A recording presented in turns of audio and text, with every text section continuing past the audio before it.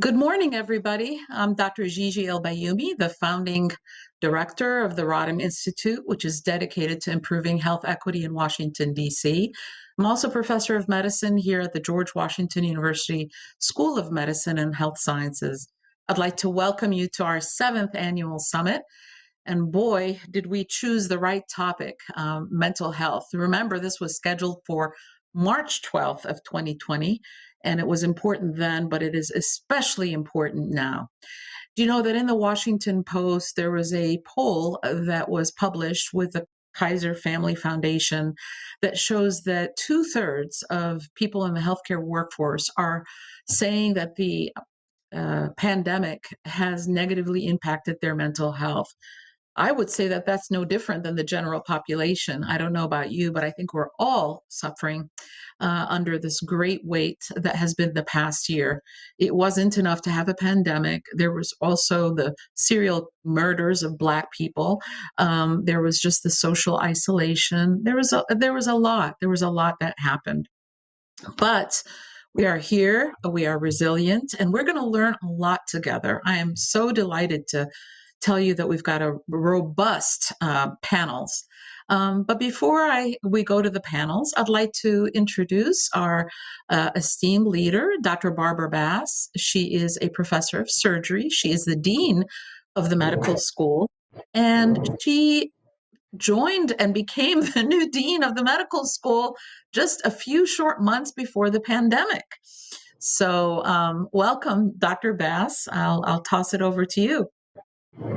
Thank you so much, Dr. El-Bayoumi, and what a great day. It's during the previous dean's tenure, Dr. El-Bayoumi had the chance to have this opportunity to found this amazing organization that has both exposed in a very clear way the inequities and health disparities in our city, but also has done such important work, uh, even in a very hands-on way, distributing thousands of masks during this last year, but especially in just bringing awareness, education, engagement to our entire city and to our entire academic clinical enterprise here at the George Washington School of Medicine and Health Sciences and the MFA to tackle these really hard, challenging problems.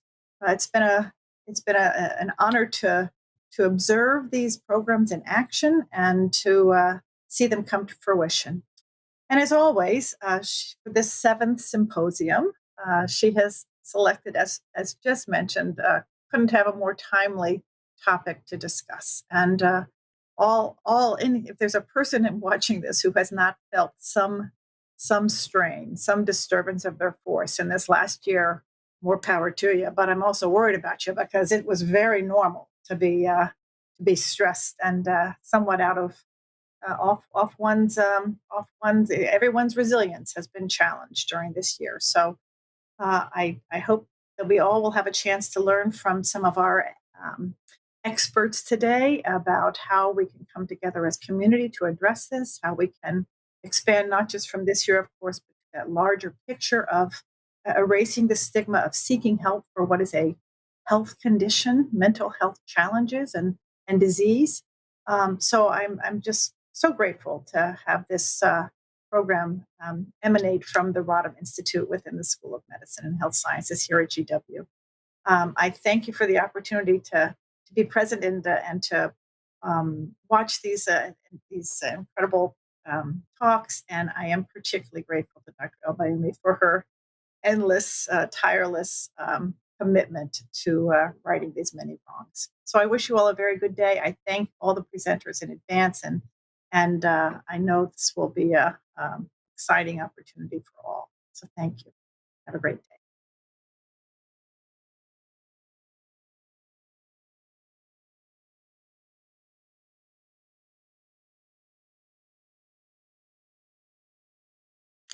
Thank you, Dean Bass, and we appreciate your support. I would be remiss before I introduce this next panel if I did not, first of all, acknowledge the team. because no one individual can do all the work that the Rodham Institute has been doing. I may be the face of Rodham, but I'm certainly not the only one that works, and we have an incredible team.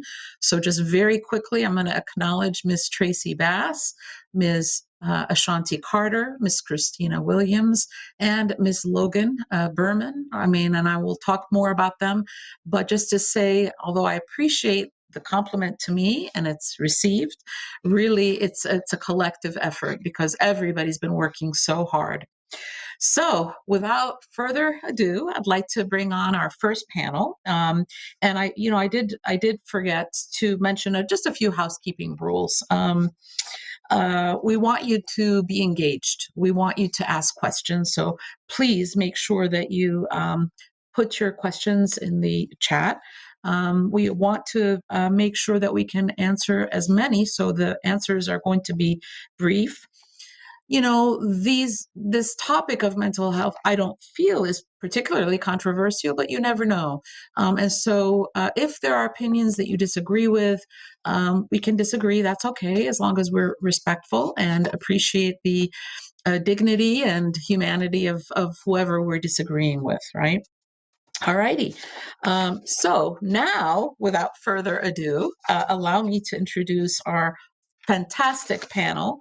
I want to say that unfortunately, one of our panelists is not going to be available today. That's Mr. Lewis Reed, and we hope that his mother, who is quite ill, we wish him and his family our best. I hope that he knows that our prayers and love and support are with him. He actually is a renowned activist and organizer with hashtag Cut 50, which is an organization that is really dedicated to helping returning citizens. He himself is a mental health social worker, and please visit their website to learn more about the exciting work that they're doing. All righty. So I'd like to bring on Mr. Erwin Royster. Mr. Royster serves as the Director of Partnerships and Community Engagement at the East River Family Strengthening Collaborative here in Washington, D.C. Welcome, Erwin. Thank you for joining us this morning. Ms. Charlene Anderson is the founder and CEO of SWT, starting with today. And basically, welcome, Ms. Charlene. You look beautiful, and I love the backdrop. Morning. We really want to get to know with your work because the title of this panel is Communities in Action. And the reality is that you have been a lifeline to so many people in our most vulnerable communities. You have been doing the tireless work. You have been engaging people. You know who doesn't have internet. You know who has lost a loved one to COVID. And right now, 1 in 3 African Americans in the United States have lost somebody and know somebody that has died of COVID. 83% of the Washingtonians who've died of COVID have been African American. So you are boots on the ground, working, serving people. So I guess my first question to you, and we'll start off with you, Ms. Charlene. Tell us about your organization, but tell us about you first. How are you doing? How's your family? Everybody okay? Good morning. Thank you so much, Dr. Gigi.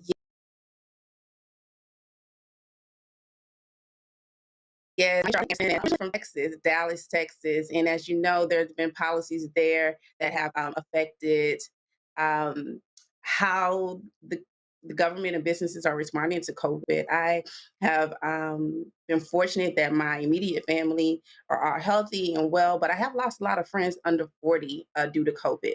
And so that has been adjusting for sure. It's been a toll. It's been something I had to be really intentional about preserving my own mental health.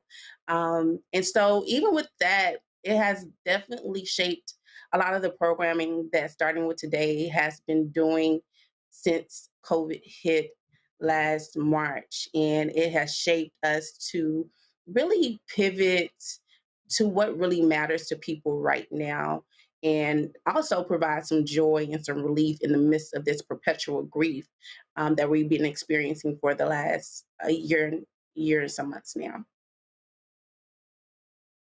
with today? What does your organization do? Absolutely great. Starting with today, it's a nonprofit. We're based in the Washington, D.C. area, serving Ward 7 and 8 in Prince George's County within the Beltway. And what we do is collaborate with the Black communities to bring programming that centers mental health, um, professional development, and also economic empowerment. And we do that in addition to the systems and the community pillars that are already existing in our area.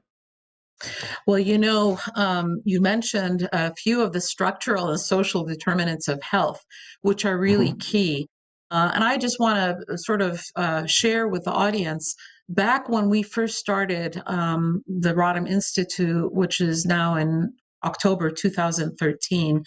One of the first things that we did was we commissioned Ms. Khadija Tribble, who was at the time a community health worker, one of the lead activists that I see you, Mr. Irwin and Ms. Charlene, you're shaking your head. I think we all know her.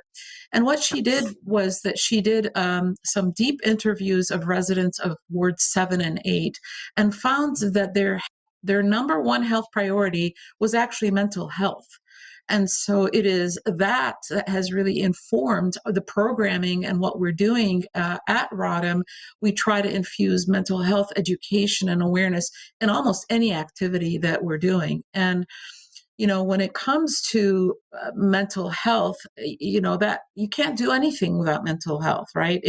And I think one of the things that I try to educate myself and others, especially in the healthcare system, is that this notion of competing priorities, right? When a person comes to us as a patient and we say, "Oh, Mrs. Jones, you didn't do your mammogram, or you're not taking your blood pressure medications correctly." Well, if the reality of Mrs. Jones is that she's worried about being evicted because they just lifted the moratorium, if she is worried about taking care of her grandmother, but also is looking at her kids who are now getting taught online and her internet is spotty, or maybe she just has one computer for three kids, or the food is not adequate or of good quality, and she's working outside the home. Well, that's going to be huge, and that just is an additive cumulative strain on one's mental health. So thank you Absolutely. for telling us. Yeah. The things that you mentioned is exactly why starting with today has this a three-pillar approach, right? Because we can't talk about careers and money and if you're not in a space to receive it and that your basic foundations aren't met. So we see it as a triangle that all the pieces matter, and the key is really finding, that mental health foundation and support system, and nothing else can be built upon if that doesn't. I mean, even if for us, right? So if our mental health is challenged, right, even with resources, then everything else kind of falls apart. And so even so much, these problems aren't new because of COVID. They are heightened because of COVID. Yes. Well, and you know what? Before we go to Mr. Royster, I'm going to just share an example from my clinic that happened a few days ago. I saw an older woman, and her daughter, who is middle aged, came in with her, and the patient has a lot of chronic issues which are really challenging, and she was kind of complaining about her daughter, saying she's been a little bit, kind of rough with her. And then I started talking to the daughter, who just broke down and said, "I'm really trying my best. I feel guilty when I snap at my mom. My own problems in terms of I'm having pain. I'm working outside the home." And it's that mix of feeling guilty, knowing that you're snapping, having all of these responsibilities, and usually that falls more on women. No offense, Yes. Mr. Royster, that doesn't mean that men don't feel these things. But women, because we use both sides of our brain, our corpus callosum is such, and we multitask.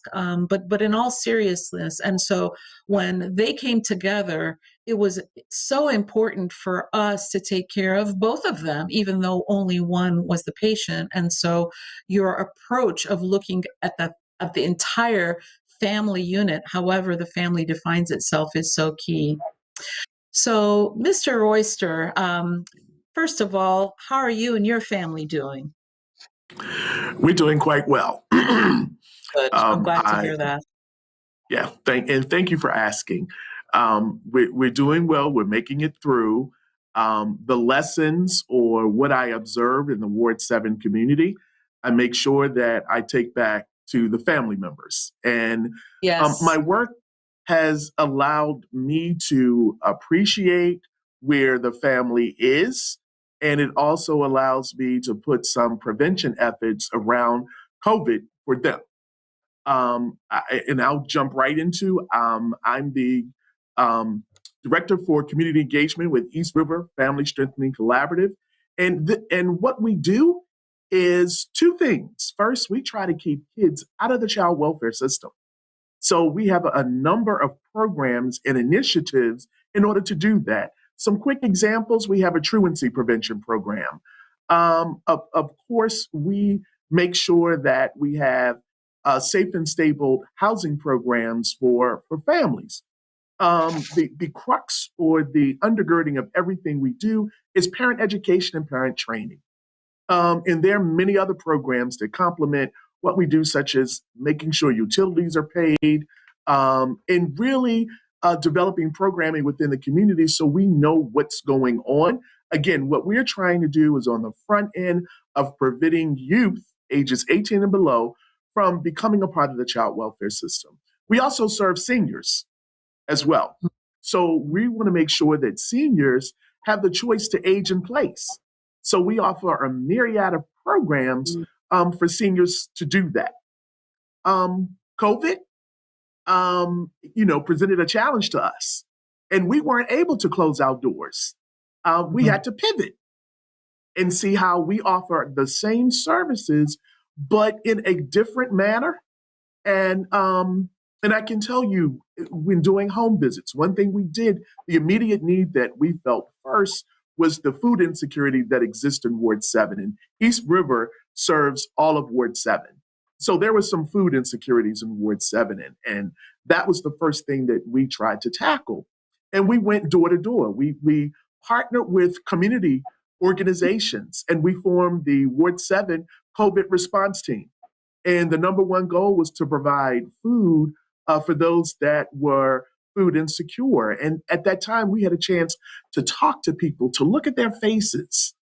And you saw the distress on people's faces, whether they were seniors, whether they were parents, whether they were kids. And they were trying to figure out, how are we going to cope with this pandemic? And of course, the introduction of substance use for some as a coping mechanism. And these are some areas that we work with our community partners to address, and we're still addressing now. Mm-hmm. So please tell me the name of your organization, because I think the name says it all, right? East River Family Strengthening Collaborative.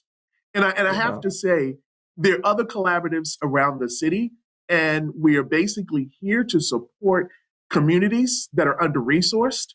And so people have a place to go to get the resources that they need in order to create a safe and stable environment for families.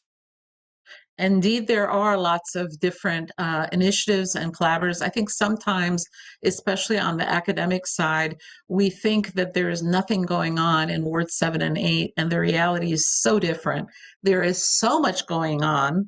Actually, one of the challenges sometimes is that actually trying to bring people together so that we can synergize the efforts and make sure that we're not kind of tripping all over each other. Certainly, that was something that we learned during our mass vaccination event, where we worked with 10 community-based organizations that serve residents of Ward 8. So, you mentioned food, and actually Dr. Michael Compton, who was in our psychiatry department here at the medical school, now he's in the Department of Health in New York City, edited a book called The Social Determinants of Mental Health. And guess what the number one social determinant of mental health is? It's food. And so when you see the folks that are homeless, that are having trouble, right, offer them food, because that will actually do something to help with the degree and the severity of whatever crisis they may be going through. So I'm so glad that you brought food. During the COVID, sort of pandemic, we at the Rodham Institute have distributed 3,000 hot meals, but we've also Mm, connected people to Food and Friends, which, as you know, is sure. a fantastic organization that does meal replacement. Capital Area Food Bank has been terrific, and we've been able to get them to make regular, weekly drop-offs for some of the developments. But Mr. Irwin, you mentioned something about learning from your work what things can be done preventatively, not just for your clients, but for yourself and your family. And I'd like to talk about that a little bit more. We've got a variety and a diverse Excuse me. audience this evening. Many of us are caretakers, whether as our profession or just who we are. So I'd like for both of you, starting with you, Mr. Royster, to tell us what you've sort of learned in terms of the COVID response and pandemic, and what can we do to both prevent and treat whatever issues we may be having. Thank you. When we were delivering food, we found out that people didn't want to let you go. They wanted to Mm. talk. They had a need to talk. In particular, seniors had a need to talk. Oftentimes, I would deliver the food and they would engage in conversation. The next time I would deliver the food, they had a chair on the front porch and asked me to sit down and talk with them. And I told them I was in a rush to go. And they told me about their isolation, that they haven't seen loved ones. They haven't talked to anybody. They haven't seen anyone. And something as little as touching was so important. So for me personally, I had to make sure that I was visiting my mother and family and friends on a daily basis, making sure they were, of course, masked up, but just to make sure they were engaged and they were okay. Because again, what she was saying is that this is affecting my mental health. So this is perfect. Even with families with children that we would visit, they would just love to see us come. And the one thing they wanted was conversation. Again, they were feeling isolated. And so again, when I talked to other family members, I told them, everybody doesn't have access to Zoom. Everybody doesn't have access to stable internet.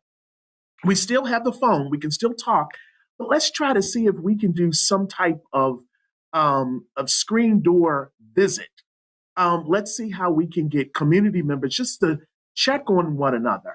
Again, some of the seniors that I used to visit, they were in dire situations and we had to get them help. Mhm. Nobody was there to visit. They talked to people, but nobody was there to visit. So Mhm. these are some of the processes I put in place with family members. We have to make sure that we're able to visit and that communication is important and that touch is important also. But making sure that we keep COVID at the front of everything, the forefront for safety purposes. Yes, I'm glad that you mentioned that. One thing that I think is important for people to realize is that how we evolved as human beings is we're actually very social. Just by us talking now and interacting with each other, the feel good hormone, which is dopamine Yes. that bathes our brain, actually goes up. So when you're talking about seniors, actually England has recognized that social isolation, loneliness we know that the data shows that being lonely is the same as smoking a pack of cigarettes daily on your Mm. physical health. So they've actually appointed a loneliness minister. So it's been difficult. I think the two groups that have really been profoundly impacted in terms of age groups are seniors and teens. So Ms. Charlene, talk to us about what kinds of trends you've been seeing among the different subgroups that you serve. Absolutely. I think that's a great question. One of the things we did before um, COVID was the Shape Up, right? And the Shape Up is where we bring a Black mental health therapist to the Black barbershop, and particularly in Southeast DC at Lee's Barbershop. And he's been a pillar of the community. One of the things about starting with today, where we initially served millennials, millennials primarily, bringing our services to the barbershop made it intergenerational. And I think kind of what you were talking about, those touch points between seniors, between teenagers, between young adults, a lot of transients trying to find their way in DC. I think there was some grounding work. Of course, once COVID hit, we moved our programming to Instagram because that's where a lot of our base live on our phones on Instagram. So we did Instagram lives. And one of the feedback we heard was definitely grief. And that's actually something we tackled right before COVID hit when Kobe Bryant died. And I think our community has been kind of grieving since Kobe. It's been one thing after another. So grief is the primary thing that we've heard. Piggybacking off the things that you said, there's been so many people who have lost loved ones. And I don't think we have had time to process the extent of the damage that has been done. And it might be years to come, right, before we realize how much this has affected our communities and our mental health as a collective. Some of the groups that we service through our parents programs have affected the children as well. Children are, going through loneliness, a lot of changes. They going to need some substantial support for years to come in these formative years. So I believe one of the issues across the board is how, quick we are working, to get the vaccines distributed and get that support around this pandemic of COVID. But now we have this pandemic of mental health and depression and all the facets of that. And we're going to need the same energy from our elected officials to really support getting all hands on deck for mental health programming, especially in communities that don't have the access, whether financial or culturally. So I want to just unpack what you said because you've brought up so many important points. First of all, when it comes to equity, which is what Rodham Institute is about, equity means that in communities such as Ward 7 and 8, which don't necessarily have the Safeways or the Giants, only one Giant in Ward 8 that serves 79,000 people, where you don't have the pharmacies that are open, where you don't have bus lines, right in front of your apartment like I do where I live. That to be equitable means that people actually need more resources because of the imbalance and the historic reasons why, which we won't get into because there are many historic and ongoing PS, that really means that if we're going to level the playing field, that there has to be significant investments in all of those points that you made. And I'm very concerned, as I know everybody is, about the education of children. There's a study that was released that shows that Black and Brown children may have lost as much as a year from the vulnerable socioeconomic sort of neighborhoods where they may live. But disabled Black and Brown children have lost 2 years in education. So we really need to think about sort of minorities within minorities, right? Because people forget that actually when it comes to people who are disabled or cognitively impaired, those burdens are cumulative. And one thing that I learned through our Rodham Institute webinar series is that, for example, in Ward 3, where I live, 8% of seniors have cognitive impairment, but in Ward 8, it's 13%. So what does that say about the need for services? How does that impact mental health? That's a lot. So I'm going to give you, oh, please go ahead, Ms. Charlene. No, I was going to say, I agree. And I think one of the things we can probably all relate to is the impact of stress on our mental cognitive abilities, right? There's times where we just go blank. There's times where, we're not getting the sleep that we need. We're not getting necessarily the nutrition that we need. And these sustained heightened stress levels aren't good for us all. And so that's for us that have some stability, and imagine that being compounded. So there's memory loss that we need to really be thinking about, and how that's going to affect our children on top of everything else that they're going to be experiencing, for sure. And you know, we just had a webinar on Tuesday about the effects of mental stress on one's physical and mental well-being. And of course, we're one person. We're not like brain versus body. And so when you're in that heightened place of stress, either because there's gun violence or because you're being triggered by watching the George Floyd trial, right? Or as the patient that I just mentioned, the older woman was also grieving the loss of one of the kids that she watched growing up, who was just shot and killed this past weekend. He was 30.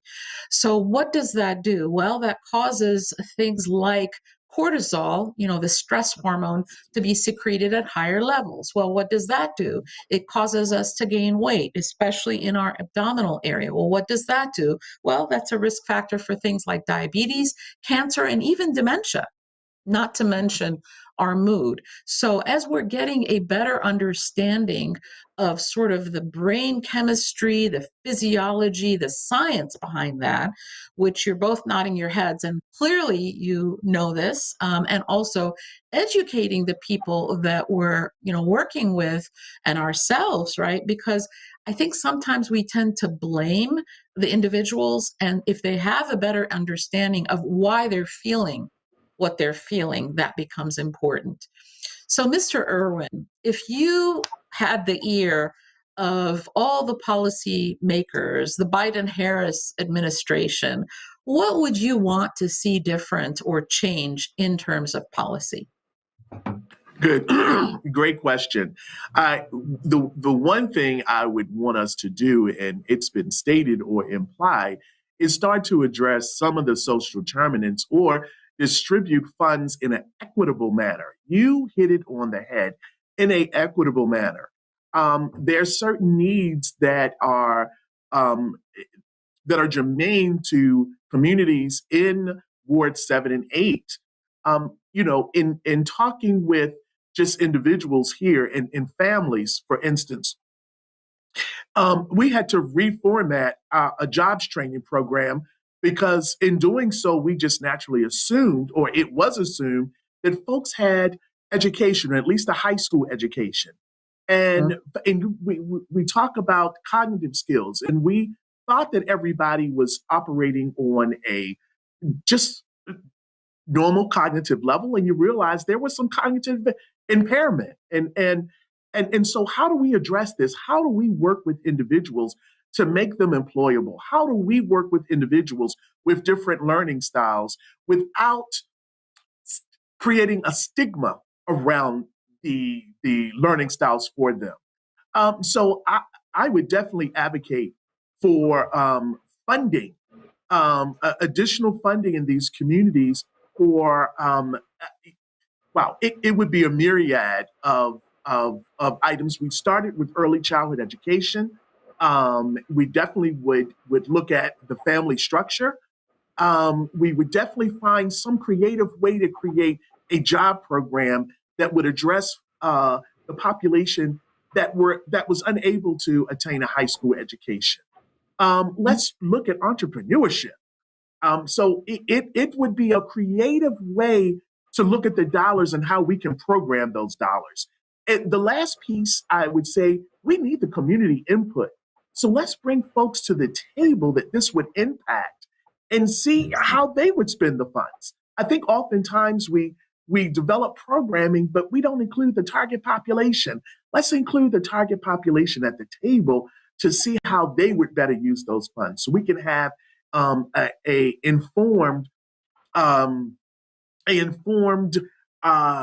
jobs program, or we would just have a informed piece on how we would spend those dollars. Amen. I think oftentimes, you know, there is lip service given to community engagement, but it's often an afterthought. It's bringing the community after the programming has been developed instead of from the ground up. And actually, we at the Rodham Institute believe that the community should be in the driver's seat, because the people that are closest problem know what the solutions are. They may not have the resources. And that really takes a paradigm shift, right? Because as a doctor, my sister says, you think you know it all, you think you're the boss of me. But the reality is, we're not. And we really need to be led. And we really see ourselves as sort of consultants, if you will. We're there to help leverage our resources and our knowledge, but to support leaders such as yourself. And so, Charlene, I mean, sort of same question from your standpoint. What would you want to help your particular organization now in terms of, because your needs have increased since COVID. They have not decreased. And we know that it's not even linear. It's like a multiplier effect, right? Mm-hmm. So what would you need to keep your wonderful work at SWT going? Absolutely. And as much as I love the work that we're doing at SWT, right? We're only one organization. The work, the the answers that we need to happen on a federal level, right? So, like you said, the mental health is part of the body. It is not separate. So it has to be included in all insurances as a standard. It needs to be absolutely funded without the red tape, without referrals. You can just go to a mental health professional with your insurance. That is a huge barrier for our community, having funds to pay for mental health services. The second issue that we have is culturally centered providers. And so that we need a pipeline that can incentivize young Black people to get into mental health professionals. And so whatever incentives that we can support on both local and a national level to get that pipeline, because I believe there's like 2% of mental health professionals are Black. And so the number is really small, and we need those resources for both the short term, but definitely for long term, as we know that this is not going to be a quick fix solution.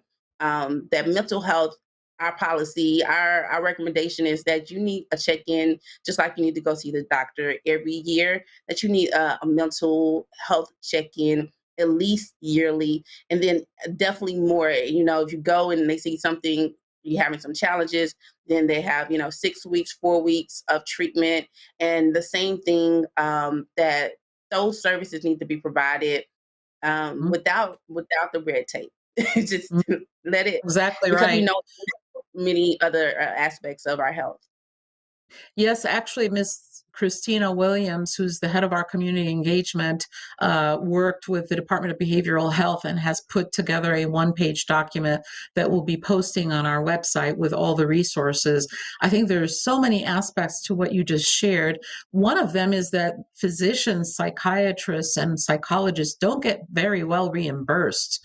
Exactly. So that's why many of them can't even take insurance, because it just would not allow them to even pay the rent, right? That's one. I think the other aspect is the value of mental health is under recognized. I think, look, at Oprah has done a great job. Taraji Henson has done a great job of being really open. I actually sit on her tribal council, the Boris Henson Foundation.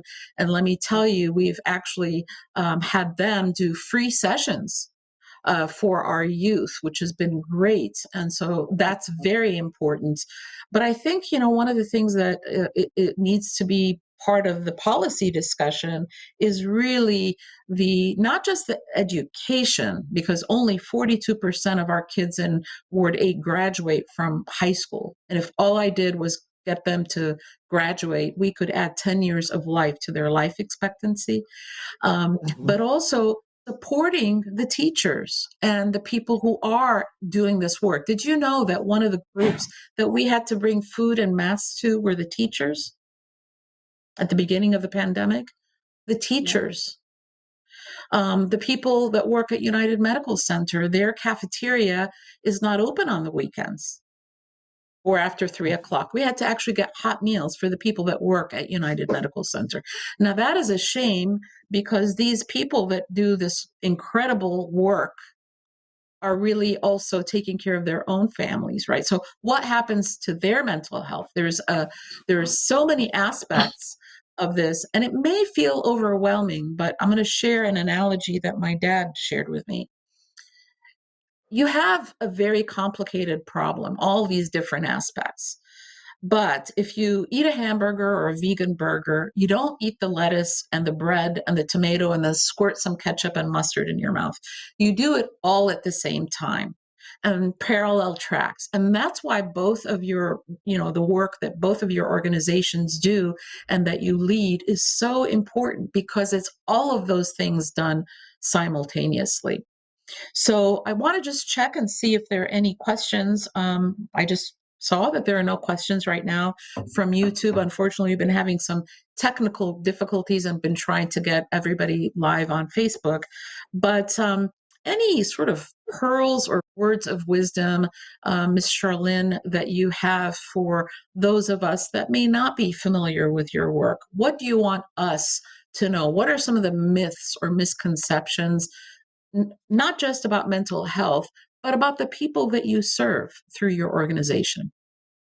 Absolutely. I think you just mentioned that a lot of programming is centered for children, which is great. And we know that investing in children will definitely enhance their lifespan, their education. But there are adults that are 25, 30, 35 that are still raising these children right now who need their help. And there are not a lot of funding programs after 24. And if you don't get it right before then, it's like, oh, well, you got to figure it out. And as you know, probably as a parent, I know my mom is still, my parents, my mom and dad are still, very much coaches and guides for me at my big age. That we still need strong support systems as young adults in going into adulthood, right? And that is what starting with today does. We believe that if you didn't get it right at 25 or 30, it's not too late. We can still invest in you. We can still provide you career training. We can still tell you how to help you reach your financial goals. And then we can introduce you to mental health services that you thought you didn't want, that you actually fall in love with. And that is Mm, what Starting With Today does, and create those paths between what you think is possible and actually realizing beyond that. And I believe there is a space that is our really sweet spot, is especially with parents and busy individuals, is creating some space to think freely, to dream again, to reimagine. And that is contagious, even if it's an hour or two, to say, hey, we're going to turn off oppression for a minute. We're going to turn off stress for a minute. We're going to bring in some healing. We're going to celebrate ourselves. We're going to honor our traditions. We're going to honor the things our grandmother told us, and the music that we love, and the things that bring us in. And we're going to use this as a beautiful learning environment. And that sets the stage to actually do a lot of this critical work that we're doing once that trust is built, once that community is built. And the thing about it is that even the people that we touch, it doesn't end there, right? Because we give our information in such a way that it's digestible. So as soon as you know how to understand credit, you can tell someone else that. As soon as you have a mental health trick, then you can share that with your girlfriends. And that's how we really have built this community and this organization, beyond, even what I imagined when I founded it 7 years ago. wow. Well, you are so right. It is about increasing the social, the intellectual, and the economic capital of communities, right? Mhm. That's really the bottom line, so that communities can move from interdependence, as my good friend Mr. Calvin Smith, the head of the Ward 8 Health Council, says, to independence, Yes. right? Mr. Mhm. Royster, what would you add to that conversation? I think Charlene said it all. She's so right. It's connectedness. Sometimes we feel disconnected in communities, and individuals feel disconnected. So I think if we can, I would say, create the means to connect families and individuals. I would also say we've talked around it, but let's address the stigma that mental health has on individuals. I think that could be a block. We've noticed that to be a block with the population that we work with sometimes. So a lot of times, instead of talking about mental health, we'll talk about, let's just rap about a Right. situation or a problem to get through it. One thing that we did, we knew that in our family success centers, and we operate 2 family success centers in the ward, our Minnesota Avenue and Benny Road Family Success Center, we have a social worker there, a licensed clinical social worker. And again, we call it Motivational Mondays. Come have a session with our and it's his name escapes me at this moment. I Okay. apologize, but Go come ahead, have a have your conversation. For yeah. Motivational Monday, so I guess COVID is affecting me. Mr. Crawford, okay.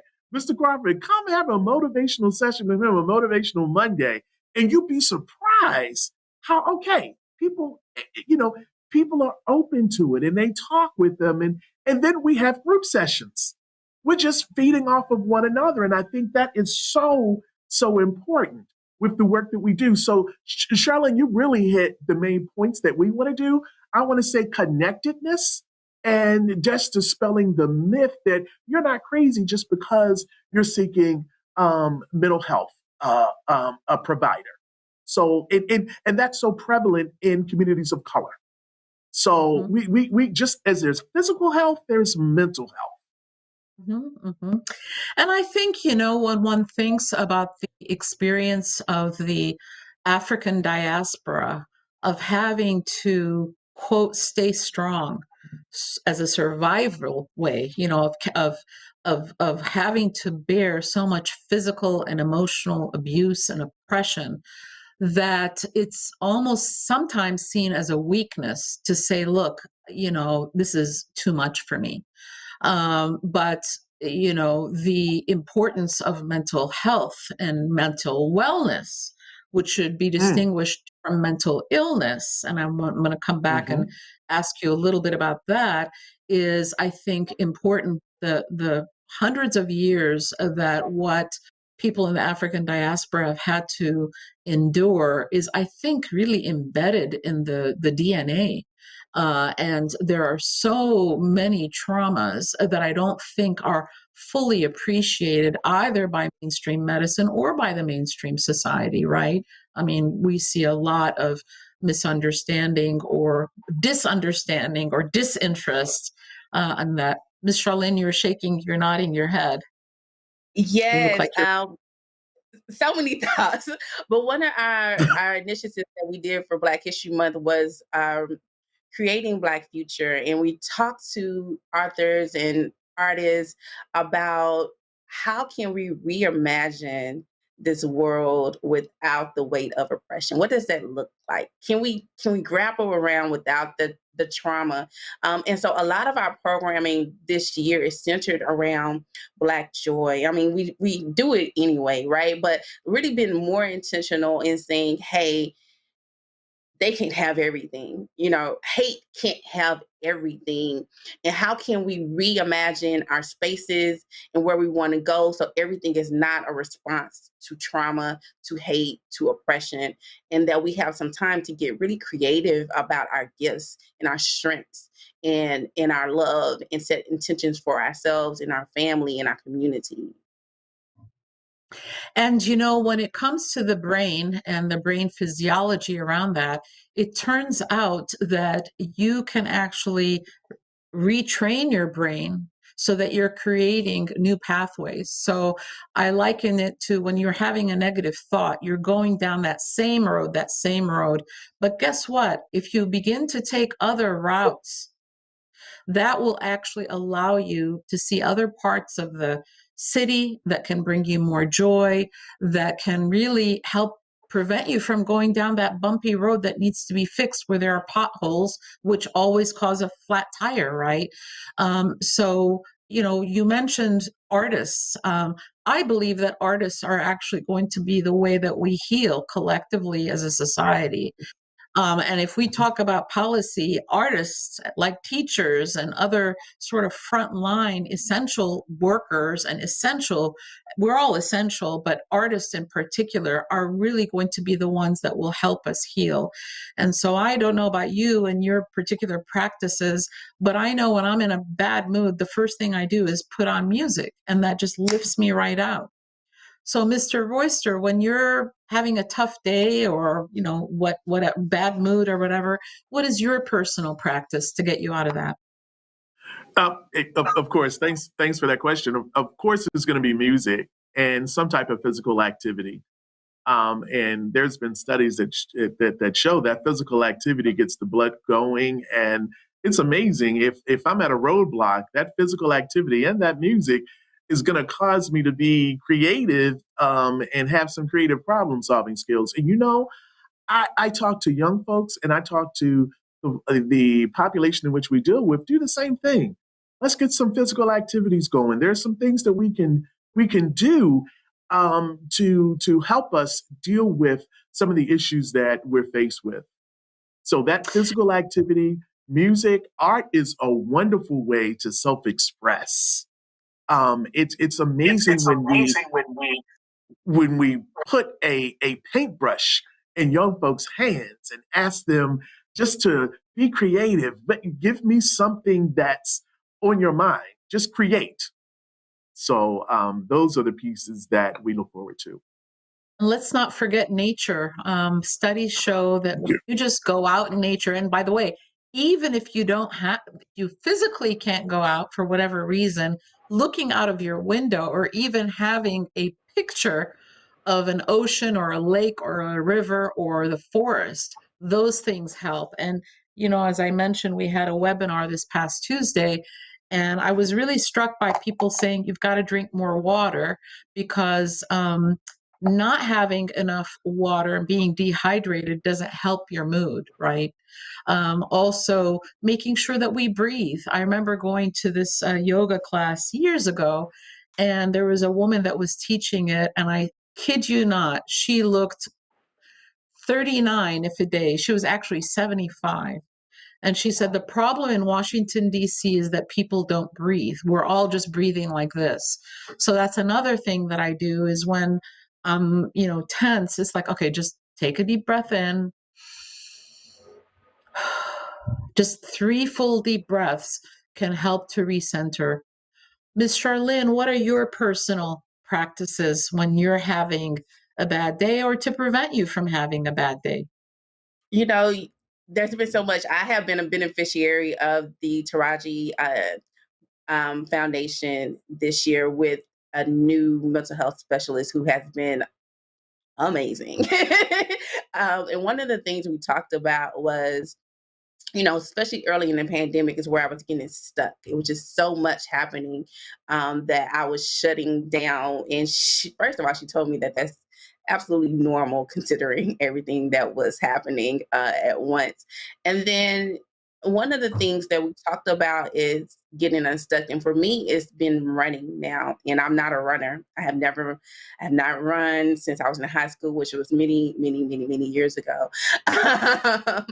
But I have been going to the Anacostia River Park, and it has been really been my sanctuary where I can breathe, where I'm in nature, where I can run out my frustrations, where I can get my thoughts together, when I can come off of social media and my phone and the news, and I can just recenter. And then it's also good for me to see other people, even though we're social distance, other runners, other walkers.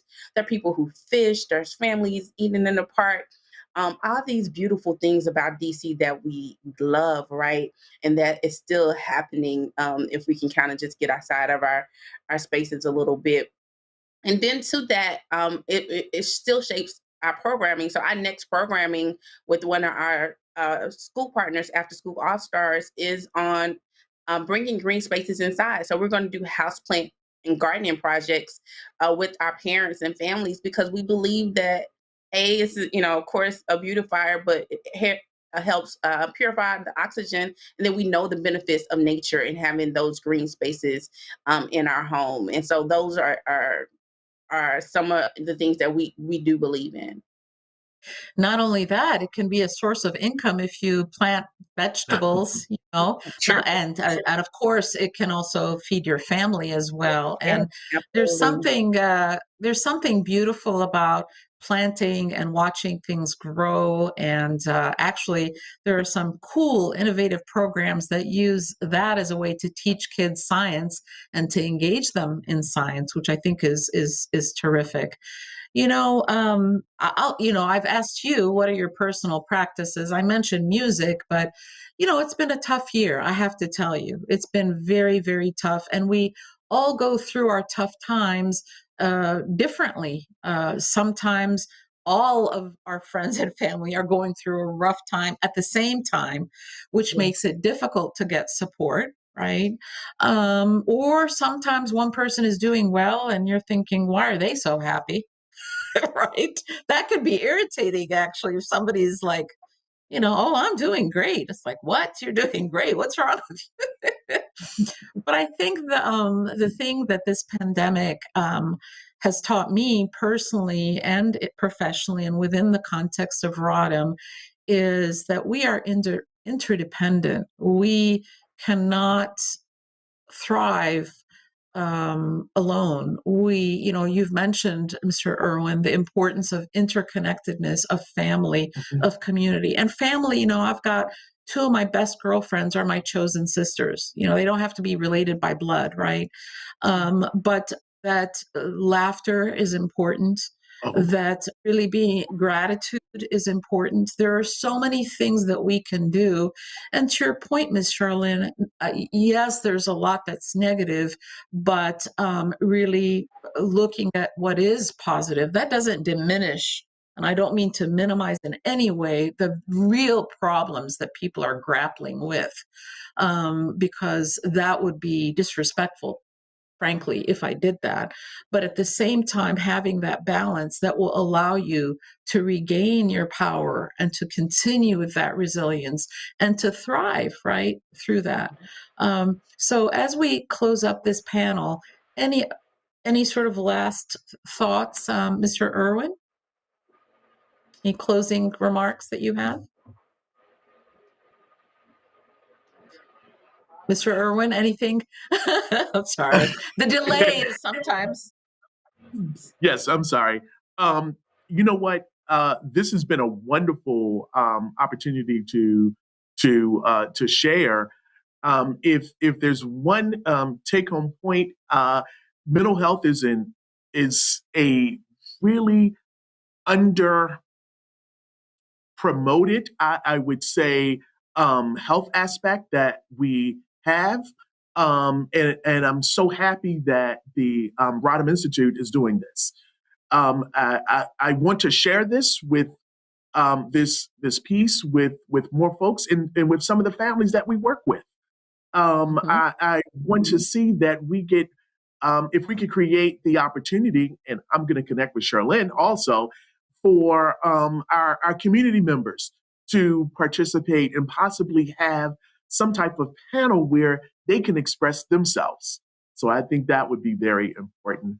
Well, But no, in closing this, I'm sorry. that's the problem with this technology is like you can't have a conversation because you interrupt. I interrupted you. So please finish your thought and then I'll ask you a question. Oh no! I think it left, but no. Conversations like this are so important. And basically, we need more of them because we find out who is in the field doing what. Now I have a new colleague, which is Charlene. So we're going to connect after this. See, and that's one of our uh, things that we say about ourselves at the Rodham Institute. We connect, we convene, and we catalyze because it is about, and we communicate. Actually, before the pandemic, we were having what are called community health connects at Busboys and Poets in different parts of the city, so that people could come together. But yes, we will invite you and various community members to our Rodham Institute Impact Speaker Series that happens every other week, and we'll make make sure to have that available. And then this summit will be on our website so that people can watch the videos. So thank you for that, Mr. Irwin. Ms. Charlene, any closing remarks? Yes, I thank you so much for this opportunity. It has been a joy. Same, I share Erwin's sentiments for sure, and looking forward to working with you. I think the opportunity for us all to do, because a lot of times I think people get overwhelmed by how many structural problems are happening around us. But something we can all take ownership is how we show up in the world, and how can we show love to more people and be more intentional about displaying love in a world that it seems sometimes so scarce. So I think that is my call to action for everyone, to show love in our spaces, in our homes, with our kids, with our families, with our loved ones, with the strangers, and making sure that people know that even in this time that they are not alone. Wow, that is so profound. Love is the way. And if you look at the various religious traditions, cultural traditions, we should always be leading with love. I'd like to thank Ms. Charlene, and I'm going to make sure that I say your title properly. Ms. Charlene Anderson, founder and CEO of SWT, starting with today. Thank you so much for your time, for your energy, for your insight and input and education.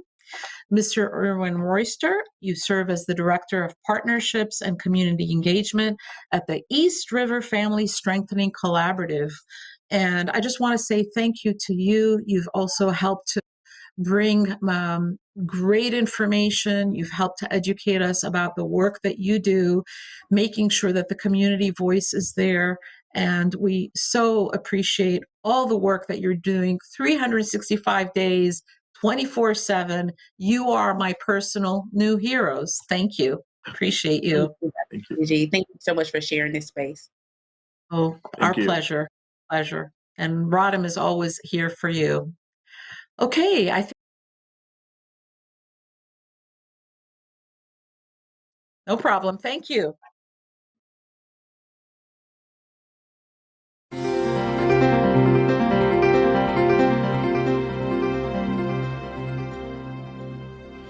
My name is Dr. Gigi El-Bayoumi, and I'm the founding director of the Rodham Institute. This is DC Reimagined. DC Reimagined. DC Reimagined. DC Reimagined. DC Reimagined. DC Reimagined. DC Reimagined. DC Reimagined. DC Reimagined. We're partnering with the Rodham Institute to improve the health and well-being of DC.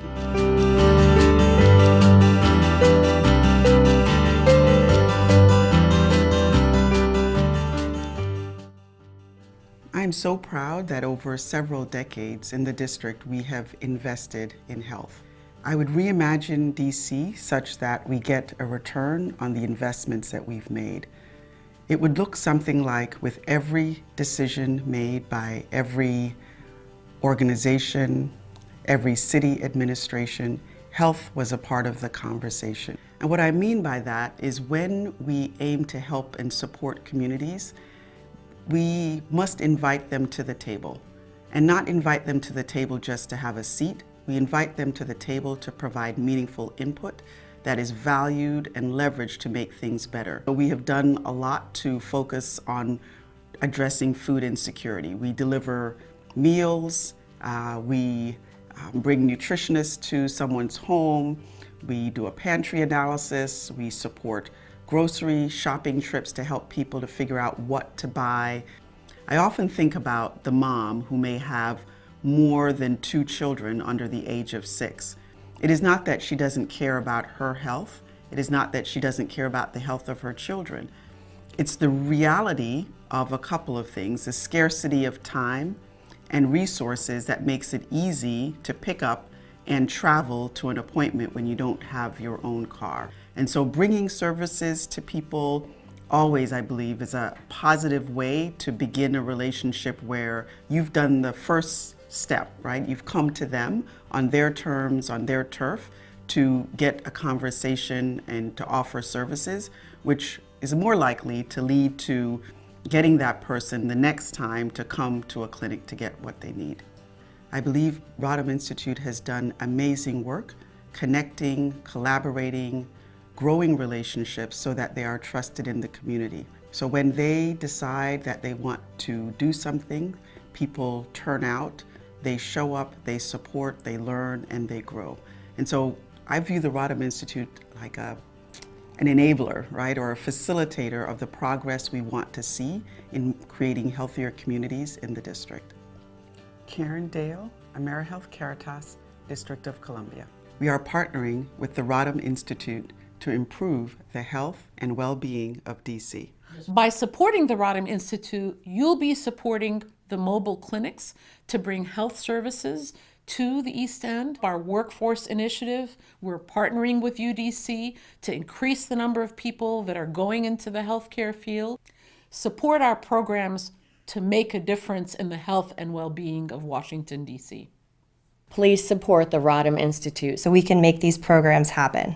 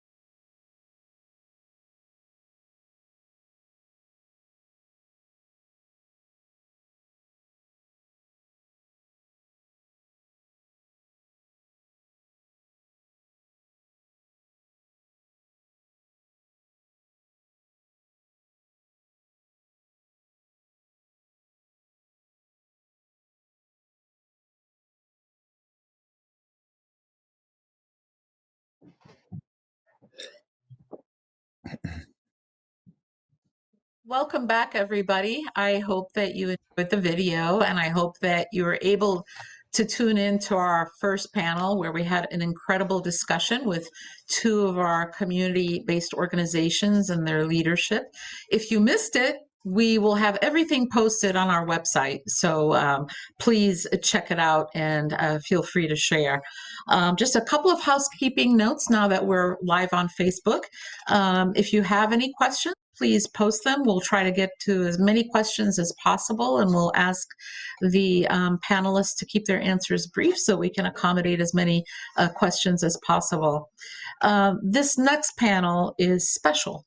It's special because we're focusing on mental health in special populations, populations that are sometimes overlooked, where actually the burden of mental illness or mental health challenges may be higher just by virtue of the fact that they are special.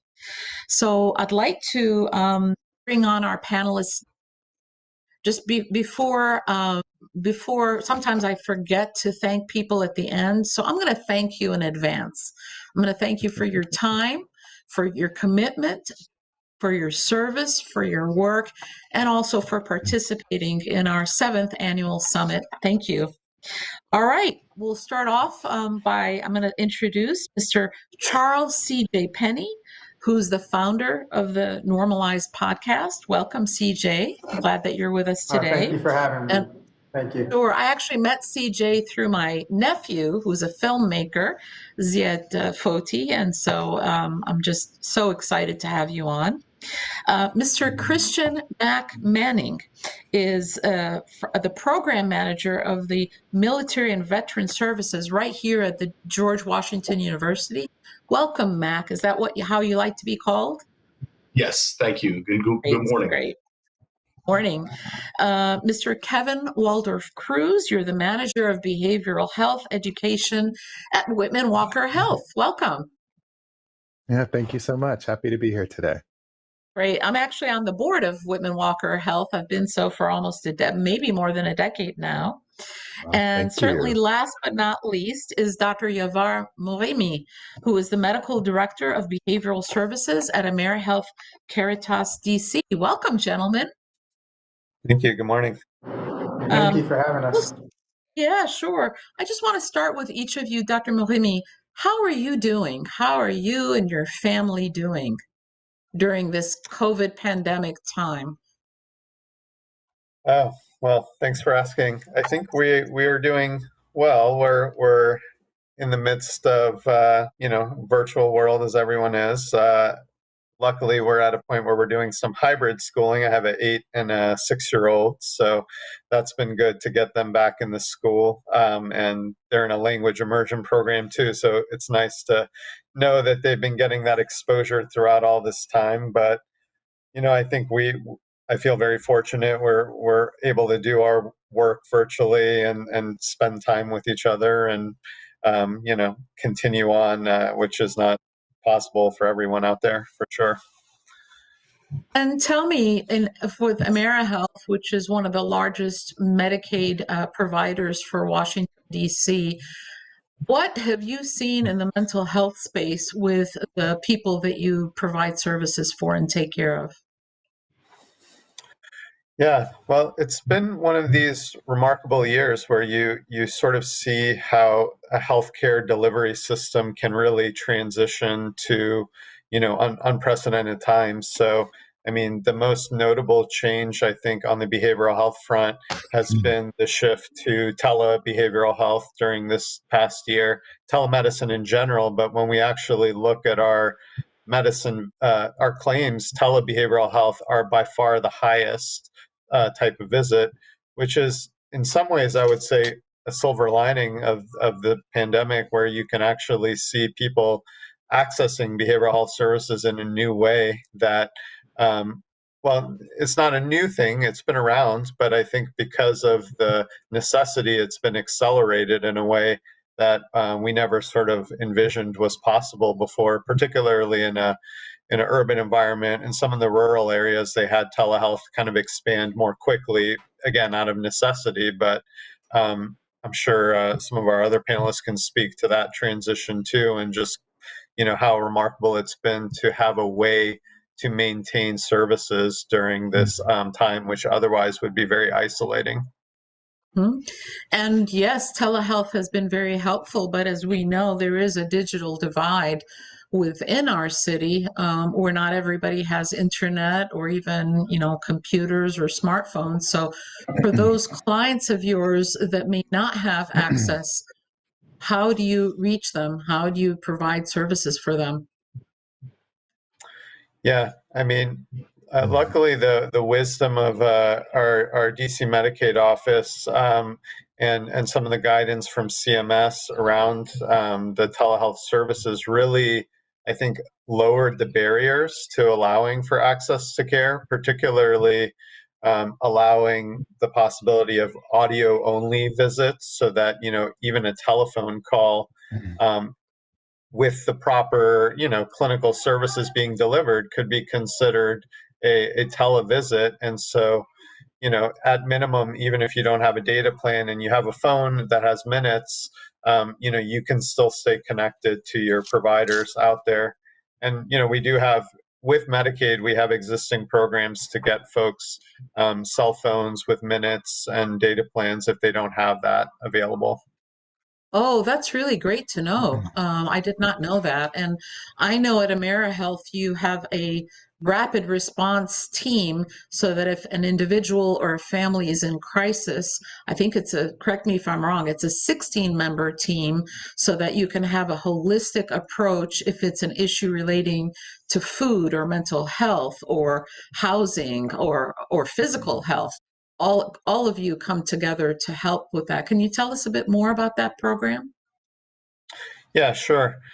So yeah, rapid response is available for member needs, which, as you mentioned, could be social determinant needs. We have a standard screening tool that we use that is similar to the tool that's used in a lot of health centers too. And based on that, we have a platform on Bertha where we can make social referral needs as well. So as I mentioned, like phone, food insecurity, housing, education issues, things like that. But then, of course, the other aspect is we had to educate our enrollees about this transition to telehealth. So we did very proactive outreach to folks that we knew were high risk who had a history of mental health issues to make sure they knew that just because the pandemic was here and there was social distancing and quarantining happening, that we had to, you could still access your providers if you already had one, or we could help you get connected to one, and that telehealth was an option. So that was something that we did pretty early on to make sure our most vulnerable enrollees were not, were aware of those changes. Well, let's just hope that after the everybody is vaccinated and we kind of go back to our new normal, I guess, that some of these changes will continue because they have helped bring more access of mental health services. Thank you. CJ, we're going to turn to you. Have been extremely generous with the public in sharing your personal story as an African American man in terms of your mental health struggles. You have a podcast called Normalized. Can you tell us a bit about your journey? Yeah, sure. And thank you again for having me. So my journey, I mean, it's probably similar to a lot of other people, but also very unique. When I was younger, I was never really comfortable in my skin, and my brain was always racing, and it led to a lot of challenges in life. My father left when I was 3, so I had some insecurities about that. I was very poor, so I had more insecurities about that, and I lived in a very hyper-masculinated world where I was having to try to be like tough, and prove my worth, so to speak, to my friends.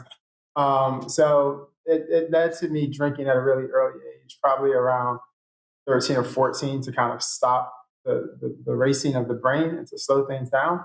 But that drinking persisted. I was able to, drink throughout high school and college. And then after college, drugs became a part of the story. And so again, it was more of just trying to deal with the the busyness of how I was thinking, and just the general stresses that I had of being a Black man who was successful, who's very successful actually in what he did in his career. But it was just a lot of pressure. And I have an interracial marriage, which was having pressure. So I was having racial insecurities. There was just a lot that was going on.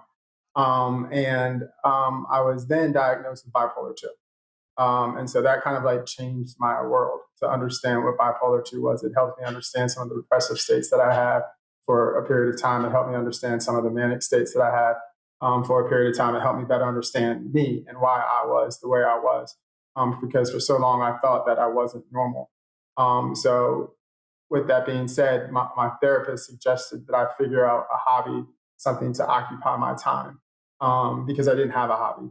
And so he suggested I do a podcast, which I called the Normalized Podcast, which was basically me sharing my journey of trying to feel normal in my own skin. And it's a very open conversation. It's scripted. It's stories that are true. My goal is to be completely vulnerable. One thing I've learned with vulnerability is it takes the power away from other people. So people are sometimes looking like they can't believe I share what I share. And I'm like, well, there's nothing nobody can say to me anymore. It's all out there. It is what it is. And by sharing, it's allowed other people to reach out to me and tell me that I've helped them by being so open. And so I've learned a lot of what we have. Like I said, beginning, there's similar stories that people just are scared to share some of the issues that they're having and that they're dealing with. So I just found a venue, an avenue to share my story through a podcast, which is kind of my story. Wow. I mean, that takes a lot of courage. And yes, vulnerability. And, you said something at the beginning that story is a common one, and yet you're unique, because both of those things are true. Why do you think it is important for you as an African American man to speak out about this? I mean, and also if you can speak to why you think the stigma is so high to talk about mental health issues among especially Black men, I would say. Part of one of the reasons why I did want to start the podcast is I feel as a Black man, we're very stereotyped as to what we're supposed to be. And, we're athletes, we're criminals, like in the media, from a media perspective, where they were really typecast. And I wanted to show somebody that's different. And that I feel like most of my friends who are African American, who are all college educated, who are all very successful, are more like me. And we have these issues, but we just don't share them. And we don't share them because within our culture, to be honest, it's just looked down upon. I think growing up Black, you're forced to try to be tough. You have to be. I mean, naturally, things are going to happen. You have to be tough. You have to learn to deal with certain situations. You do have to learn to deal with cops. Like, you know what I mean? You do have to learn to deal with me being the only Black person in an engineering firm, with like 30 other white men who I managed, like things like that. Like there's challenges that you have to deal with. You have to learn how to navigate them. But I feel like we don't, just our culture, we're supposed to be tough. We're supposed to like just suck it up, hide it, and show. I don't know why. It's like that's just the way it is. And I feel that by sharing it, it helps people cope with the things that they're really living with, that they're really dealing with.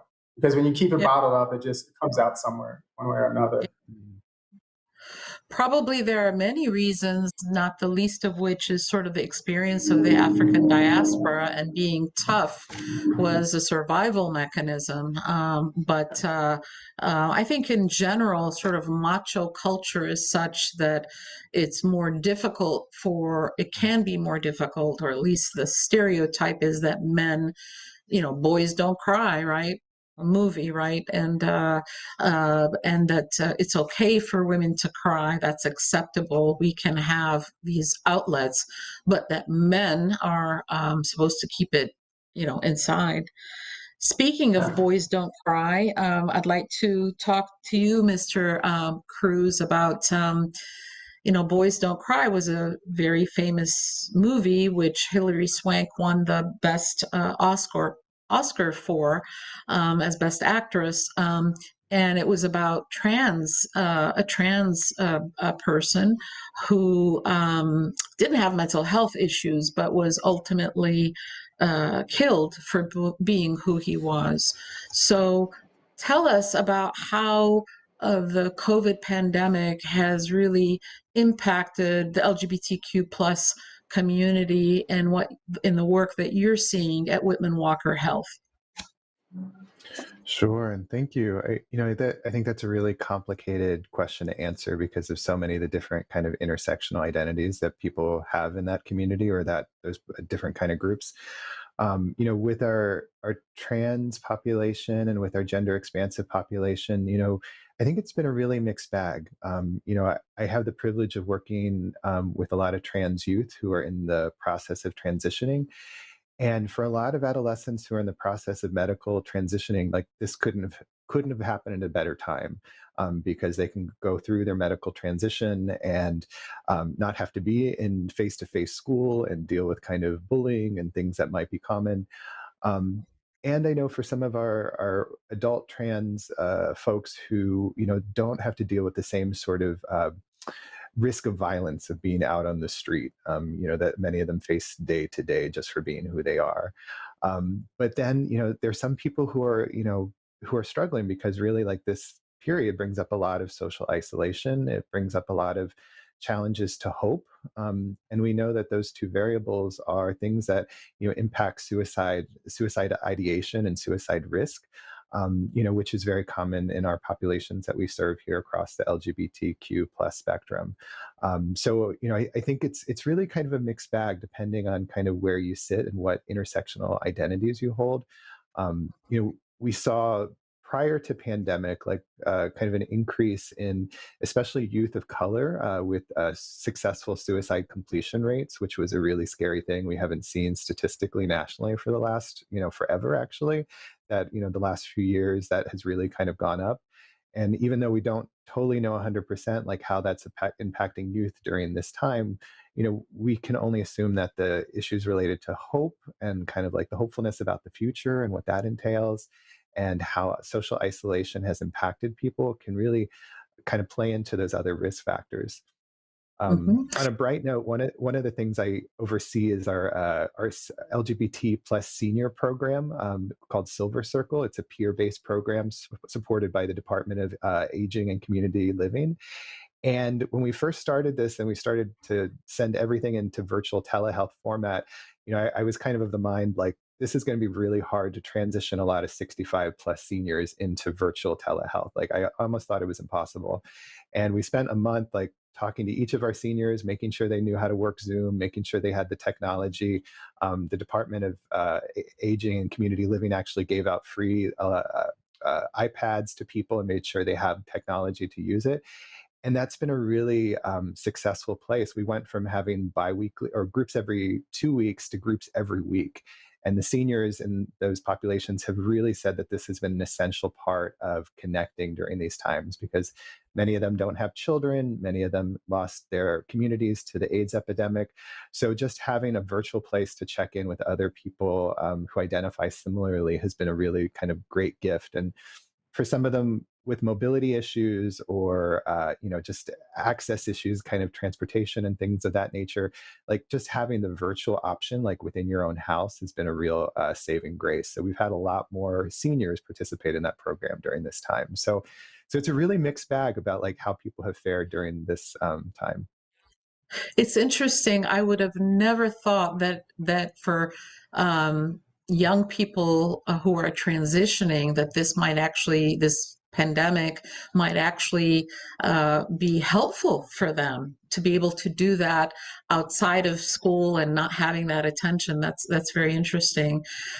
Just like actually in talking to our friends who have kids with intellectual disabilities or autism, some of those children actually thrive with the remote learning. So I think, of course, the silver lining of something horrible such as this pandemic is that first it's forced us to look at our what we think is how things should run.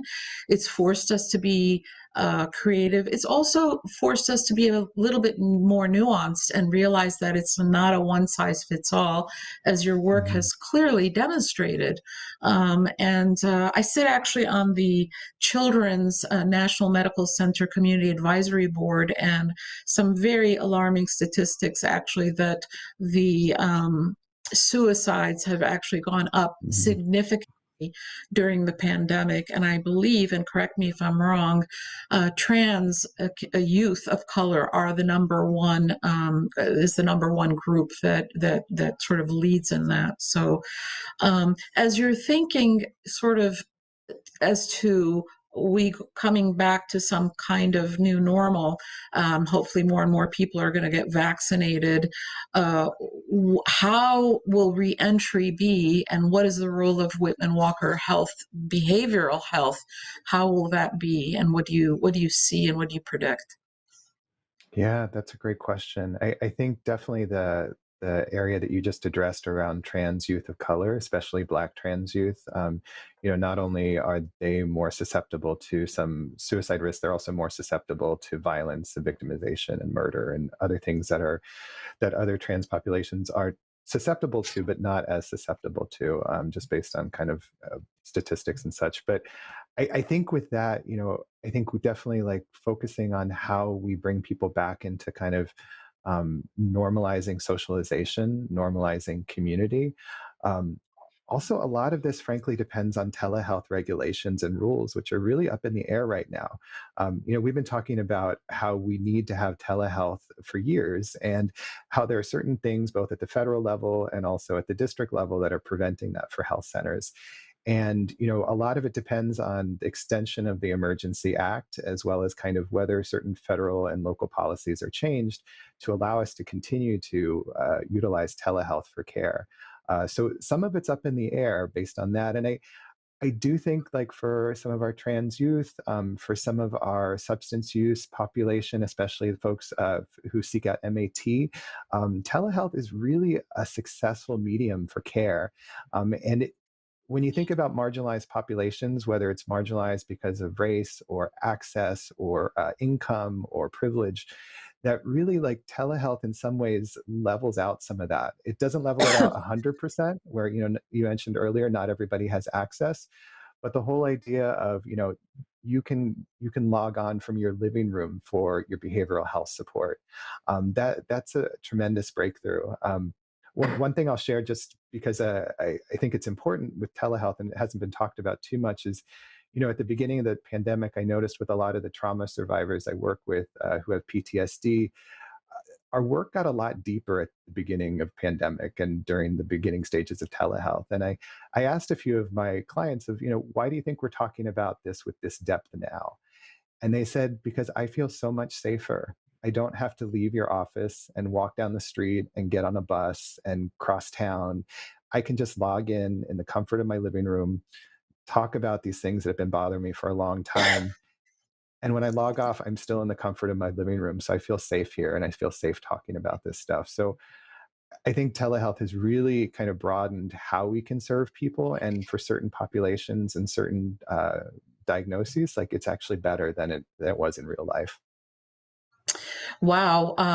Well, maybe this group after the summit should talk about drafting some sort of a petition where we put all of our collective voices together to say to the Biden-Harris administration, this needs to continue, especially for our special populations, for all of the reasons that you just so beautifully articulated. I can tell you from a clinician, not behavioral health, but a clinician perspective, for some of our patients not to have to take 3 buses to get to us. Mm-hmm. Not to mention, if they have to take the metro access or all of these things, these barriers, it has been helpful if they have access to the digital telehealth, which is another issue. But thank you for that. Very thoughtful. Mr. Mac Manning, you are the program manager at the Military and Veteran Services here at GWU. Now, we just heard a little bit about PTSD. I mean, in people who are vets, how has this pandemic triggered, aggravated, exacerbated the people that you serve in terms of their mental health needs? So the pandemic has put a big change in terms of our office, in terms of military veteran services at George Washington University's, our efforts in terms of how we work with the students. As a lot of these other professionals, that we've moved to a virtual environment where we're working at a distant capacity. One thing that makes the military community very different is they coming from sort of the beast that is the U.S. military, where they have a very strong support system. They work with their peers on a regular basis. They see individuals every single day that look out for them, can tell when things are going differently, can tell if things aren't going well. And they transition out of their military service and come into George Washington University or another institution where they no longer have that support system. And with this pandemic into a virtual space, one thing that's been pretty different is in positions like my role, is I've been sort of the boots in the ground, where we tried to mimic sort of that community and that support system as best we can by creating programmatic efforts and activities focused on mindfulness and wellness and physical activities. And when you do sort of the virtual space, you no longer have that connection. So it's hard for them to build or kind of create that community that's going to look out for them. So individuals, particularly within the military affiliated side, but also many communities in general, if you're struggling with things like mental health, maybe self-medication that might be self-destructive, you can become very good at hiding it. And when we do programmatic events, within the military, that a lot of times they have to want to come forward and seek mental health, and that can also be very challenging as well for them to want to do that because it's so stigmatized. But at the same time, it's very difficult for professionals like myself or other peers who are trying to make connections and build community to sort of tell if something negative is going on or they're struggling with different things, because we're not spending as much physical time with each other. And from the standpoint of the U.S. military, when you're used to being together so much, that has been a very big challenge, because I can my profession is on a lot of different events and activities, but it's very difficult to build the same kind of connection and trust when you're looking through a screen in a box for an hour versus, when I'll see a student every single week coming into our military community center to study for a 6 o'clock class. You sort of build a different connection, and the university as a whole had to scramble. And we've made a lot of efforts and made a lot of progress through that, but it certainly is, as many other people have mentioned in this panel, it has definitely been different. And I think we were in some ways not prepared as well as we could, and then we've come a long way. Yeah, well, thank you for sort of pointing out some of the special challenges or special circumstances. I think if we're learning anything, although you are representing special populations, our collective and humanity, we're all challenged with this social isolation. I mean, it is very, very hard. There was actually a study that was published that looked at Zoom fatigue and how it seems to impact women more negatively than men. But it turns out that you're all men on this panel. So let me ask you this. What are some of the misconceptions about sort of men and mental health challenges? I mean, we as women can express, we can emote, we can cry. Sometimes society does not look kindly on that if men do. But what are some of the misconceptions about how men deal with mental health challenges or how they manifest if they're going through a hard time? Maybe we'll start with you, Matt. So if I think one thing that's important to note is that the military population, though in sort of media and television and film, has been portrayed as very often as male, and quite often as white male. You sort of get this hyper masculine image. And the reality is that it's a much more diverse population than people really give it credit for. When you look at the statistics, I mean, it's about 17% female or women service members. Then that's both within enlistment and sort of the officer leadership ranks as well.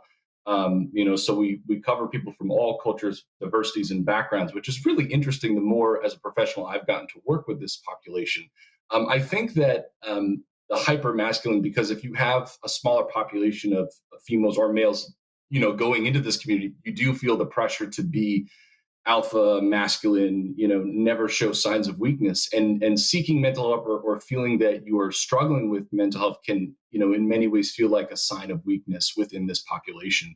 And particularly for those that maybe want to make a career out of the military, they can live with a level of fear that this is going to hurt. Showing signs of mental health issues can really hurt their ability professionally. Or maybe if it's something where they're struggling with some mental health issues due to their service, they may feel that they're sort of damaged goods. And you come from this this demographic of trying to be hyper masculine, trying to be always ready to quote fight. Sort of in those minds, because you need to show signs of strength, and defend your country and represent something larger. It can be really difficult to break away from that. And I think that we have come a long way in terms of as a country and in terms of the resources. I mean, when I was going in terms of being an enlisted service member, there were not a lot of the resources or the accessibility to a lot of mental health professionals to talk about some of the issues that we were struggling with was not really available. And it really has come full circle in terms of an explosion in terms of accessibility towards a lot of these service members that are now transitioning out of service. Well, PTSD is obviously a huge issue, and not just for people who've been in the military, right? There are people who are experiencing gun violence right here in our city, or all kinds of different traumas, whether sexual trauma or violence, emotional, etc. And so PTSD is a huge issue, and our medications are not really always that successful. I know that the Pentagon is now looking at bringing transcendental meditation as a way of helping veterans by teaching them these techniques. It's not really about the philosophy of TM, but rather the techniques that they can use, which can be extremely helpful. What are some of the programs or treatments or even prevention that your group and organization does to help? If you can be specific about them, please. Absolutely. So within George Washington, we have about 1,700 military affiliated students. We're immensely lucky to have this population, and they're really great on campus. One of the areas in which my efforts and my role as the program manager has been to create our programmatic efforts and our engagement activities, and the large focus of that. More of a passion project, but we've really seen that it's a necessity has been mindfulness and wellness. As you mentioned, the Pentagon has has begun to implement mindfulness training through leadership, particularly on the officer side, so they can bring it back to the enlistment side. But when we make our programmatic efforts, we've seen sort of full circle on what we're trying to accomplish with that goal. So we brought in different activities such as hiking, fishing, camping. We've done some physical fitness focus, and where we've done a powerlifting competition, and really the main focus is to try to create sort of that community where we can mimic what it's sort of like to be in the U.S. military, and you have like-minded other service members or military affiliated, military connected individuals, and sort of build that to build that safety net for individuals. But at the same time, one of the three areas, and when you are in the military, is proficiency at your job, which a lot of these individuals are going to school, so that's pretty an easy transition. Also, physical fitness, and then being physically ready to do all the tasks that you may be asked to in the military, and then finally your professionalism and conduct. So being yes sir, no sir, yes ma'am, no ma'am, and always having your uniform squared away. These are things that they're very important within the military, but they're an easy fit for when you're doing transitions. So something that when we talk about being a service members, we've created sort of a lot of focus on that sort of mimic the physical activity component of it, so that they help with mental health. The reason being is that when we are in the military, and I mentioned that we do physical fitness is very important, we would PT on a regular basis. So physical training is what we would call it. Because the concept and the idea is that we would often try, and it's much easier to keep a service member in shape than it is to get them into shape. So we constantly try and strive to make sure that their physical fitness or their mental fitness is constantly being worked on, because they are taking a lot of adversity. They're taking a lot of challenges. Being a student can be very hard. Being a service member can be very hard. Working a job 40 plus hours a week where you feel like you're never disconnected because we're working in a virtual capacity. You mentioned Zoom fatigue. I mean, that can be very, very stressful on an individual. So finding different resources and having institutions that are providing opportunities to sort of de-stress is a big part of our role and responsibility. And we're also lucky that there's a lot of mental health professionals out there that are also doing the part where we are falling short of, which is if someone is dealing with a lot of stress, they're able to reach out, and especially in a virtual capacity, connect with professionals that might be in need. I think one of the things that we certainly have learned at the Rodham Institute is we have over 154 and counting partners. And it is not just about what we do, but also being connected to leverage all of the wonderful partners and the wonderful work, so that even if we can't do something or provide whatever is needed, we can call upon you and all the other people that are on this call. CJ, you shared with us that alcohol and substances were something that you were using really to self-soothe. People have self-soothed in different ways. Some of us self-soothe with food, hence the pandemic 15 that people joke about, but it's real. Some people, alcohol or substances. You've been very open about sort of your journey. Tell us why you decided to do a documentary, not a documentary, but a short film that is kind of a documentary in that it's based on you, but it involves actors. Tell us about it. It was, so it's called Normalize the Movie. And it's a short film, and I wanted to do something in the visual space that talks about mental health. that really gets to the crux of what a person like me goes through. So it chronicles a horrible night in my life when I got a DWI on the Baltimore Beltway. I hit somebody 90 miles an hour. I escaped without a injury, and fortunately I didn't hurt anybody else. But it was a horrible experience, and so that's what the movie's about. But it chronicles what triggered me to actually relapse that night, because I was trying to maintain sobriety that night. But there were certain things that happened that triggered me, and so the movie chronicles that. I think it's important to just show people that these issues are real. They affect just regular people. You wouldn't probably look at me, and the people who know me from work and I'm a manager of a program out in Chicago. They wouldn't think like I struggle with these issues because of how I portray myself at work, but I really do. So it's important to I think just to get as much of it out as possible. Again, going back to the stereotype of, I think how African-American men especially are stereotyped as your athletes, for entertainers, or drug dealers. It's pretty much the three pillars of what our culture stands on. And I really wanted to show something different.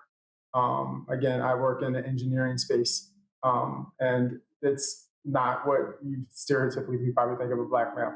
So I want to show a different side of what we are, but the real struggles that we have. So that's why I did the movie, and it's been very fortunate. It's been an absolute amazing experience, and hopefully bigger things will come from this, actually. I've seen the rough cut, and I can attest to how compelling it is. Just incredible, and hopefully it'll get picked up so that it can be a series. Because as I think I mentioned, maybe not on this panel, but I sit on the tribal council of the Boris Henson Foundation, which was established by the actress Taraji Henson. At our last meeting, they said, we are looking for stories that feature Black males with, mental health challenges, where we can tell these stories. I'm like, I know exactly who we can call upon and who we can promote. Yeah. But CJ, well, absolutely. Please, by all means. Oh yeah, I already am. CJ, what is important for, whether is it your loved ones or coworkers or even mental health or physician, clinician providers, or society in general? What's important for them to know about you? What are some of the, I mean, you mentioned the myths that of the stereotypes, but in terms of supporting you as an individual, you, CJ, what is important for us to know or to do differently? It's not what necessarily it's important for you to know. It's important for you to know about yourself, to know that you have issues, and therefore people around you have issues. So it's important to recognize that and be empathetic to that. I think the more you understand about yourself, people don't have to do anything necessarily to support me. I've been given a lot of tools. Earlier, you said what tools are used, and I heard Mac talk about some of the toolkit that they use with the military. I breathe. I breathe a lot. I like stop if I'm like overwhelmed or if I'm having anxiety. I really just focus on my breathing, and that really brings me back to a calm place and something that I can so I can get through it. So it's not necessarily what people need to do to support me. I think the more people are honest with themselves and therefore becoming more empathetic to others, I think is really what's important. Well, I think over and over again, certainly in my life and in my career, I lead with my heart. People from different cultures, different situations, everybody, no matter what they're going through, recognize kindness and decency and love and respect for their dignity and their autonomy. Even if one doesn't know what words to say, to just be present and loving and accepting, I think is key. Certainly for me, when I've gone through my challenges in life, but also what I've learned, taking care of patients over the years. So thank you for that. I think that that's very helpful. People are always kind of nervous to think, well, what do I need to say or do? And actually, you just said it, nothing. Just be transparent, be open, be supportive. You don't have to say a thing. People can feel when you're genuine and kind. So thank you. Dr. Mohimi, in terms of some of the treatments, if you will, for PTSD, for, we mentioned how long the telehealth is going to be available through the government. If you were sort of in charge and have the ear of the Biden-Harris administration, what would be the argument to say, look, this needs to continue? I think the argument would be, we need to completely re-envision our model for chronic disease management, and that relates to behavioral health and, other complex conditions like diabetes and high blood pressure. And we know in the Medicaid population, these overlap quite a bit. So in our current model, you have an appointment, you go to your appointment, you get blood work drawn, or, you have a screening done, or you have your therapy visit, and then, you're scheduled for your next visit. And then, it's more of a volume-based sort of model, right? And it's not really as much about the value and the outcomes. We're taking early steps towards making that transition towards a value-based model. But to me, the value of this kind of virtual model that we've sort of that we've been piloting really this past year is that, okay, let's now re-envision what it is that we're actually trying to accomplish by managing folks remotely, and how much can we do remotely without having folks physically come into the office and have an appointment with the clinician. Maybe it's not always the visit with the clinician that's as important, but as what's happening in between the visits. So that's where I think other things like remote patient monitoring are also, things that need to be considered as a part of this virtual care model that we're thinking about. So, I mean, one of the ways that this helped us shift in terms of thinking about behavioral health care delivery is we're also just framing it now more in terms of emotional support, and what are folks that maybe don't necessarily, CJ talked a lot about how much it took just to acknowledge needing help and getting into treatment, right? It takes a lot for folks to even get into the door of the therapist or, in the primary care doctor to bring it up. So what are we doing for all those folks who are hesitant about seeking help? Is there a lower barrier way of offering services to them that they would find more appealing and more safe? So in the next couple months, we're going to launch a program with some providers where we're going to have text-based coaching as a service delivery that we're going to offer for folks for emotional support. Because we think, particularly with a lot of our youth, or a lot of folks are more tech savvy now, maybe an opening for them into getting emotional support is start texting with somebody who's checking in with them daily to see, how are they doing? Are there goals that they're working on in a person-centered way that they can help them facilitate?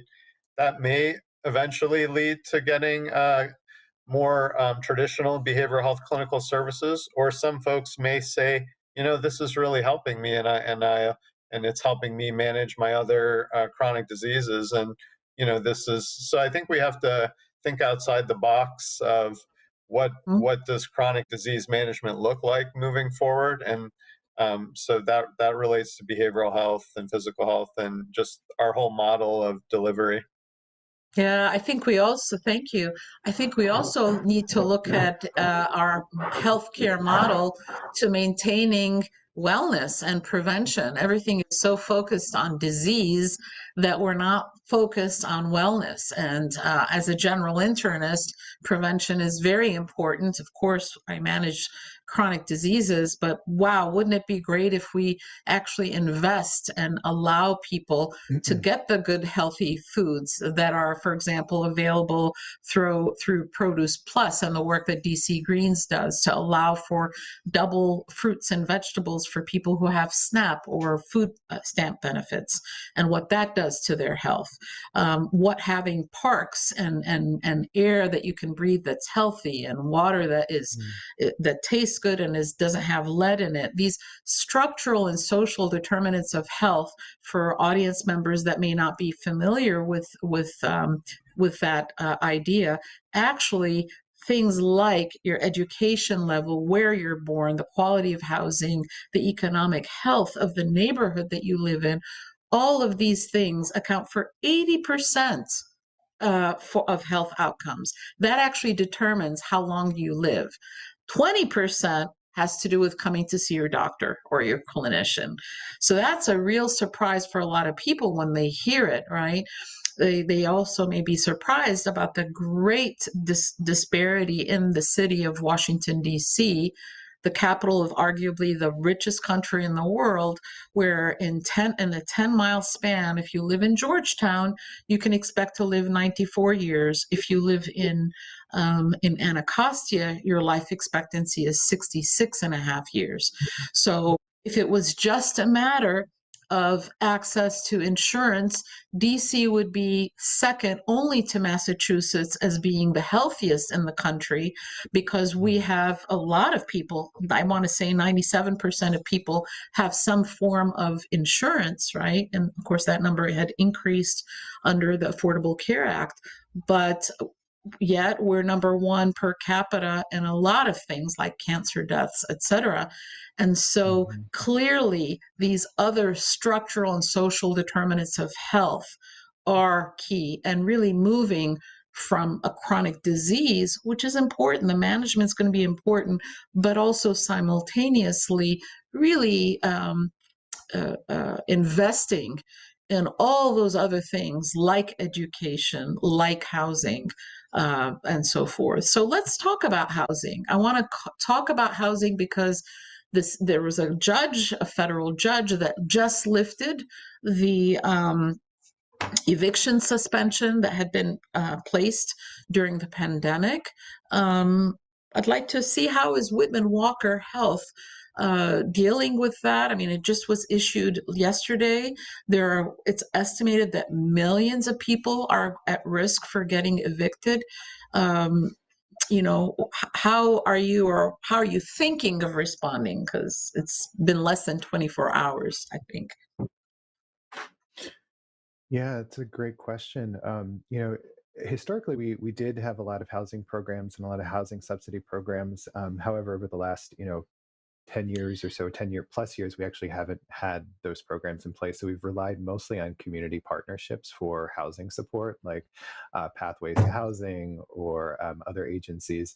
I really think this is a major factor for mental health, especially that, when you think about housing and housing stability, as well as financial stability, like these are factors that majorly impact mental health. So when you talk about suicidality and suicide ideation, these are some of the top factors that influence that. So we've definitely been doing a lot of problem solving with our folks who we work with in behavioral health about like accessing resources and finding what's available through the new funding that's available to the city and through Congress. But it's really, just the sense of instability can really raise a lot of other triggers that people have, and whether that's triggers related to depression or anxiety or PTSD, that I think it's a pretty significant issue. I also just want to kind of like go back to just one thing about like the gender question is just to kind of like consider gender as like a broad spectrum versus just kind of the male female binary.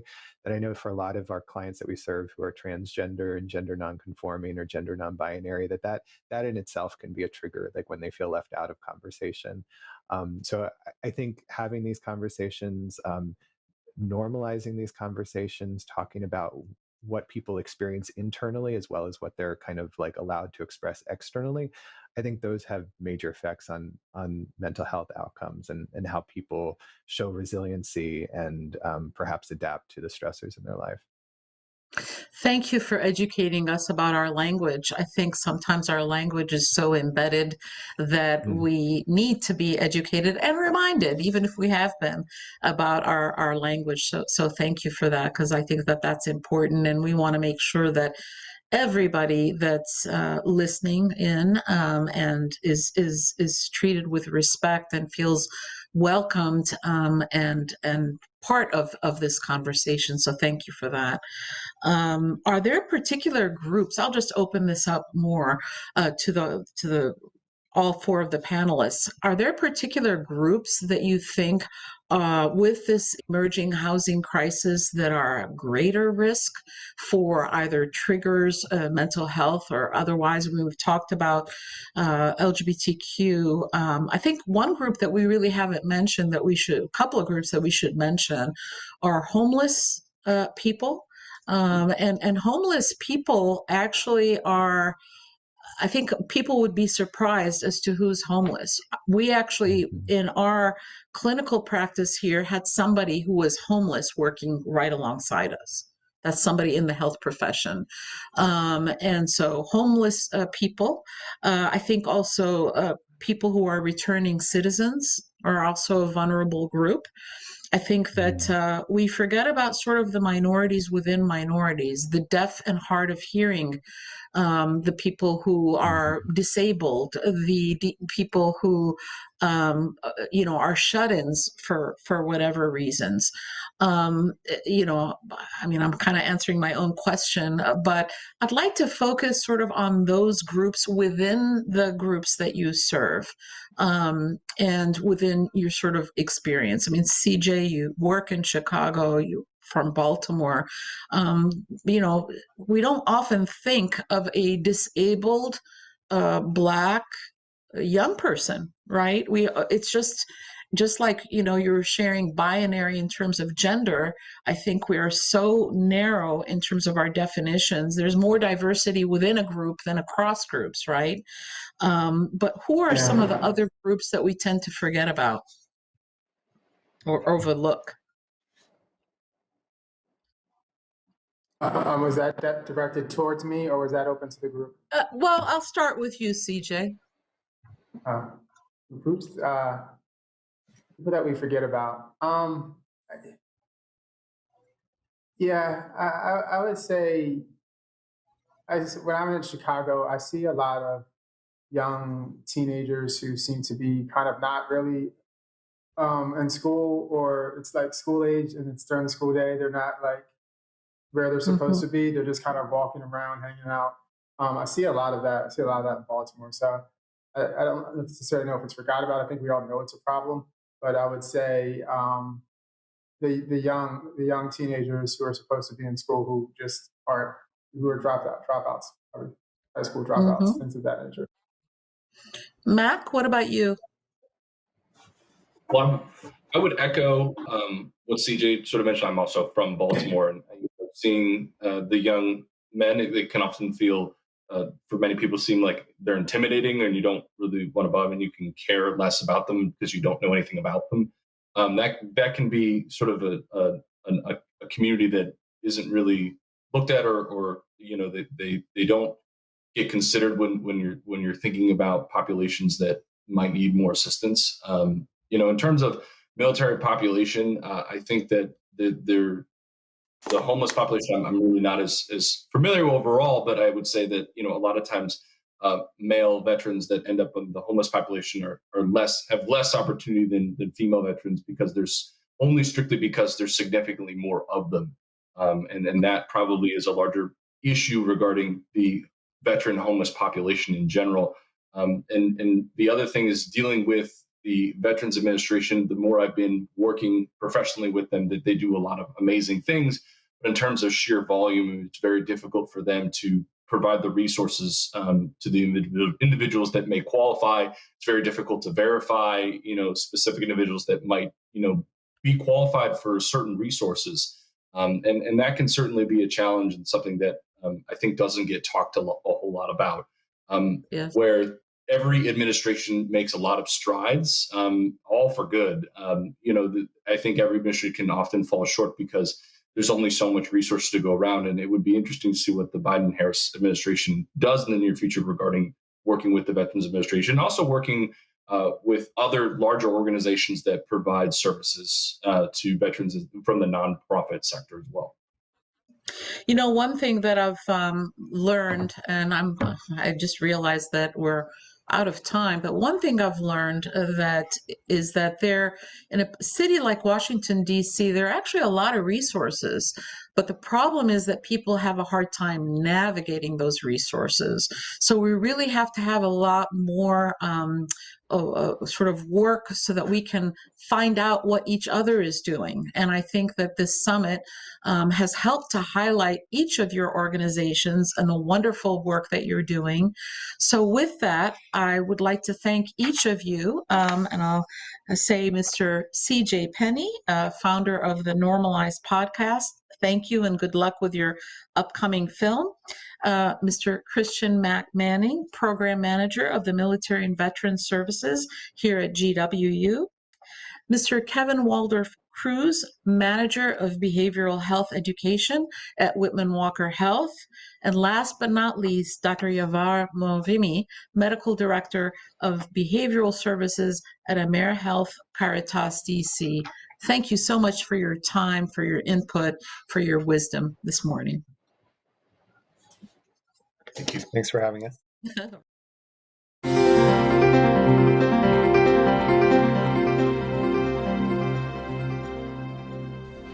My name is Dr. Gigi El-Bayoumi, and I'm the founding director of the Rodham Institute. This is DC Reimagined. DC Reimagined. DC Reimagined. DC Reimagined. DC Reimagined. DC Reimagined. DC Reimagined. DC Reimagined. DC Reimagined. We're partnering with the Rodham Institute To improve the health And well-being of DC.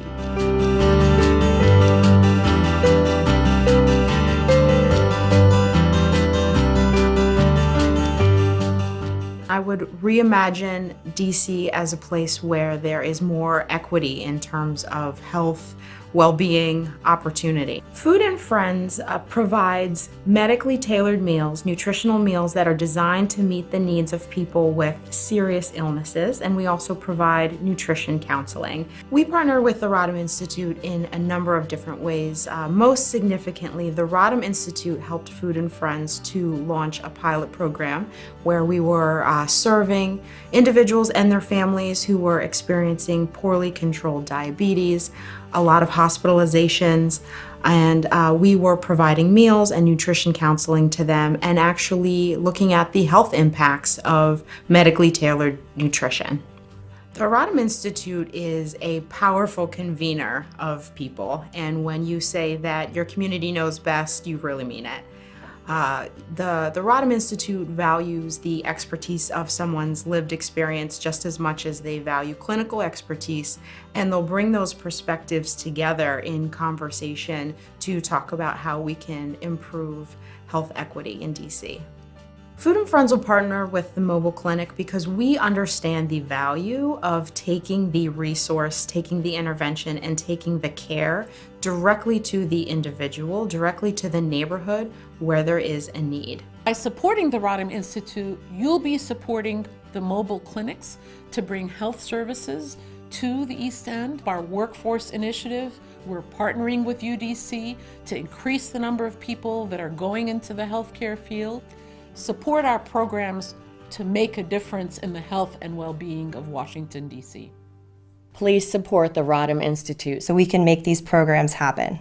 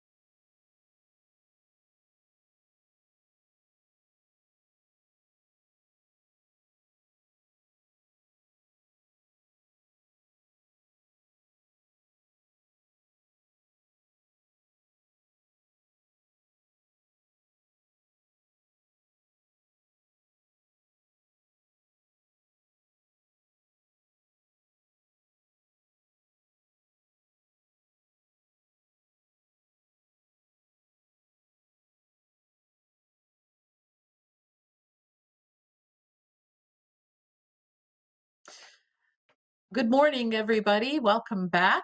I'm Dr. Gigi El-Bayoumi, founding director of the Rodham Institute. I hope you enjoyed that last video, and thank you again to Ms. Karen Dale of AmeriHealth DC, one of my personal favorites. Now I'd like to bring on this very special panel entitled Mind and Spirit with some of my favorite people on this planet. This is a conversation that's going to highlight the work of faith-based organizations and their response to the pandemic. So I'd like to bring my friends on. First, I'd like to introduce Pastor Deborah Webb of Temple Praise Baptist Church, located in Ward 8. Hey, Pastor, how are you doing? I'm doing wonderful. Good to see you and to all the viewers. It's great to see you. You know, Pastor Webb and I did a series of webinars together around the COVID pandemic, and she just is a light, just somebody, just an incredible human being. And I love her so much. Thank you, Pastor. I love you more. Oh, next is Ms. Midi Bardinelli, and she is an incredible nurse. Matter of fact, she was voted Best Nurse of the Year, and she is the chair of the DC Board of Nursing. Welcome, Ms. Midi. Good morning, Dr. Gigi. Thank you for having me today. Beautiful to see you. It's always great to see your beautiful face. Pastor Jermaine Bego of Center Point Baptist Church and a member of the Black Coalition Against COVID, of which the Rodham Institute is also a member. Welcome, Pastor. Good morning. Thank you for having me. I can't be as effusive about you because I'm still getting to know you, but you're also a beautiful person. Thank you so much. Certainly, last but not least is a friend to the Rodham Institute, the beautiful, the talented, the smart. I could go on and on.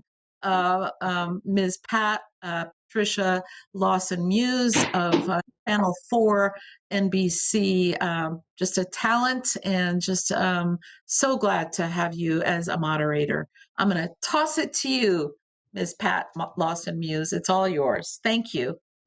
Thank you so much, Dr. Gigi. What an honor to be with you today. What an honor to take part in a panel like this.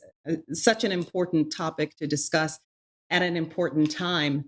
This is important because while the church and faith-based organizations minister to mind and spirit, it's so important for those of us, and I'm included because my husband is a pastor, it's so important for us to recognize when it's beyond the church's expertise and to deal with mind and spirit issues, and when team intervention is necessary, when it's needed, the collaboration of pastors and counselors, the love and support of the church body, prayer together with therapy or medication. So I think this is such a wonderful opportunity to look at what has been done, what's happened, and how to go forward. I'm honored to moderate, and I know that our time is limited, so we'd like to give you as much time as possible to hear from our esteemed guests this morning. And the first question I have is for Pastors Bego and Pastor Webb. And starting with you, Pastor Webb, would you tell us about your faith-based organization and how COVID has changed things for you in the past year or more? Yes. Well, the Temple of Praise, headed by Bishop Glenn A. Staples and Dr. Walter Lamar Staples as the senior pastor, of course, we were very challenged once COVID surfaced, and it has changed in terms of our worship style because we had to resort to virtual worship. And for many, you had to learn a little more technology than you may have previously known. And so it caused us to change. And it's kind of heartbreaking when your parishioners can't come in and actually worship and fellowship together. So even the challenge of keeping the people encouraged and knowing that you still love them and you're still praying for them, and we will be able to come back together again, but we must follow CDC protocol. And so we went to virtual worship and no one was in the building, to now, as things are lifting some, we are actually having to invite people. Can you imagine having to have people to go onto Eventbrite and actually say that they want to come to the event, the worship service, because you are, mandated to comply with the rules, and you can only have a certain amount. And so you need them to actually get on and register to come to church. And so that's really different because you never had to register to come in to worship. So it has really changed it. And because of the lift, we can get a little more people in now. And of course, as many know, the Temple of Praise has over 15,000 members. And now we pared down to 2 services a Sunday, where it used to be 3 services. And so it has really changed things. And initially, too, we had drive-through service. We would have service on the parking lot. And so you just have to adjust and get accustomed to the new norms. And so we're grateful now. Dr. Staples now is allowing more people to come in according to the mandates that have been lifted by CDC and the mayor of Washington, D.C. So you can get a few more people in now, and people are elated to come back together and worship. Yeah, that's a wonderful thing, and it's so important for that people to have that contact. And it's been very difficult for the church body, the bodies of all faith-based organizations, to be separated. Pastor Bego, how about you? Tell us about the experience for you. Yeah, for Centerpoint Baptist Church, we have not worshiped in person since the 4th Sunday of February 2020. And so it has caused us to reimagine, re-envision what church and community looks like for our members. And so we have created a whole new platform on our website and on our social media pages in order to create this virtual connection with our members. The challenge is that the virtual connection is not sustainable over a long period of time.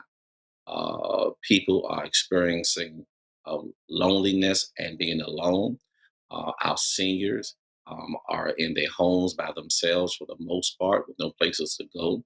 And so the challenge that we're coming up against, even as the CDC are lifting these restrictions for gathering, that we need to make sure that we have some therapeutic support services in place for individuals, one, who do not wish to return, and then secondly, for those who do want to return, but are still facing some of the mental health challenges of being in isolation for such a long period of time. And so we are in this season, this new space of looking to see what God wants from the church and from the leadership of the church in a post-pandemic era. Meaty, how has COVID-19 changed the job that you're doing? You're on the other end of this, on the healthcare end, and we know that it's been a challenge for nurses, doctors, and other healthcare workers. So, great question, Pat, and thank you again for being here and leading us in this discussion. The first thing I would say is that my personal faith, has been renewed and restored. The Bible tells us that we walk by faith and not by sight. And truly, I believe the whole country, regardless of your belief system, has had to navigate this with the unknowing. We've all had to be comfortable with unknowing. And so for me personally, it was an opportunity for me to understand that I am covered, that I had to continue to pray and continue to use my faith. As a nurse, however, I'm quite clear of what those barriers are as it relates to sharing your personal belief in religious systems in a workplace and work environment. But for me, it was kind of where I found my own personal sense of renewal every day, walking into an environment that you just truly did not know what was going to happen, particularly the first 6 months or so during the health pandemic, when none of us really knew what was going to happen. The other thing that I would say is that my faith has allowed me to build stronger connections with the patients upon which I've been entrusted to share.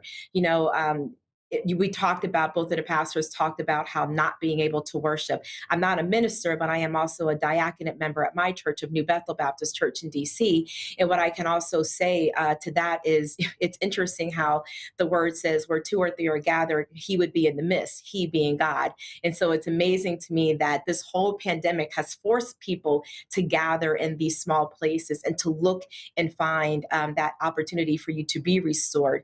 A lot of the patients, believe it or not, not that I've cared for have actually openly shared with me a few times, I'm just nervous. I wish my pastor can come. I wish my family can come. I wish someone can be there and pray for me. Oftentimes, as healthcare providers, and I'm sure Dr. El Bayumi would agree, is that we forget that spirit connection, right? We often talk about mental health. We often clearly are talking about physical health, but if one spiritual connection is not there, that also is truly the driving force of getting optimal health and wellness. You cannot forget the mind, body, and most importantly, the spirit. So in short, it's really just important for me where it illuminated my opportunities to first strengthen my own faith. And then number two, it was actually a blessing in disguise, believe it or not, to be able to see and hear not just my patients, but even the team and some of my team members that I've led. In addition to that, there's several people who have lost significant family members' lives that were on my team. Even I myself, I lost a first cousin and my grandmother and my uncle all during this time of COVID, and I was not able to go to anyone's funeral. And so when you talk about that mind, body, and spirit connection, for me, I think that played a significant part of not just my professional career as a nurse, but also my career as a professional and sharing personally and my how I felt that I can use my own faith to help others. Pastor Bego, tell us about your health ministry and how it is now with the Black Coalition Against COVID-19. Yeah, so Centerpoint Baptist Church has always had social services ministries a part of its congregation. But the COVID-19 health pandemic has caused us to shift and to establish a mental health ministry.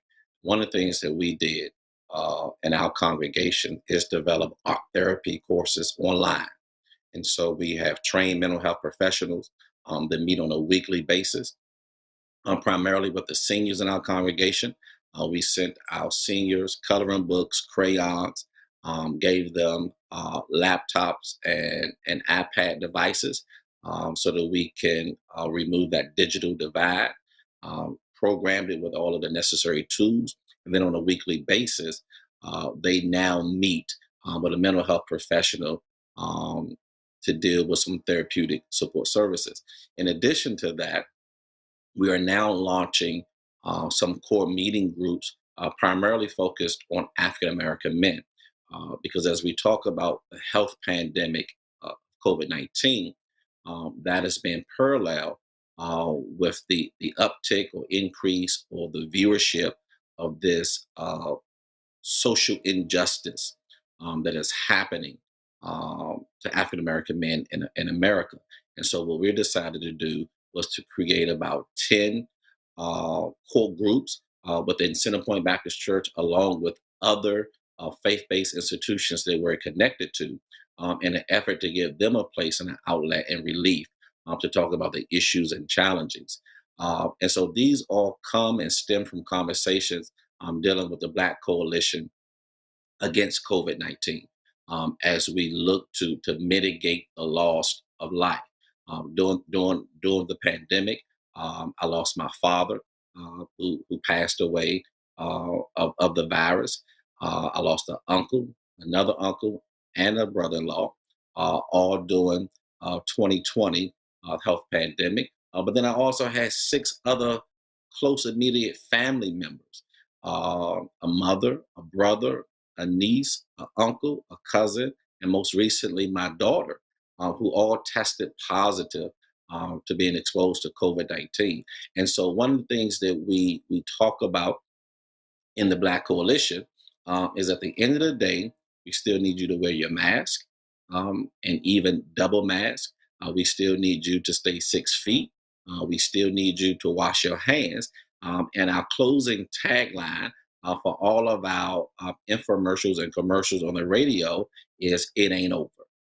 And we need to be reminded of that on a daily basis, that as we're dealing with COVID-19 and the variants, even as we are increasing in our vaccinations, which are now beginning to slow down. Summertime is upon us. People want to get out of the homes, but the virus is still here, and we need to do a better job in our communities through the church in handling this epidemic. That's such an important point, Pastor Bego. It's not over. And although restrictions are being lifted and eased all over the country, it's so important for even those who've been vaccinated to remember it's still important for us to continue to practice those safe habits, safety habits. Pastor Webb, tell us about your health ministry and uh, the churches who've had to stand in the gap, if you will, to feed members of their congregation during this pandemic, which has left many without the same levels of income that they've had before, and left so many in food lines. Yes, absolutely. Well, the Temple of Praise being there in Southeast Washington, D.C., Ward 8, the most impoverished ward in the city. And of course, that means that we have many parishioners who walk the church and who live there, as well as parishioners from Maryland. And so certainly we understood and recognized the needs because we wanted to try to mitigate the many losses, as you all have already alluded to, the losses of lives, incomes, homes, even the loss of the children being able to go to school and interact with one another. So it's been very challenging. And of course, there we have a food desert. And so what we did, and the temple is doing a marvelous job, headed up by Pastor Walter Lamar Staples, every Sunday, first of all, every Sunday, when people come, especially now that they can come in the building, but we also had it through a drive-through method. Every Sunday, they can come and get tested for COVID. Every single Sunday, we do COVID testing. Every single week, we are offering COVID vaccines with our various stakeholders that we have partnered with. We are offering COVID vaccines. Every single week, we have provided over 1,200 hot meals a week. Hot meals every Sunday and every Tuesday Bible study. People can come and actually receive hot meals. So we're serving over 1,200 meals a week. Also, every week, we are serving over 300 more hot meals for people where we're taking meals to people, even seniors who can't get out, people who may be disabled. In addition to that, we're also giving away free groceries every single week. We call it grab and go. People can drive through the parking lot, even if they aren't or they're apprehensive about coming in, they can drive by and grab some groceries and keep moving. So we're doing that every week. We're doing the different things that we're trying to, in medicine, they say you address the symptoms. And so with COVID-19, you have so much anxiety and anger and heightened poverty because of people's lack of income. And so we try to address those things and help to mitigate as much as we possibly can by providing all of these services, as well as if people need some protective equipment, we even will give them that. We're giving out gloves and gowns and what people need. And as Pastor Bagel said, just encouraging our parishioners first through leadership. We did, of course, a town hall about vaccination. And then when we started doing vaccinations, our leaders were some of the first ones there to receive the vaccine because oftentimes people will follow their leader. And so we want to lead responsibly. And so we've done that to try to encourage people to get their vaccination. We were also a part of the Rodham Institute when we partnered with the Southeast Tennis and Learning Center and getting people vaccinated there. And so we try to do that, but we want to speak to the human needs. And, when they are hungry, they want food. We have to feed them. We don't want to only feed their spirit, but we want them to be able to go home and feed their family.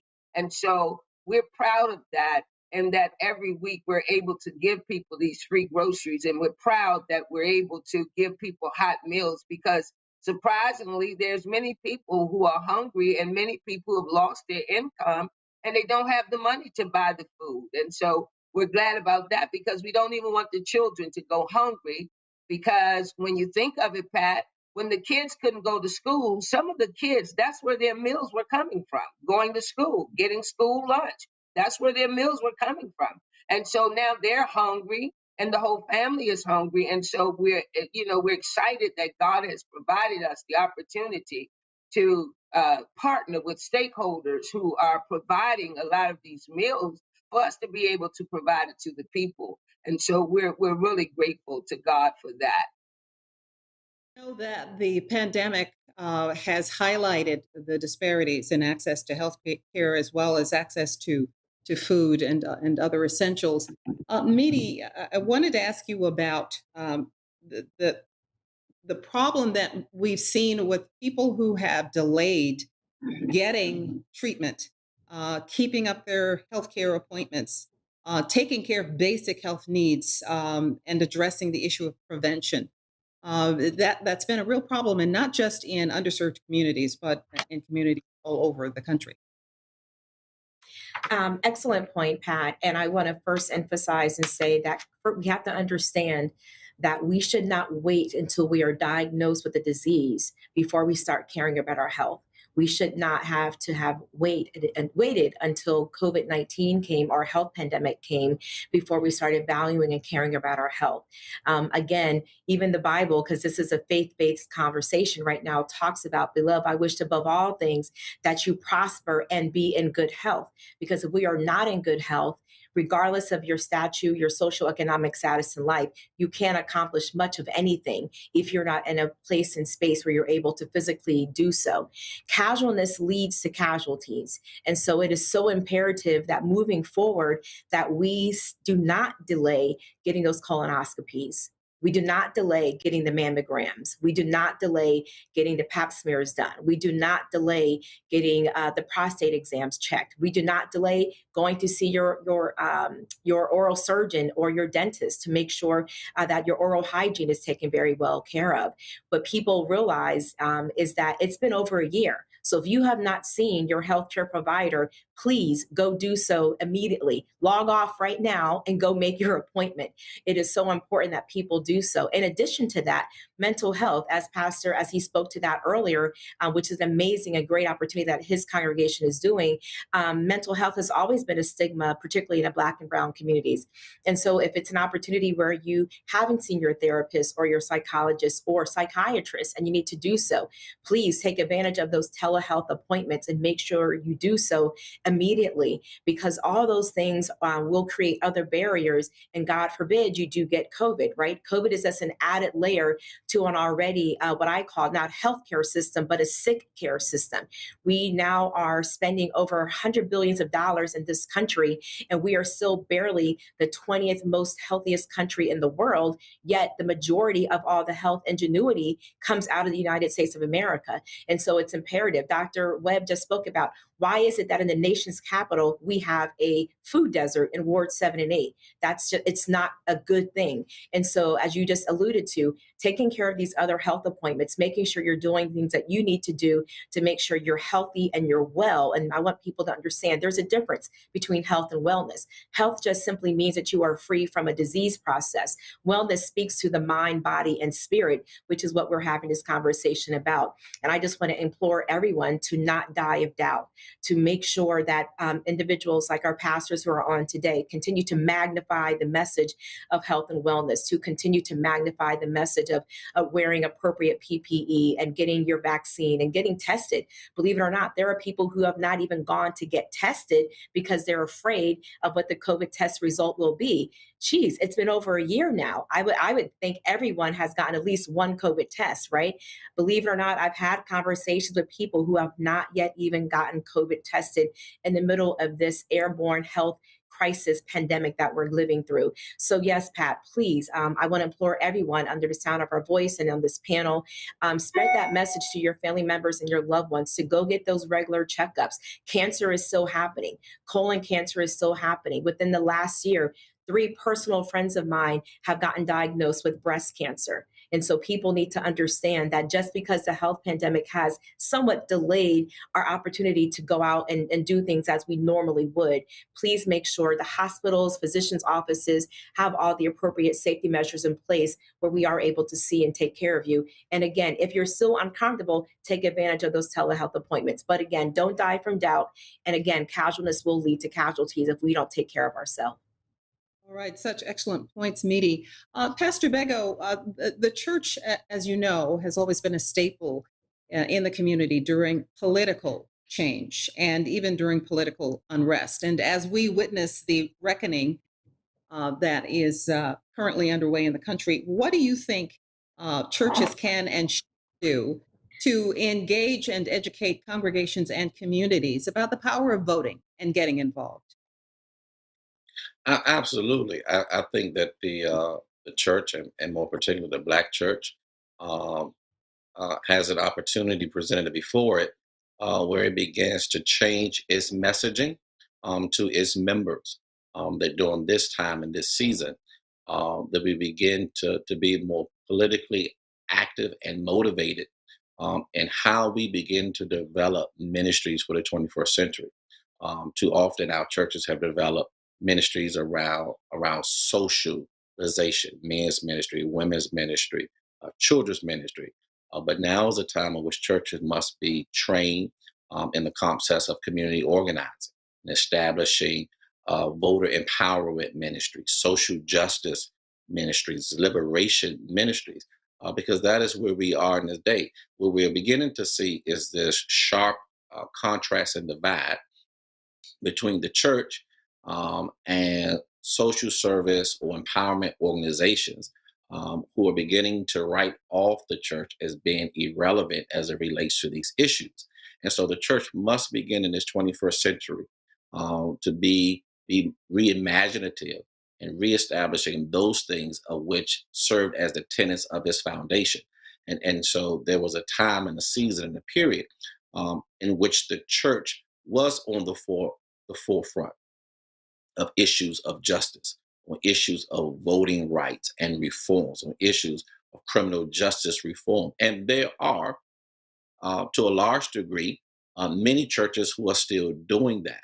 But there's still additional room for additional churches to begin to reshift its messaging to its members around the issues of voting in particular. Listen, we get excited during the presidential election, but every 2 years there is an election in this nation, and one branch of government cannot govern independently of the next. And so we need to make sure that even during this time, that we are preparing our members, that we are educating our members around the upcoming midterm election. The results of the U.S. Census just came out, and those who have read and seen that one party, based upon the U.S. Census, has gained several additional seats in Congress. And so that impacts who's able to create laws, legislate laws, and how that impacts our community. Pastor Webb, have you been able to address that issue, the issue of, of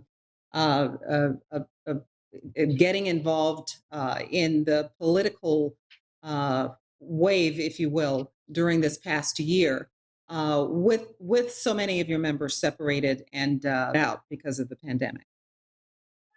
Yes, absolutely. The Temple of Praise, we can't do it alone. And so we have our senior bishop, we have our senior pastor, but then we have a plethora of other associate senior pastors who head up various parts of ministry. And so this Saturday, one of our executive pastors, Dr. Sharon Anderson, she is part of the team of gathering and doing the work logistically for this Saturday, where they're hosting the John Lewis Voting Rights Votercade.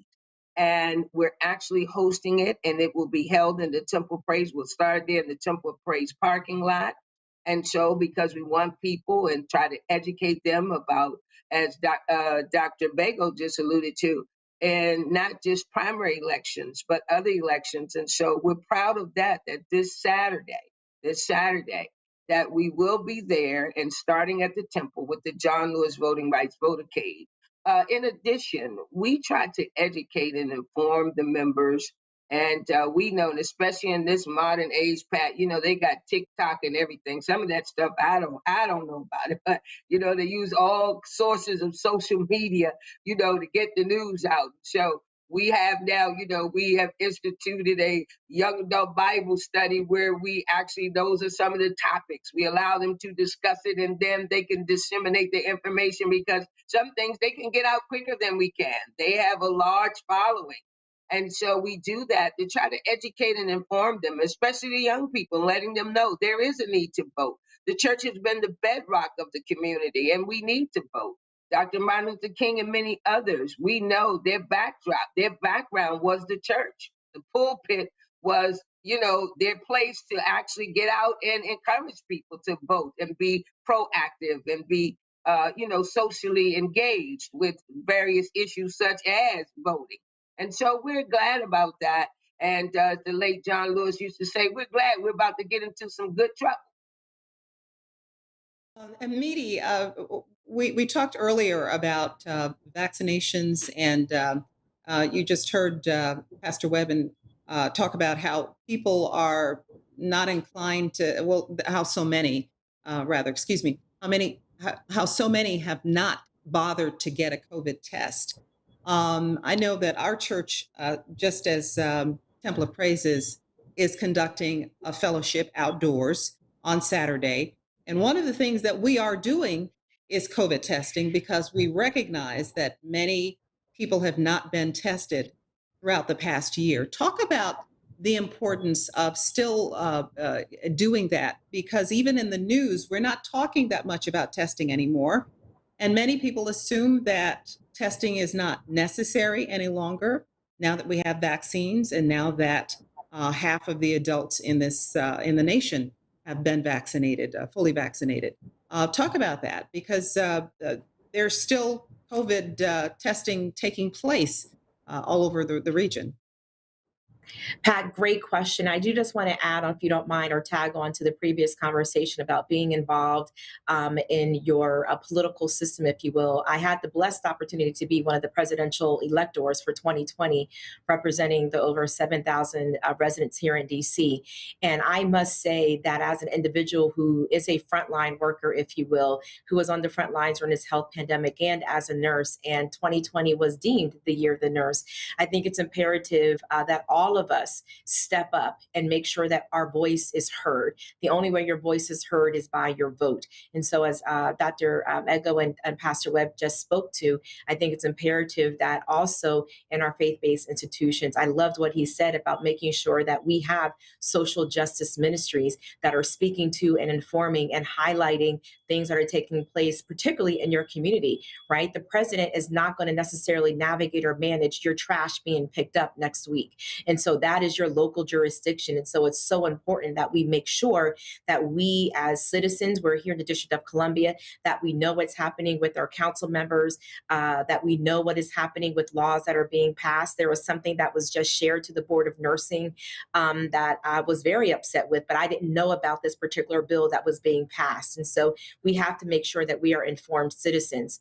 To your specific question regarding testing, yes, as a nurse, I'm working in an acute care hospital setting. People are still testing positive. As the coalition against Black Coalition Against COVID indicated, it is not over.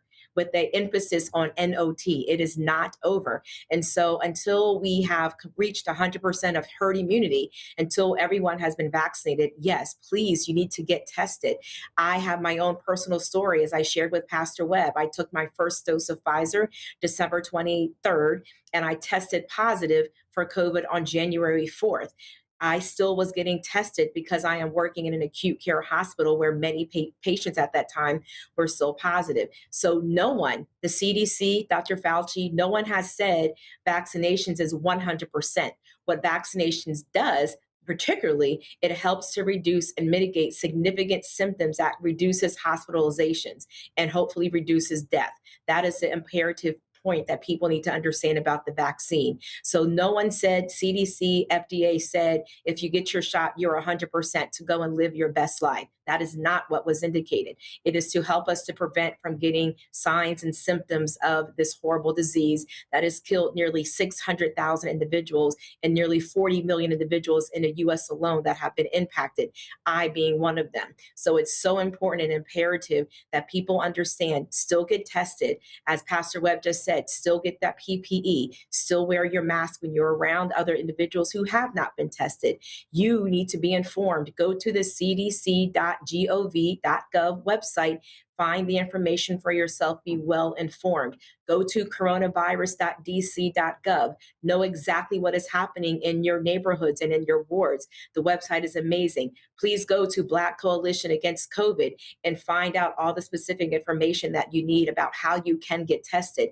And most importantly, the question you asked me prior to this one, reach out to your primary care health physician, your PA, your physician assistant, or your NP, which is a nurse practitioner, and get tested. Those are the same individuals that you have entrusted your health care to with blind trust. Please continue to do so and ask them to make sure if you have any questions about the vaccine or if you need to get tested. But the long answer to your question, Pat, is get tested still, and please make sure you get vaccinated. I am not here to shame anyone into getting vaccinated. If that is your choice, that is your choice to not get it. But I'm here to implore you to get it and make sure you are able to make that informed decision in doing so.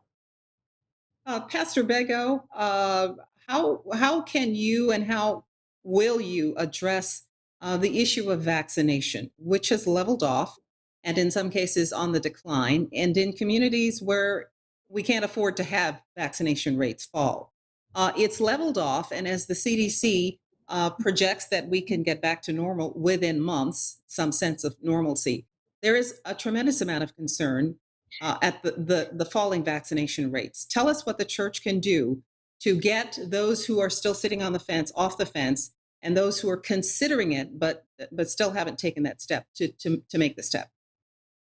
Well, let me say personally, I have family members who are not on the fence. They're nowhere near the fence of taking their vaccination. And these are family members who were exposed to COVID-19 and tested positive, and others who think because they didn't have a cold or a flu for the last 3 or 5 years, that their immune system is not compromised and strong enough. And so I, at one point, was one of those who did not think it was necessary to get the vaccine. But then I chose to. And I chose to because I needed to take a more personal responsibility for the care of not only myself, but also my family members and those who I come in contact with. And I think that is a messaging that we need to deliver from our pulpits on Sundays, our Bible studies throughout the week, our emails and text messages, and our newsletters throughout the month, that we're not getting vaccinated just for ourselves. We're getting vaccinated for those loved ones who stay in our homes. We're getting vaccinated for those who are returning to church, because we need to reach this level of herd immunity. We need to ensure that we reduce the death rate in our community, particularly those in the Black and Brown communities that are impacted the hardest. And so the word teaches us, the Bible says that Jesus says, I come that you may have life, and that life in abundance. And so I think our messaging must talk about what does it mean to live this abundant life? And how do we begin to take on more responsibilities as individuals to protect our community? And whether it is COVID-19 or whether it's around other health disparities that are impacting our community, whether it's regarding food deserts where there is no fresh fruits and vegetables in our neighborhoods. The church has a prime opportunity right now to begin to shift and change the narrative from the pulpit. And that message must be one that is liberating, one that begins to promote health equity in our congregations and in our community. Pastor Webb, tell us what you can do and are doing at the Temple of Praise to reach those that are the most difficult to reach and the most difficult to convince. Thank you for the opportunity again, Pat. Well, as Dr. Bago said, we certainly have to continue to stay engaged, but You know, Pat, as spiritual care practitioners, we understand that there is a great need for collaboration. And that is why we collaborate with various stakeholders in the community and as well as the health practitioners. And we have invited them in the church. We've hosted town halls with the healthcare practitioners. We have partnered with the Rodham Institute and hosted various webinars to try to keep people educated. And that's when they decided, and Pastor Staples now does it every Sunday, to, okay, let's bring it front and center. Let's bring the vaccinations here every week. And if people choose, and we will keep it in the forefront of their minds, if they choose, we have the vaccines right here. If you want to make an on the spot decision, we have it here for you. And so that's what we've been doing. And every week, as Pastor shares, even in Bible study, to let people know if you change your mind next week, we'll actually have the vaccines here when you come to church. To make it more convenient, because of course, Pat, some people, they don't have cars, and in these neighborhoods, you don't always have facilities who are offering the vaccinations, especially in the impoverished communities.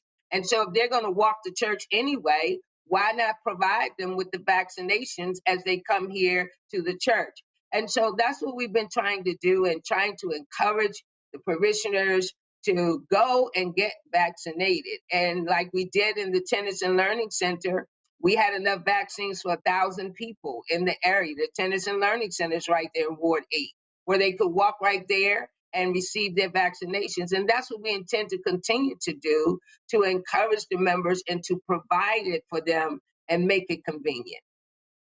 All right, we have a question from a viewer on YouTube, and it's a great question.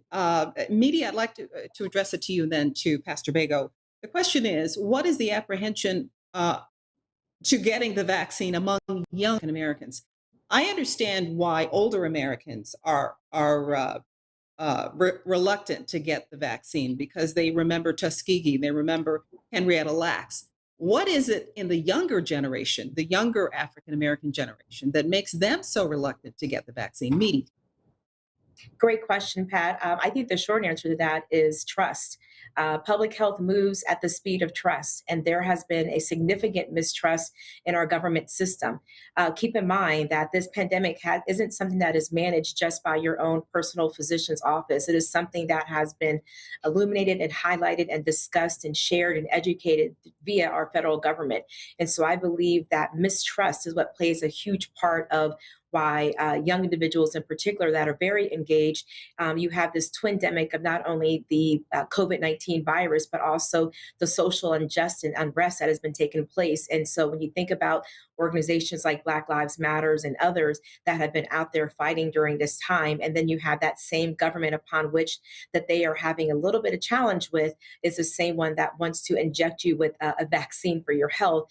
And so I think, unfortunately, because of that, it's been a very challenging opportunity to kind of differentiate, hey, I understand you have this challenge here with us, but also there's this health pandemic, and you have to understand the leaders and physicians are not the same as the politicians. And I also do believe that this health pandemic has been overly politicized. I don't think that public health should be a political issue.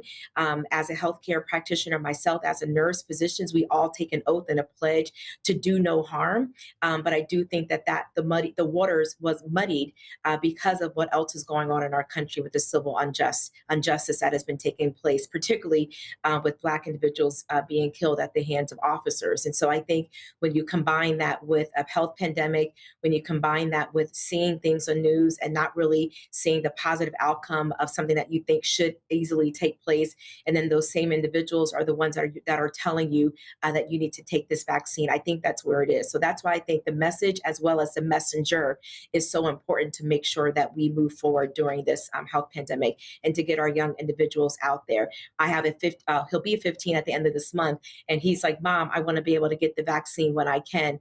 Are you going to sign me up? And the answer is absolutely, son, because he knows that mom was there. Mom and dad both received the vaccine. And so he too now wants to make sure that he is healthy and safe, so he can go and live his freshman year high school life and play lacrosse. So I think we have to make sure those messages are very clear to our young folks. Pastor Bego, same question to you. What do you think is the key to building trust with young African Americans? I think what's in key this? to building trust, yeah, is to begin to operate institutionally from a position of transparency. So much that is done on the institutional level, whether it's government, whether it is medical and healthcare professionals, or even the church, to a degree, is done in secrecy. And so this mistrust is due to a lack of openness and transparency within the systems, institutions that want to help us.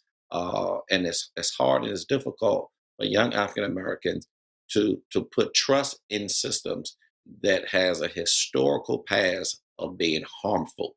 And so if we can get to the place, whether it's in government, whether it's in the medical field, or even in the church, to be more open and transparent in terms of our systems and our practices and our beliefs, I believe that we can rebuild this bridge that has been broken around trust. And so the message then that comes from the church, the message that comes from government, the message that comes from the medical and healthcare field will be more receptive to those who do not have a historical past going back to Tuskegee and Baltimore and those other places.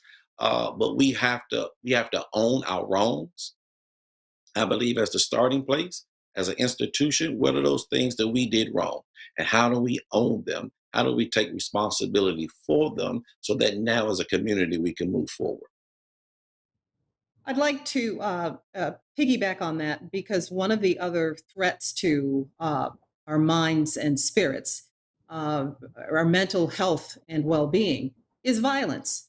DC has seen a spike in violence with a murder rate now up more than 30% over this time last year. Considering a grim statistic like that, how can faith based organizations and the medical community collaborate to help end the violence? Pastor Webb. Well, again, Pat, thank you. That's a great question. It's always unfortunate when you are constantly having to eulogize family members of your parishioners, of your community. And the temple to date, I think we're doing up to 2 funerals a day. We just hosted that service for the mom and the daughter who was killed in Washington, D.C. And so, with the medical community, collaborating with the medical community, such as places as the Rodham Institute, we're trying to get the information out that, first of all, let me not say service, but resources are here. Resources are here. We are here for you. Whether it's the church, whether it's your physician, we can connect you to all the resources that you need to get you the help that you need. And Pat, with this being Mental Health Awareness Month, we are really trying to drive home the fact that you need a primary care physician. But if you need some mental health service, it is no shame in it. Being a former chaplain, a mental health chaplain at St. Elizabeth's Hospital, we're trying to destigmatize mental health services and letting people know if you're feeling anxiety, you're feeling anger because your family member has been killed. If you're feeling anxiety about your son going and driving to the store and maybe be killed by the police, you have the resources here. Use your resources. We want you to use your resources. And in that, we collaborate with the medical community because we stay in touch with the United Medical Center, which is there. I'm a part of the Ward 8 Health Advisory Council. And so we get information out to our community that comes from our healthcare practitioners, that comes from those who have their hands on the pulse in the community, as well as some things that we're doing in the temple to engage people, such as we are getting ready to partner with Rodham and do some work around even skincare, dermatology, even as it relates to asthma and the correlation to that, to try to educate. We are huge on educating people, educating and informing people. And as we do that, then hopefully, Pat, it helps to mitigate some of the losses that people have suffered. And it's a very sad thing having to continue to eulogize people's families. And when you got two at one time, it can be overwhelming.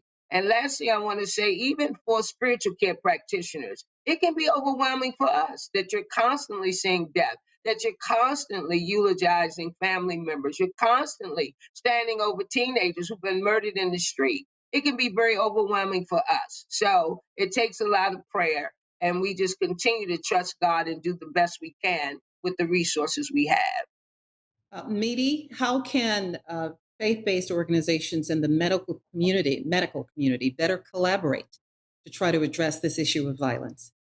Excellent. The first thing I would say to that, Pat, is we all need to pray, as Pastor Webb just said. But I believe our prayer needs to be followed with policies and procedures that are implemented to sustain the change that we are seeking to see. You know, the things that are happening in our community right now truly are matters of the heart. And so you can't just change anyone's heart, the prejudices that one might have. And the prejudices, please believe, you can be an African American person, you can be white, you can be purple, you can be orange, any background, and have a prejudice. And I think it's imperative that we first take a look at ourselves inwardly and figure out what prejudices do we have and why. But I do think that moving forward, we have to first identify, as healthcare professionals specifically, the gun violence that you spoke to really needs to be deemed as an epidemic, and it has not yet been done so.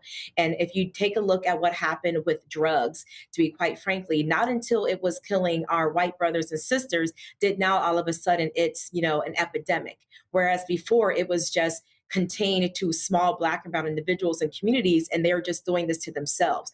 But when other people and the numbers of individuals, the highest rate of suicide right now are white males between 40 and 60 years old. That's what's happening. Do the research. That's where it is. They also have the highest number of people that are now becoming addicted to prescription medications. And so you have to understand that until we identify it as an epidemic, as a health issue and a problem, my dear friend and brother, I know Dr. El-Bayoumi knows, Dr. Roger Mitchell speaks to this often, who is a former medical examiner for Washington, D.C., oftentimes spoke that the gun violence that he saw leading that division here in Washington, D.C., and that's where I came. He said, you're right, Midi, this needs to be, well, I got it from him rather. He said, this needs to be deemed as an epidemic. And until we do so and name it as such, it will continue to happen. And so I think that is a very first thing. So when you name it as an epidemic and you say it is a problem, then you can make sure you institute policies and procedures that can have a hardwired, sustainable, long-term impact to hopefully make a difference and stop the violence that is happening in our community. As you just alluded to, the increase of 33% right here in our own district. Pastor Bago, we've heard it alluded to. We've heard you talk about the impact of all of the violence on the families directly involved in the violence, who are victims of the violence, faith leaders who have to bury families or pray with who are victims. What about the impact on the mind and spirit of everybody else in the community? Watching this night after night on television, reading about it daily in the newspaper, are people becoming numbed and desensitized? And what will the impact of that be? Pastor Bago. Absolutely. I believe that as the rate of crime, murders, and social unrest happens in our communities, as we're inundated with those messages on a constant basis, the people are becoming numb and desensitized to the horror and to the pain. I think that's why it's important, as Dr. Webb stated, that we begin to form some collaborative partnerships between faith-based organizations and mental health professionals, so that we can ensure that we are providing the therapeutic services that are needed. Whereas the church may not have the resource in terms of trained medical and mental health professionals, they do have the space. And so as we begin to find, when I look at the American Counseling Association, one of the most understudied group and class of people are African American males.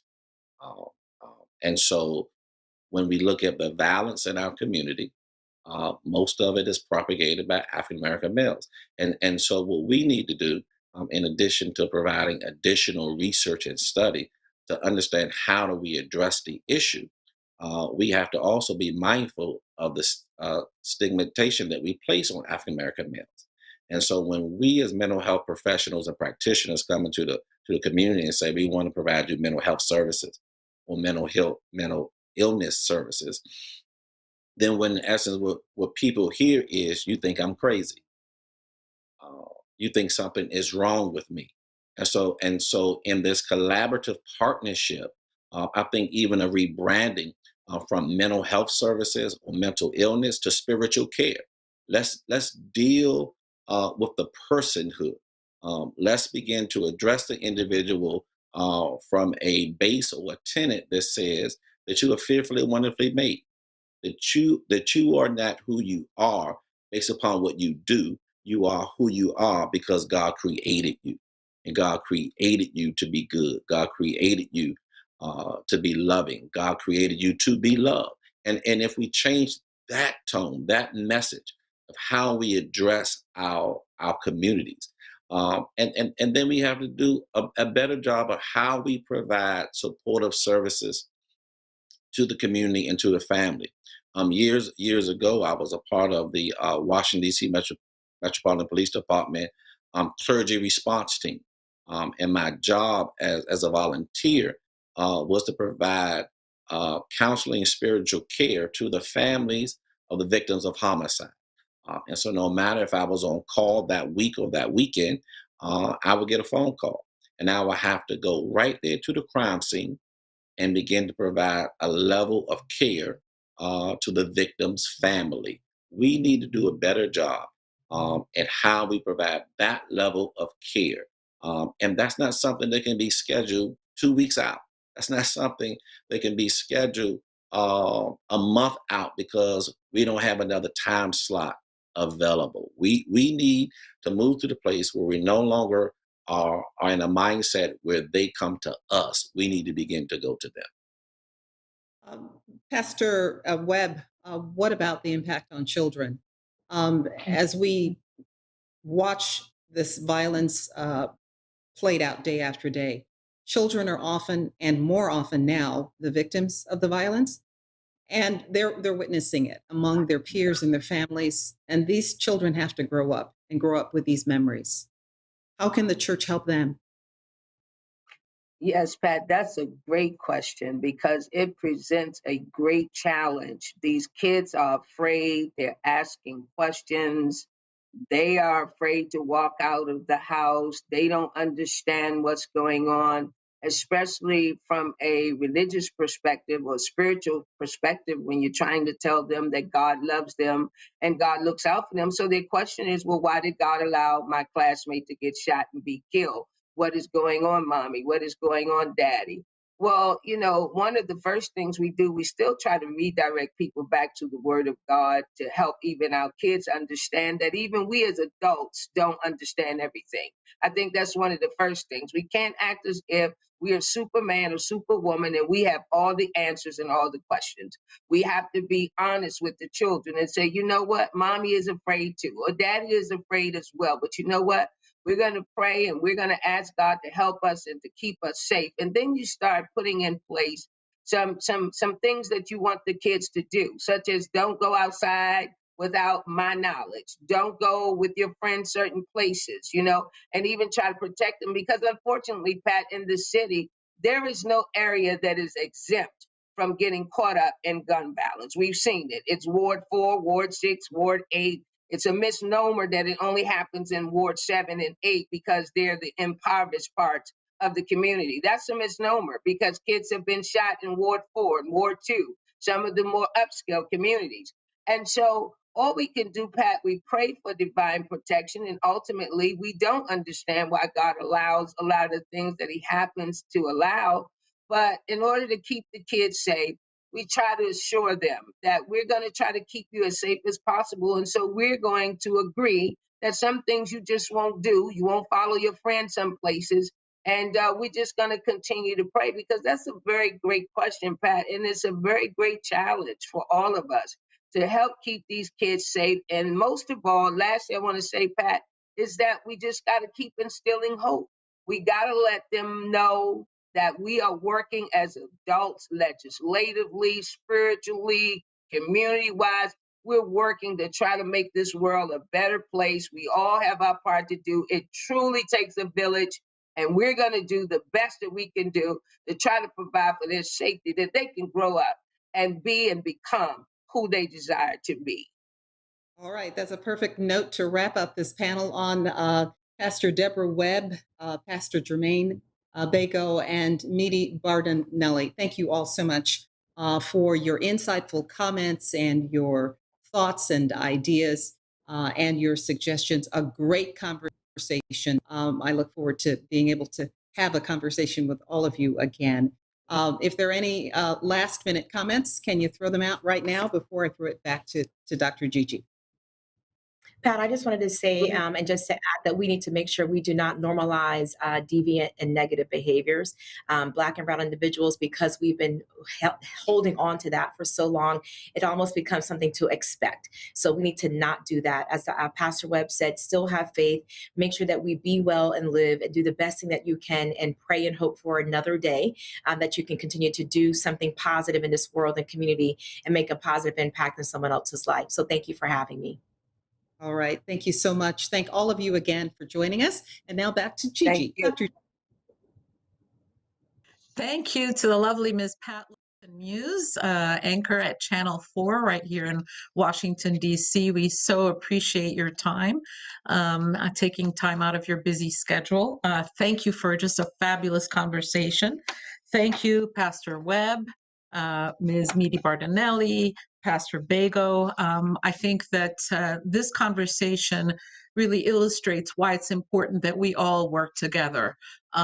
Pastor Webb knows that we have supported the application of an on-site mental health clinical services at the church, which I think is exactly the right model that you mentioned, Pastor Bago, and that we do need to take services to where people are, because guess what? Where I live in Ward 3, all the services are there. So this is what equity looks like. When you bring services to all parts of the city and not just to some parts of the city. So thank you for that. Next is my very, very special honor to really shine the light on the recipient of this year's Beacon of Light Award. He has been patiently standing by since 2020 because that's when our March 12th was our event, and of course had to get rescheduled. And it was my mother that said, you've got to reschedule this. You don't want all these people coming down with COVID. So thank you, Mommy. But the Beacon of Light really just shines a light on an individual who has made a difference in our community. So with that, I'd like to have the tape roll so that we can take a look at the video. Dr. Javaka Moore.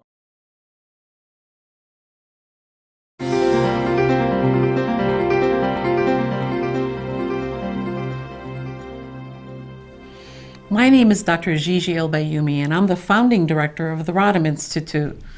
This is DC Reimagined. DC Reimagined. DC Reimagined. DC Reimagined. DC Reimagined. DC Reimagined. DC Reimagined. DC Reimagined. DC Reimagined. We're partnering with the Rodham Institute to improve the health and well-being of DC.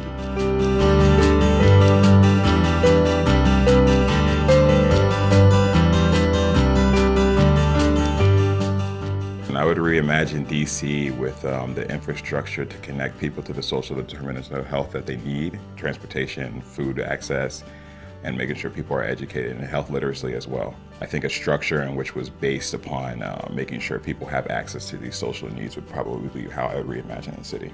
I would say the most important thing for the Rodham Institute is the connections with the communities, being the providers and the hospitals and the referral streams, just making sure that there's buy-in with everybody who's going to be a part of this ecosystem. Transportation and education and food access are all harder to come by in Ward 7 and 8. Well, I hope that this kind of program, especially the mobile clinics, will reach these residents where they are, which is part of the difficulty in getting people healthcare that they need. It's a very important concept, being that we have some harder to employ people in Washington, D.C. and an abundance of healthcare jobs. I think it makes a lot of sense to try to connect the people in the community with jobs in the community. My name is Osa Imadojemu of the Committee on Health at the D.C. Council, and we're partnering with the Rodham Institute to improve the health and well-being of D.C. By supporting the Rodham Institute, you'll be supporting the mobile clinics to bring health services to the East End. Our workforce initiative, we're partnering with UDC to increase the number of people that are going into the healthcare field. Support our programs to make a difference in the health and well-being of Washington, D.C. Please support the Rodham Institute so we can make these programs happen.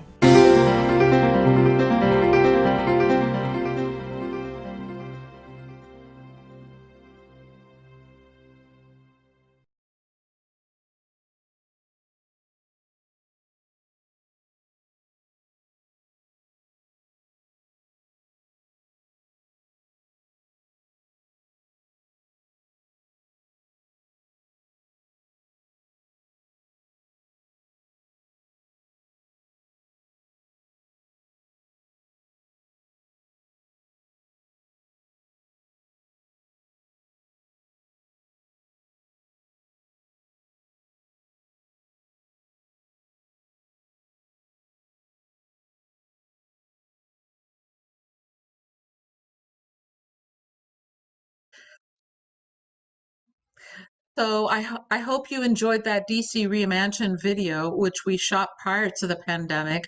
But boy, it's more timely than ever, isn't it? You got a chance to see some of our wonderful partners and people that we work with who are really inspiring to work with and are incredible leaders. Next, I'd like to introduce my friend and my personal hero and somebody that has just helped to transform the care in Ward 8 for women who are pregnant, thinking about getting pregnant, for families. As an OBGYN, Dr.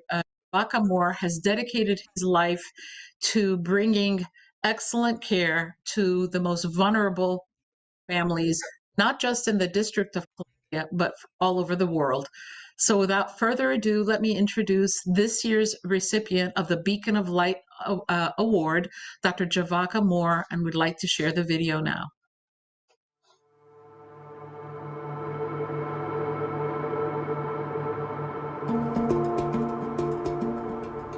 I don't want to give the best care in Prince George's County or in Southeast DC. I'm going to give the best care in the region. On behalf of the Rodham Institute, I'd like to congratulate Dr. Javaka J.V. Moore, obstetrician gynecologist, as the recipient of the 3rd Annual Beacon of Light Award. Obstetrics was always in the back of my mind as something that I thought, I'd be able to have some impact in. When I finished my residency, I worked at both Howard University Hospital and Prince George's Hospital. After the first year, somebody gave me an opportunity to start an obstetrics practice in Forestville, Maryland. I subsequently built 5 other offices in Maryland. The reason I got into obstetrics in the first place is to then expand internationally and try to have some impact in some way. And I went to Ethiopia 2 years ago. They have a lot of needs for sure. But the first thing I noticed is that they didn't have any continuous fetal monitoring. Look, this is a serious need that I wasn't aware of, and my trip kind of stopped there. So look, this is the first thing we need to do is get continuous monitors in here. So I donated to 29 hospitals in Ethiopia, 25 in Eritrea, to all of the public hospitals in Ghana, and also Trinidad and Tobago, where I'm from. And then the next step is going to be Nigeria. I went to Ethiopia, I came back to DC, And I came back to the news about this maternal mortality rate in Washington. I was so embarrassed that, I wasn't even aware that this was going on in my backyard. So last year we put this office here next to United Medical Center, and within the last maybe more than 10 years of having my practice, we've never had a maternal mortality. We've also never had a preventable infant mortality. I can say with a lot of confidence that we have the best outcomes in the region when compared to any other patient population. So when we look at, nationally and within the district that these people have bad outcomes, that doesn't apply to us. Everybody wants to have a healthy pregnancy, a healthy life, but the access needs to be there. We as a society need to do better in general. Pregnant women and children are the most vulnerable among us. We have to at least, step back and say this is not all about profit. This is not all about capitalism. There are ways to be, have a humanistic approach. Dr. Moore, you are an inspiration to us all. Your tireless work as an OBGYN serving the women, children, and families here in Ward 7 and 8. You provide heartfelt, humanistic, kind, caring, compassionate care here at the United Medical Center office building. You have inspired us to do better. Your commitment to excellent quality care is really something to behold. You are truly a beacon of light.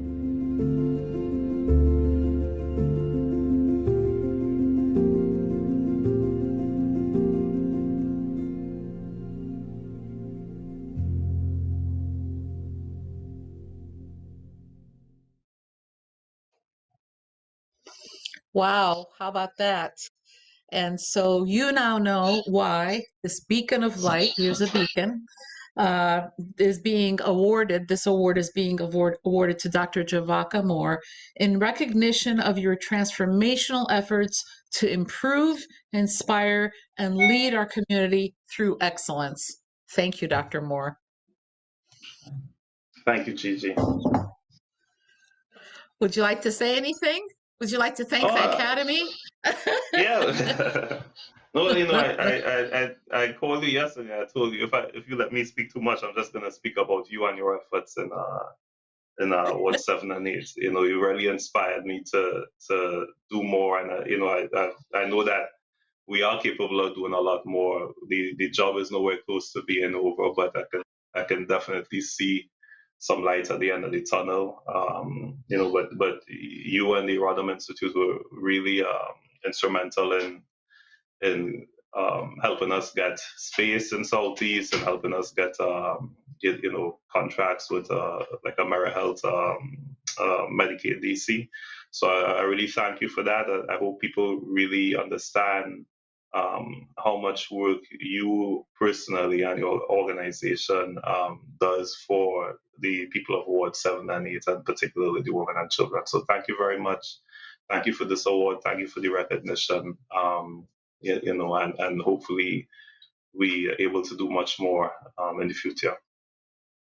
Well, thank you. And, don't let people think that it's because of money, because we don't have any, right?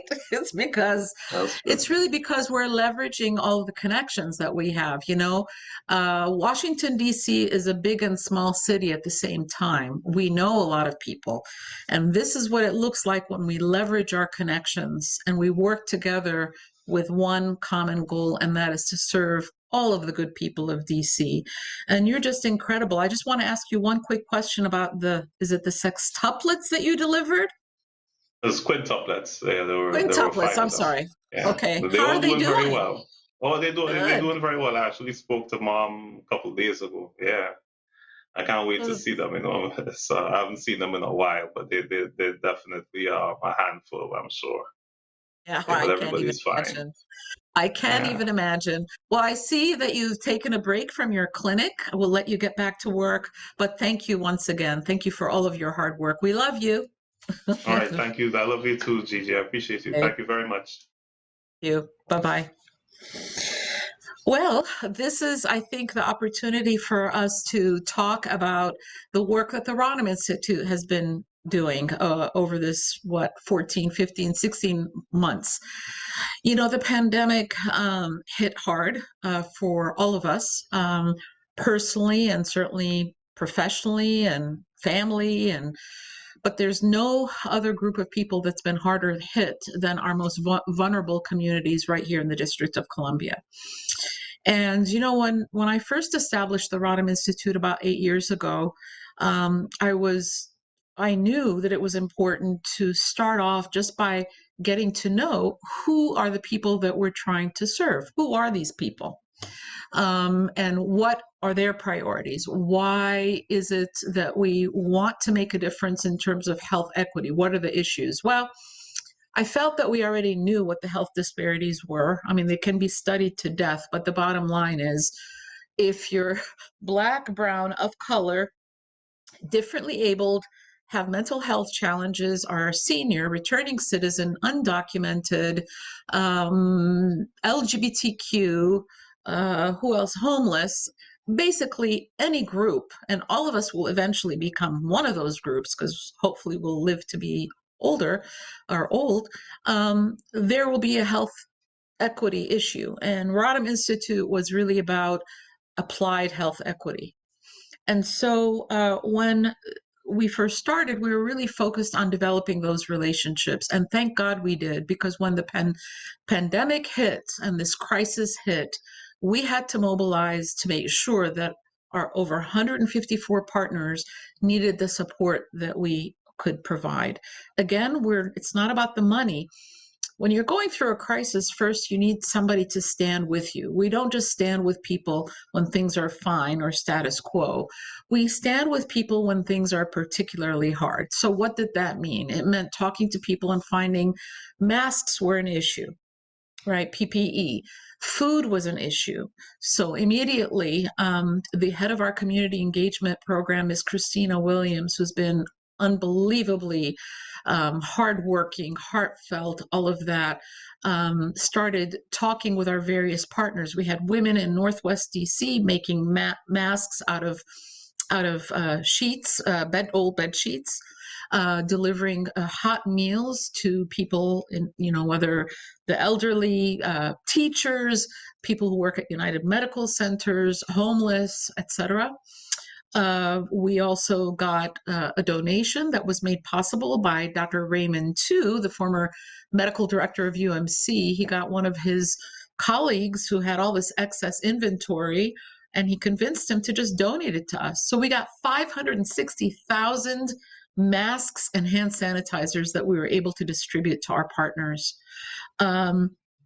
Supporting people also means that with the issue of mental health, to which this summit is dedicated, we also connected people to services. You've heard me say this before, but over and over again, we have a lot of services in DC. The problem is that people don't know about them always and don't know how to navigate them. So that's been just such a huge part of the effort to just say, we're here, we're with you, tell us what you need. The second part, which was really spearheaded by Ms. Ashanti Carter, who is our program manager, has been to have this incredibly robust webinar series. We pivoted from in-person Rodham Institute speaker series and Community Health Connects to everything virtual. And you heard us talk about the series we did with Pastor Webb, but also with Reverend Curry of Pennsylvania Avenue Baptist Church. But we continued this series to not only educate about COVID, but also to talk about issues that have come up. Grieving during COVID, sort of how do you address, education during COVID, issues of domestic violence, and of course, mental health during COVID. But we were also able to really spotlight communities that are often neglected. One of the most powerful sessions that we had, and I really would recommend that you go to our website, all of these speaker series are recorded and you can go to them, is COVID disparities among the deaf and hard of hearing community. Wow, I learned so much. Our friends at Gallaudet, our colleagues, as well as deaf activists and advocates were part of that. And the beginning part of the conversation was just there was no interpreter yet. So imagine the shoe was on the other foot. We were waiting for the interpreter, and the panel was speaking and communicating among themselves, and we couldn't understand. So we learned about that. We've learned about the disabled community and some of the challenges. I even learned that in Ward 3, 8% of the seniors have cognitive impairment, but in Ward 8, it's 13%. So just information such as that, we've learned where resources are. Really, it's been incredible. And Ms. Ashanti Carter has been the one that's put that together, as well as this amazing program, Mental Health Summit. She's really been incredible. She's also helped a number of the students who are applying for college. And last but certainly not least is Ms. Tracy Bass, who really is the person that started the HELP program, Health Education Leadership Program. But also this year, we got a grant from TD Bank to start the Doctors of Tomorrow program, which is replicating the University of Michigan's Doctors of Tomorrow program, my alma mater, working with 10th graders from all 4 of the health sciences school here in the District of Columbia to give them an immersive experience. And again, that was challenging because our first year we were virtual. And of course, I have to give a special shout out to Tracy since she helps to run the clinic with me. Before I close, I want to tell you about probably the thing I'm most proud of this year, and that is the mass vaccination event that was held at the Southeast Tennyson Learning Center on April 3rd. Miss Cora Masters Berry, who's a friend and also the former First Lady, called me up and she said, I have a vision. I want to have Johnson & Johnson people get vaccinated from Ward 8, only for Ward 8. And because our center is closed, I want to use our center. And I said, okay. Mind you, Johnson & Johnson had not been approved yet for use. And I said, okay. Knowing what I did through my patients and through the partners, I said, you know what, we need to have the mental health piece there, the food piece. And then I talked to some friends from the Black Coalition Against COVID. We need to have the health literacy piece. And so Ms. Berry introduced me to 10 wonderful community-based organizations. The greater, I always get this wrong, the Far Southeast Greater Collaborative. Forgive me, you guys. Forgive me, Ms. Nikita Beans and Ms. Dion. I'm sorry. But it's an incredible organization, 10 community-based organizations where we used a model that they were the ones that were actually signing up people to get registered, right? Because we know that there are those barriers of not having the email or internet.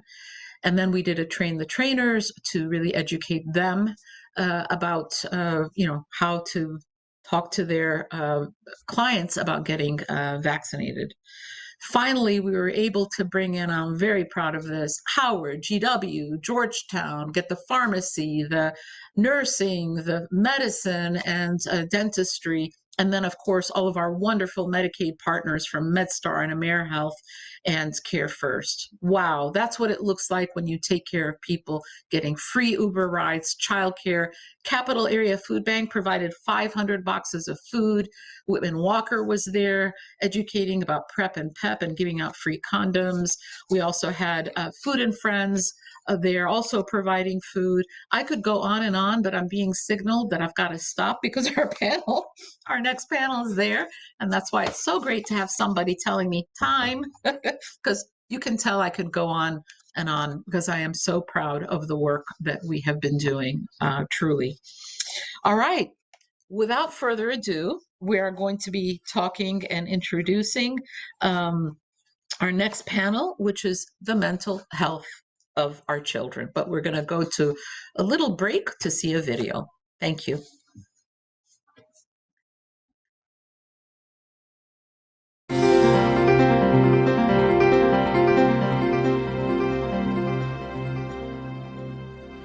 My name is Dr. Gigi El-Bayoumi, and I'm the founding director of the Rodham Institute.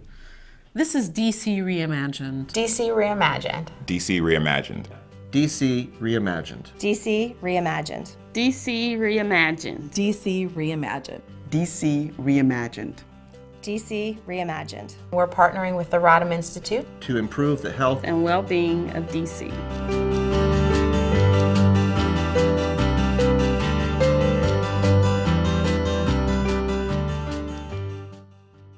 I would reimagine DC as a place where you can walk anywhere you like, no matter what your zip code is, any time of day, and feel safe. I would reimagine it to be a place with lots of green space, no matter where you live, with access to the kinds of foods you need to eat to be healthy. A place where people are working together and working together as neighbors. The Rodham Institute's greatest strength is its ability to forge collaborations and convene partners from across the city, because it takes a collaborative effort to improve the health and well-being of all DC residents.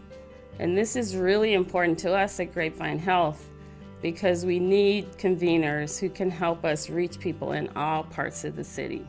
We're partnering with the Rodham Institute to help improve community health literacy and also to improve access to health care.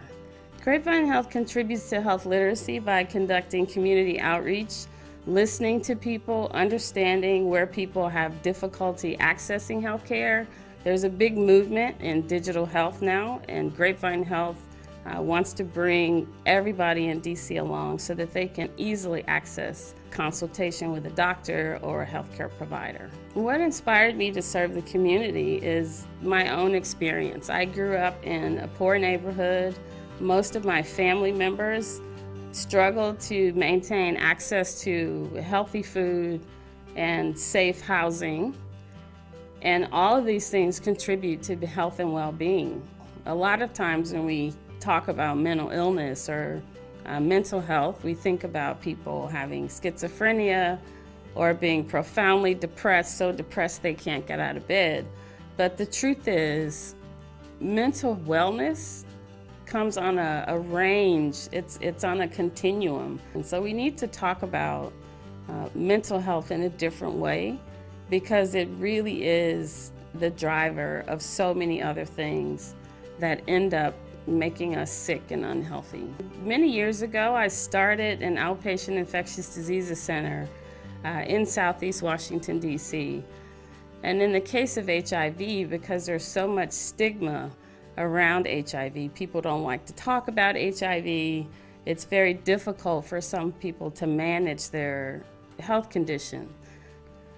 I think one of the most important things we can do to improve health equity and to improve health outcomes so that we can stop talking about health disparities is to ensure we have more Black and brown physicians and nurses. My name is Dr. Lisa Fitzpatrick of Grapevine Health, and we're partnering with the Rodham Institute to improve the health and well-being of DC. By supporting the Rodham Institute, you'll be supporting the mobile clinics to bring health services to the East End. Our workforce initiative, we're partnering with UDC to increase the number of people that are going into the healthcare field. Support our programs to make a difference in the health and well-being of Washington, D.C. Please support the Rodham Institute so we can make these programs happen.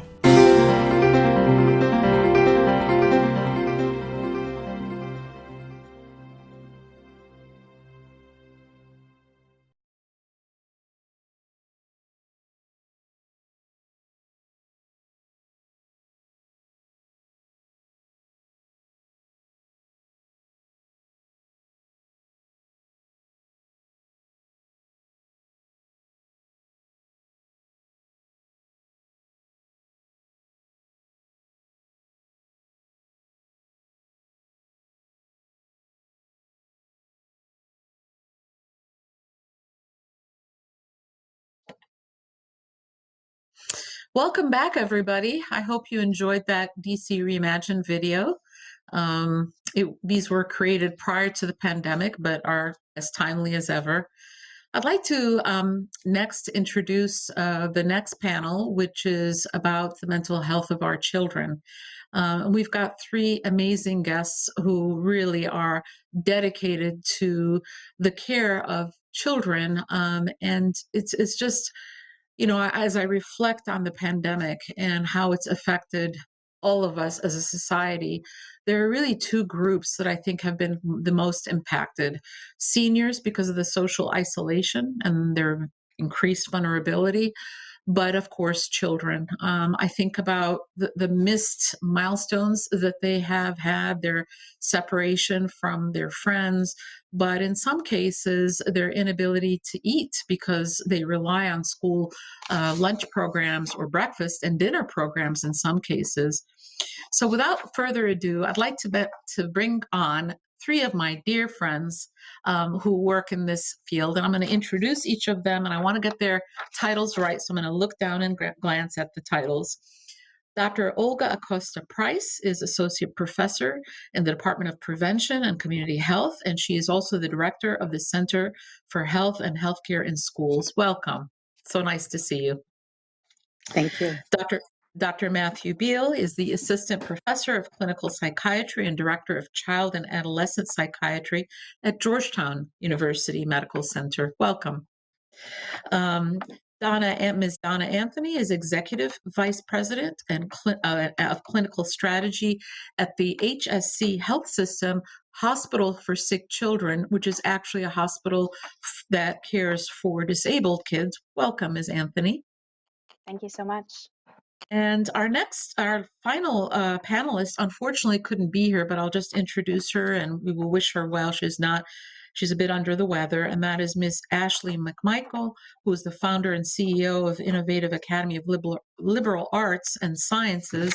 And she will hopefully have her back on a webinar or something, because we want to hear from her too. Well, I guess I'll start off with you, Dr. Olga Price. How are you doing? How's your family doing? Thank you for asking. We are we're doing fairly well. We've definitely had our challenges, and I have two children, 15-year-old who just started high school. So this is an interesting way to start high school, and I have a 11-year-old who is finishing elementary school. So both sort of hitting sort of important milestones that they had to do in a virtual or hybrid environment. And I also will say, because it's relevant, I think, to some of the comments we'll probably make later. One of the individuals, unfortunately, who I lost a parent during this time, not to COVID, but certainly COVID absolutely impacted our ability to grieve and how we do that. And so I know that that's something that many of our listeners, and thank you, Gigi, but it certainly impacted how we started school, how we went back to work, how we managed our day. But we are, all in all, we're doing okay. Thank you for asking that.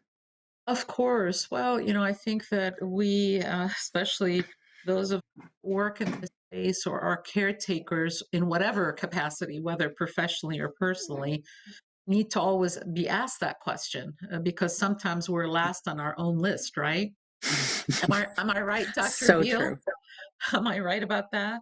How are you and your family doing? Your wife is also a friend, Ms. Lauren Schwetter Beal, and she runs DC Greens and is trying to get some legislation passed for healthy foods in the District of Columbia. She's just a force, and so you're a power couple.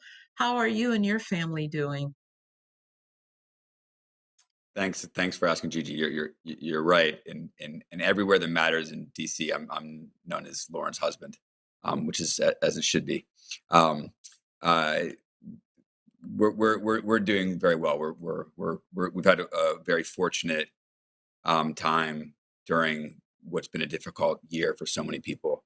I've like Olga, I've got two kids in school, 10 and 12, and so school's been impacted in a significant way. And the work that Lauren and I do has been impacted in very significant ways, which we'll talk about, I think, over the next hour. But we've been very fortunate from the standpoint of our immediate family and our extended family being healthy. So, but really appreciate you asking. You couldn't be more right that we're oftentimes the last ones to think about ourselves. Mm-hmm, mm-hmm. And what about you, Ms. Donna? How are you and your family doing? Similar to my other panelists, we're doing well and feel very blessed to be in that position. I have 3 kids. My daughter has special needs, and so it's been really interesting to kind of navigate this year and make sure that we're continuing to accommodate those needs. So thank you for asking. Think about kids who don't have special needs. You know, parents commiserate, and it's like, oh, the transition to online schooling has been tough, but we don't think about children or adults for that matter, but children who have special needs and what the isolation has done, there's been a 35% drop in home health aides nationally in terms of the support services, for example. Certainly not being able to have family or friends or other supports coming in to the home if need be, or the schooling, or just any disruption in the routine for any child, you know, having special needs or not is high. And then, of course, as a parent, how has that been? Can you help to illuminate and educate us about how it's different for you, or how it's the same? So for me specifically and my family and in the work that we do here at HSC, we've definitely had to redefine our definition of community and rethink what we had as connection. So we have, for example, at HSC, an adaptive sports and social program where we got our kids together to make sure that they had that kind of community. When COVID hit, we obviously had to go virtual like everything else. But the silver lining of that is now we have followers in Russia and all over the globe. And so we kind of have this expanded following, but still our neighborhood friends seeing each other in the very same space. And so, we've had to be creative and flexible and do all the same things that we're asking of our kids. Mhm. So talk to me, please, about, because I think sometimes we partition the family unit and think of everybody in isolation, but we all know that if one member of the family, especially a child, is having challenges, that impacts the whole unit. So in your work and in the wonderful services that you provide, how has the family unit been impacted by COVID, and specifically the mental health? Yeah, I mean, I'm sure that my panelists have so much expertise in this area as well. At HSC, we started in the pandemic. We kicked off some caregiver and parent workshops and support groups. Even part of the tagline was "P.S. You're doing great." And so, even just starting with that foundation of improving confidence and encouragement for our parents is really important. But it was, making sure that parents feel like they have an outlet to express their concerns, making sure that the caregivers can talk about their fears and their anxieties, and put that in a shared place where they're not Mhm. having to carry that on their own. And we can talk about those stress and solutions with them. So, I know Dr. Veal has so much expertise in this area, but caring for the caregivers is I think the pandemic highlighted that issue. No doubt. I mean, if the caregiver that's why, what we talk about, I know it sounds corny, but in an airplane, if you lose the oxygen, you put your own oxygen first before you help somebody else. And I think, people are very stretched, but I appreciate the pivoting, and hopefully some of those silver linings will continue, right? So I want to go to you, Dr. Olga, because you had actually introduced telemental health in the schools here. So before, sort of the pandemic, you had actually introduced that model. Can you tell us about that, and how that's helped to maybe ease or at least what's the right word? I don't know if it's eased dealing with the pandemic. I'll let you answer that question. Well, I will say that I've had the real honor to be a part of a DC community that has always worked really hard to try to elevate the importance of behavioral health and mental health for children and families. We have worked on co-located models of care, particularly in schools, in public schools, for about 20 years, a little over 20 years. So it is definitely a model that I think is well entrenched, and we've been learning over the years what's worked well and what we need to do better in. This school behavioral health, school mental health model of care, which is really about expanding the availability and the breadth of services and supports and trainings and collaboration that could be available between mental health, community mental health providers, and school providers, all bringing their expertise together to really, again, meet children and families and educators kind of where they are, where they spend a lot of their time and their day in such an important setting and such a dynamic environment where hopefully lots of learning is going on. And then the pandemic, I think, not only did it cause a disruption in our ability to be physically together, it did highlight where disparities already existed, and what we have been able to do with a partnership with the Department of Behavioral Health. We have a contract right now to support what the city and city council and the mayor and city leaders have really invested in over the last few years, is called the School Behavioral Health Expansion Project, which again is a concerted effort to bring a multi-tiered system of supports in partnership with the schools, so that, again, we are thinking holistically, not only about the child, him or herself, but of everyone in the setting, and what we need to do to support the school's mental health and productivity and well-being. And this initiative, which involves a lot of players, a lot of partners, it really, again, had us have to pivot and stop and think about how we were going to deliver care and services. One of the things we've had the pleasure of shepherding along is kind of what Donna and Matt have already sort of queued up, is this idea of community and connection, and with a focus on the providers. And so, definitely want to always make sure that that our work centers children and parents, and that it's always to them that the ultimate benefit hopefully will trickle down. We also know, and Matt and his group has done a tremendous amount of work in teacher and educator well-being, and that has very much elevated the importance of them as important gatekeepers and gateways to well-being, but also the providers. And that part, I think, again, the pandemic had us really focus on how some providers were much more comfortable and knew how to do telemental health and telepsychiatry and had already experimented and used that in their own practice. Many did not. Many were very expert in doing their work in person, knowing how to integrate within a school setting, which is another set of skills that they've honed and were very good at.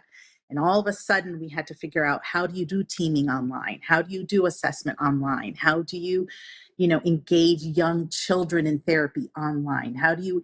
It had us really stop and deal with our own collective anxiety about how we were going to do that and not lose children, not disconnect from them and their families, how we could still provide high quality services, which is a goal.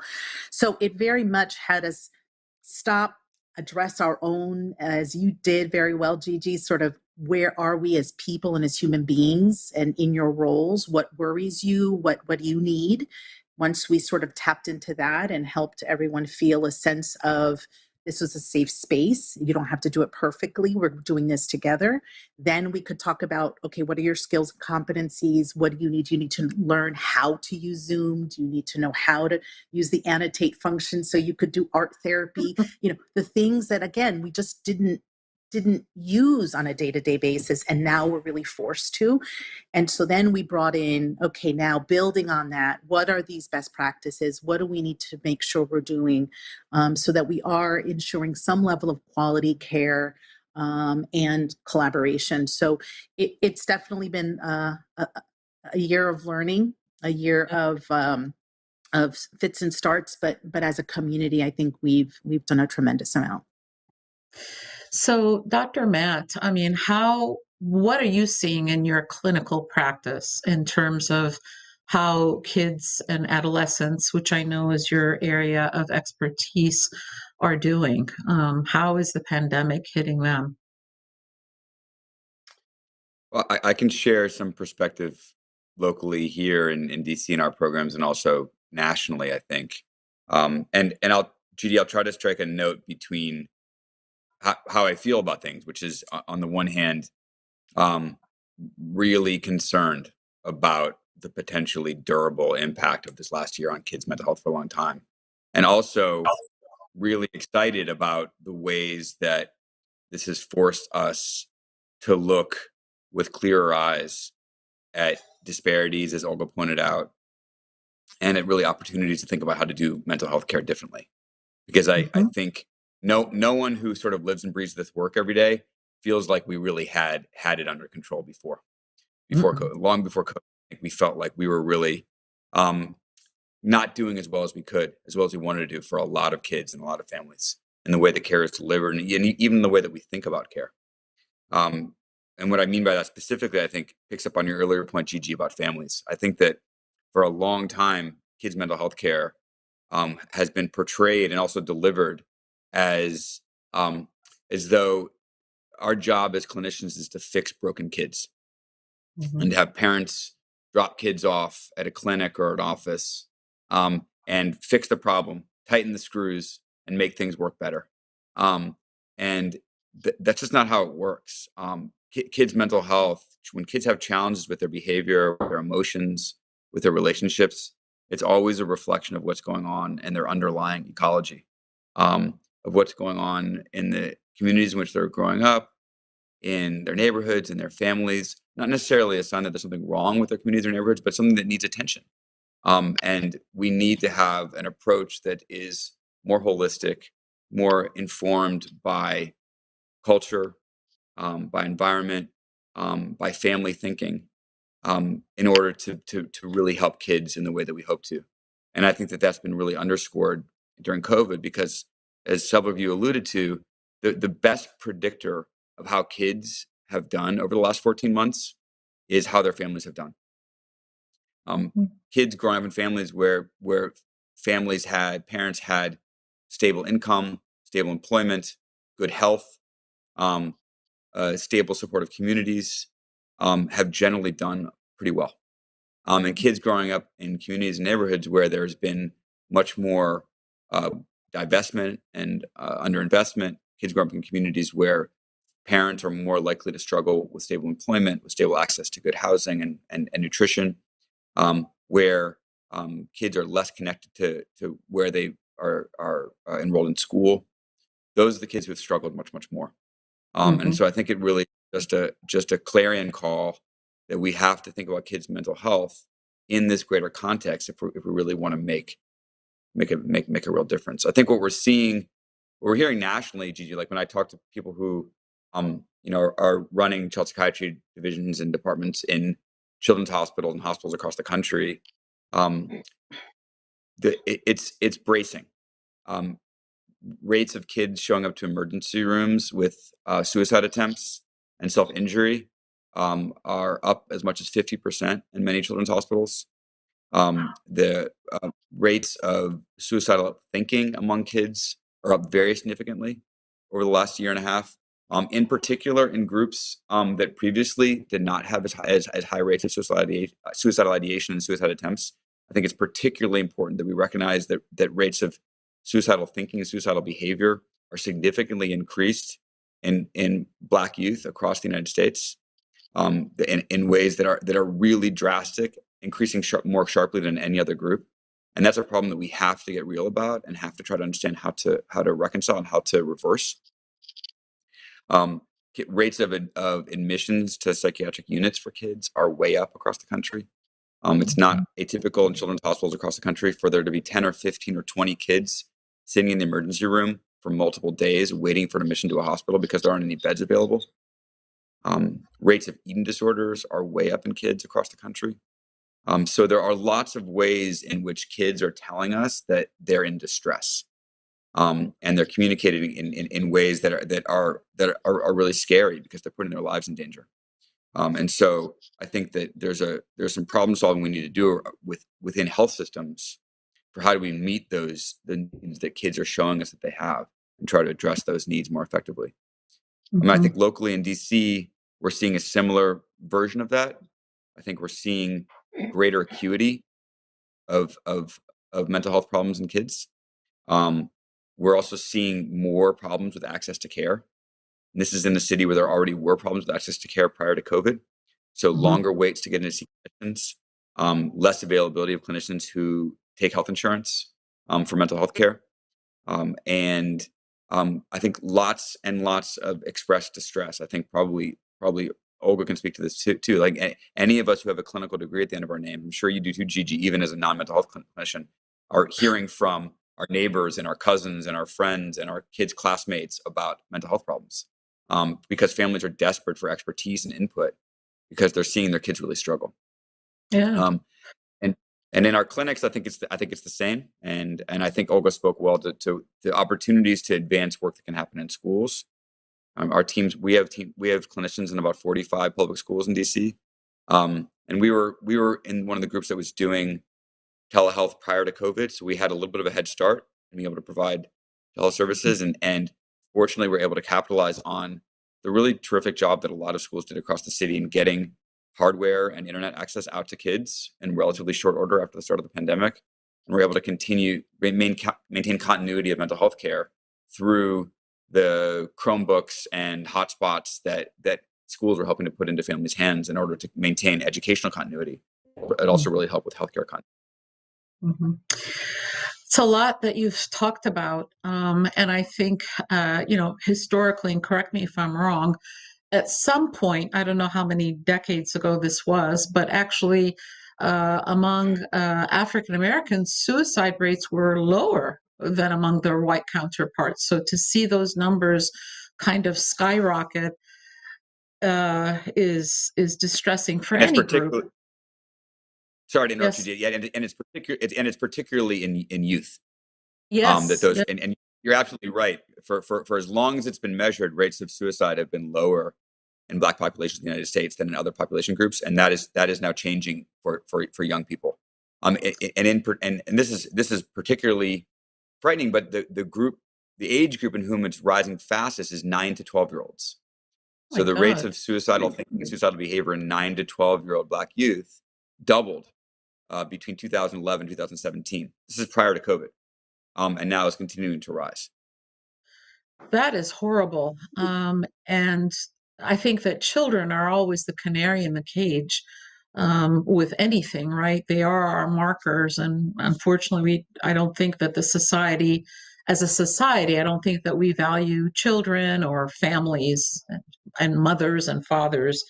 But how do these be? I mean, what are some of the warning signs? I mean, people like myself that are listening who have children of that age in our lives or know of people, I'm just thinking, well, what should I be looking for? What should I tell, my patients, my friends, family? What should they be looking for? Yeah, I think your point about the canary in the coal mine is exactly right, and I think this is an indication that we're not taking care of Black kids and Black families as a society, and we're creating conditions that are really aversive, and it's having an effect. I think what to look for in terms of in family members and in loved ones and community members, I think kids who are showing signs of depression, which could look like obvious things like being really sad and down in the dumps a lot of the time, more often than before.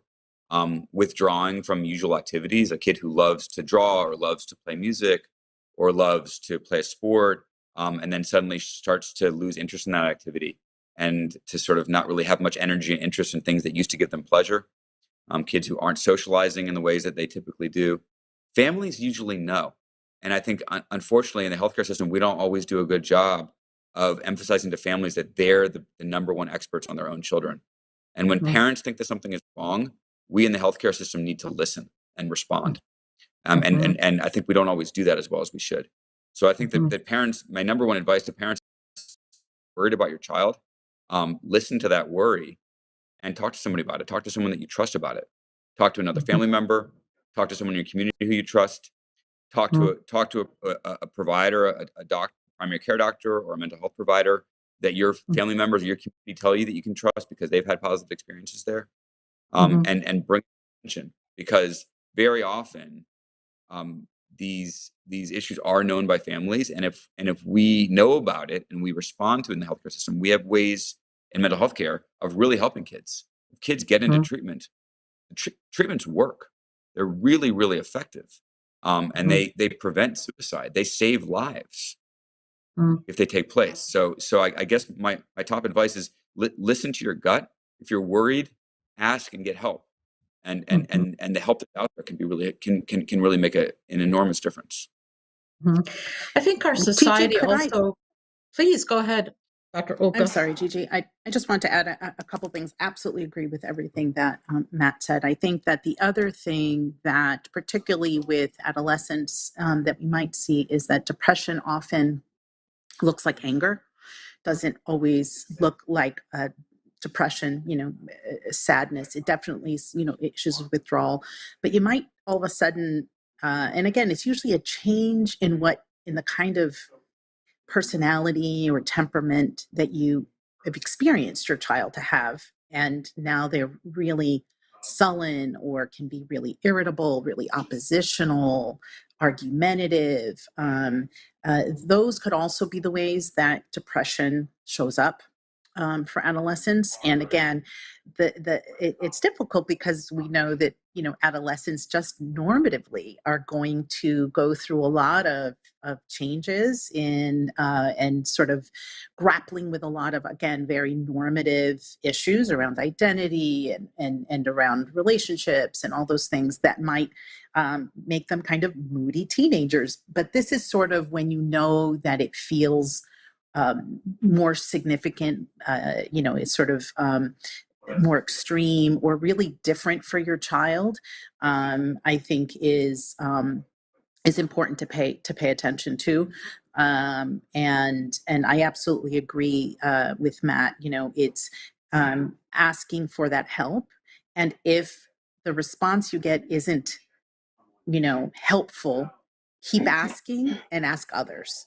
Because it is true that our systems are often not as responsive, and we want there to be no wrong door. So whether you go to the pediatrician or whether you go to the head counselor at the school or to the principal, whether you happen to have another provider, maybe through another agency, a social worker, and you just don't stop asking until you feel that you are being heard and being engaged in the treatment planning for the child. So that, back to Matt's point about, we need this. Students and children do not exist, and don't sort of are impacted by, most importantly, their home environment and their familial relationships. And so we need to make sure that we understand that unit and those units and how we support the entire family. And the last point I'll say is, children are telling us this themselves too. There was a survey of youth well-being that was done with a sample of 2,500 students during COVID that asked about how are you doing, and tell us the conditions in which you and your family are living, and tell us about your emotional state. And the most predictive factor that told us whether kids were sad or anxious was whether they felt they had reliably food in the home or whether they had stable housing. Those really were the most predictive to tell us how they were doing emotionally, what they needed. And so kind of back to the point of, we really need to make sure that we are thinking about the safety, the well-being of the conditions in which our families and kids are living, what they need. That often will alleviate a good portion of the distress and anxiety. And then we can further sort of connect and assess whether there may be other things that could be contributing. But that really, as mental health providers, as pediatricians, as educators, that's really where we have to start, is to make sure that we understand what is happening and what we could be doing to connect to supports and services. Yeah, I mean, I think that, thank you for that. I mean, at the previous panels, we've talked about food being the number one social determinant of mental health. The upcoming evictions are, that the federal the judge just lifted the eviction pause that had been imposed during the COVID pandemic. I don't know what people and families are going to do. But there's another piece here that I wanted to kind of bring out with you, Ms. Donna, and that is sort of the shaming and judgment that goes into especially mothers. If there is a problem, whatever that problem is with the child, right? And I think that there's nobody that does that better than the medical community. Other than maybe family, but that we can be very judgmental. Where if there's a problem, it's your fault, right? Can you kind of speak to that from the the point of view, not just of personally, but also the people that HSC, provide services for? Sure, absolutely. In the last conversation, I just kept thinking that one of the most powerful things that I think we can do in healthcare, and that includes behavioral health, is teaching providers to say, "I believe you." Right. And so when a parent kind of comes forward to their provider, and they're dismissed, or, in the back of their mind, the provider is conveying that they believe it was the parent's fault, right? Or when you get that call from school, and as a parent, you're very worried, what happened with my child? And you're getting feedback from the teacher that your child did something, right? They communicated with their behavior in a way that probably didn't meet anyone's expectations. Instead of the teacher and the parent kind of partnering together, right? You've now kind of dumped that back on the parent, and the Mhm. parent is doing everything that they can. So, first of all, we have to convey our trust in caregivers and parents. We have to hear them and believe them, and we have to treat them as a partner in the decision making process. And that doesn't happen. That hasn't been my experience. And I think we talk so much about in schools in particular about social emotional growth and development for children, right? Why are parent teacher conferences still completely focused on academics then? Why are we investing in curriculums and mental health supports, but when you're talking to me about my child, we're only talking about, the grades on their report card? Why aren't we starting with, does my child have friends? Are they connecting with other kids at recess? Are they eating their lunch? All of those kinds of things, right? And we're not taking the time to make those connections. I think sometimes other families have a lot of things that they come to the table with, right? In schools, we've talked about the book bag that kids bring into school, of all of those Mm. stressors that are from their community or their home or their concern around housing and food, into that school. And sometimes I think on the healthcare side, we don't know where to start when a family is in crisis and has all of these things going on. And sometimes we should allow families to dictate to us what their biggest priority is. What is the biggest stressor in your life? Right? We can screen you for 1,000 things and decide what we think is the biggest priority. But why don't we ever ask people what their biggest stressor is, right? Maybe you think it's my insulin, but I'm really it's because I live in a food desert, right?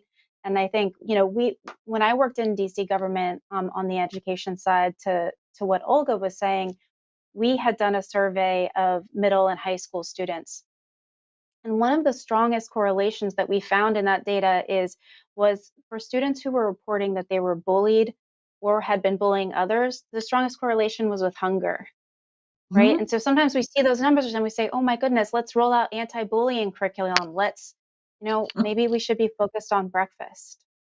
Right? And so what's behind this data? But back to your point about, I think caregivers feel alone when they have a child with special needs. I think that they don't feel like their child is celebrated if they have special needs. And when you go to school in an IEP meeting or to your healthcare providers, you're always hearing about the deficits and the differences, right? And that's what your kid is hearing. And sometimes we need to just respect people and believe them and celebrate all the special things that make them human too. So I think that that's really Well, important for people who work in healthcare. Thank you for saying that last part about celebrating kids, all kids, because I'm just thinking back about my own childhood. I grew up in Michigan and very public schools, mind you, and we had, differently abled kids with us. And one of my favorite friends was Annie, and she was a child who had been exposed to thalidomide. So she had very small limbs. She was like one of the most popular kids in school, and we would all want to hang out with her. We played with her, and same with another friend whose sister was deaf. People were incorporated, and so I appreciate your bringing out how we, maybe inadvertently, maybe not intentionally, but can really isolate further by how we present ourselves. And certainly what I say about the medical system, I love pyramids, I'm partial to them, but there's no place for them in healthcare, right? The patient or the individual, the child, the family, the community are at the center, and the rest of us are spokes on a wheel, really there to support. Food has been brought up several times, and so for Dr. Beal, tell us a little bit about your wife's work and why it's so important. I'm kind of kidding, but not really. I mean, can you tell me what she's doing in terms of the DC Council? Because I think that's crucial work. And, part of what we try to do at Rodham is to really bring all of these issues and show how they're interconnected. And all of you have brought up food, all of you, and for children, but it's key, for the person that's homeless, that's ranting and raving, and hallucinating. Food is key for them too. Can you share with us a little bit about what she's doing right now? This is being recorded, so I get points for this, right, Gigi? Absolutely. I will send her an email and just say what a wonderful feminist husband she's married. Absolutely. I'll try to do it justice, but I won't be able to.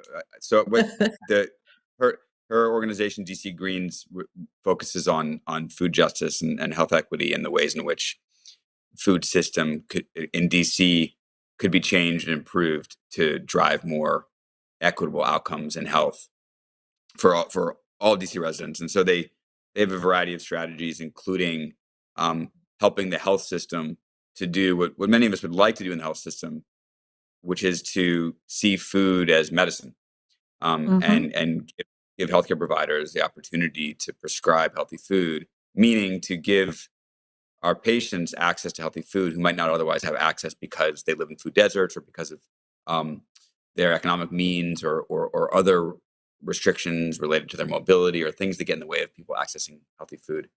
And they've also worked to create, with a number of organizations are doing this in DC, but create specifically tailored meals and food approaches for folks with chronic health conditions. So helping people to build healthy diets through healthy, fresh food that address chronic kidney disease, chronic heart disease, diabetes, other common chronic medical problems that affect residents of DC. They're also working, as you noted earlier, Gigi, to think about how we can create more equitable systems around taxation and availability of healthy foods, so that foods that we know contribute to diet-related chronic illnesses are seen as such, are seen as part of the problem, and are treated as potentially hazardous substances for our health, just the same way that cigarettes are treated as hazardous substances for our health, and are regulated and taxed accordingly. There are foods that are on the shelf of every grocery store in this town and in every town, and we need to be more realistic about thinking about the way that those foods reinforce health problems and health inequities, particularly in communities that don't have regular access to great food. And so they've got a lot of strategies they're working on related to that. I know that you Gigi, and your team are amazing allies to them in their work, both in advocacy and also in implementing the work in communities too. course. One of the things that we did when Rodham was first starting is that I actually did a listening tour. And one of the parents was saying, if you've ever been to any of the corner stores, especially in Ward 8, you have never seen so many brands of potato chips in huge quantities, or the size of the candies, instead of being, like this, are huge, right? So the teachers and the parents were saying that kids, before they start school, they will go for candy. So they're hyped up at around, I don't know, 1 or 2. They start to crash. They have more candy to kind of bring them. Everybody's shaking their heads, right? And so if you have in the stores that those are the things that are available, right? And actually, I asked one of the kids in one of our programs one time, why do you buy the bigger sizes? He goes, well, those are the only sizes that are available. And then he was excellent at math. He did a cross comparison of what the prices are at 3 different stores. I'm like, wow, which one is more economical? He could rattle that off.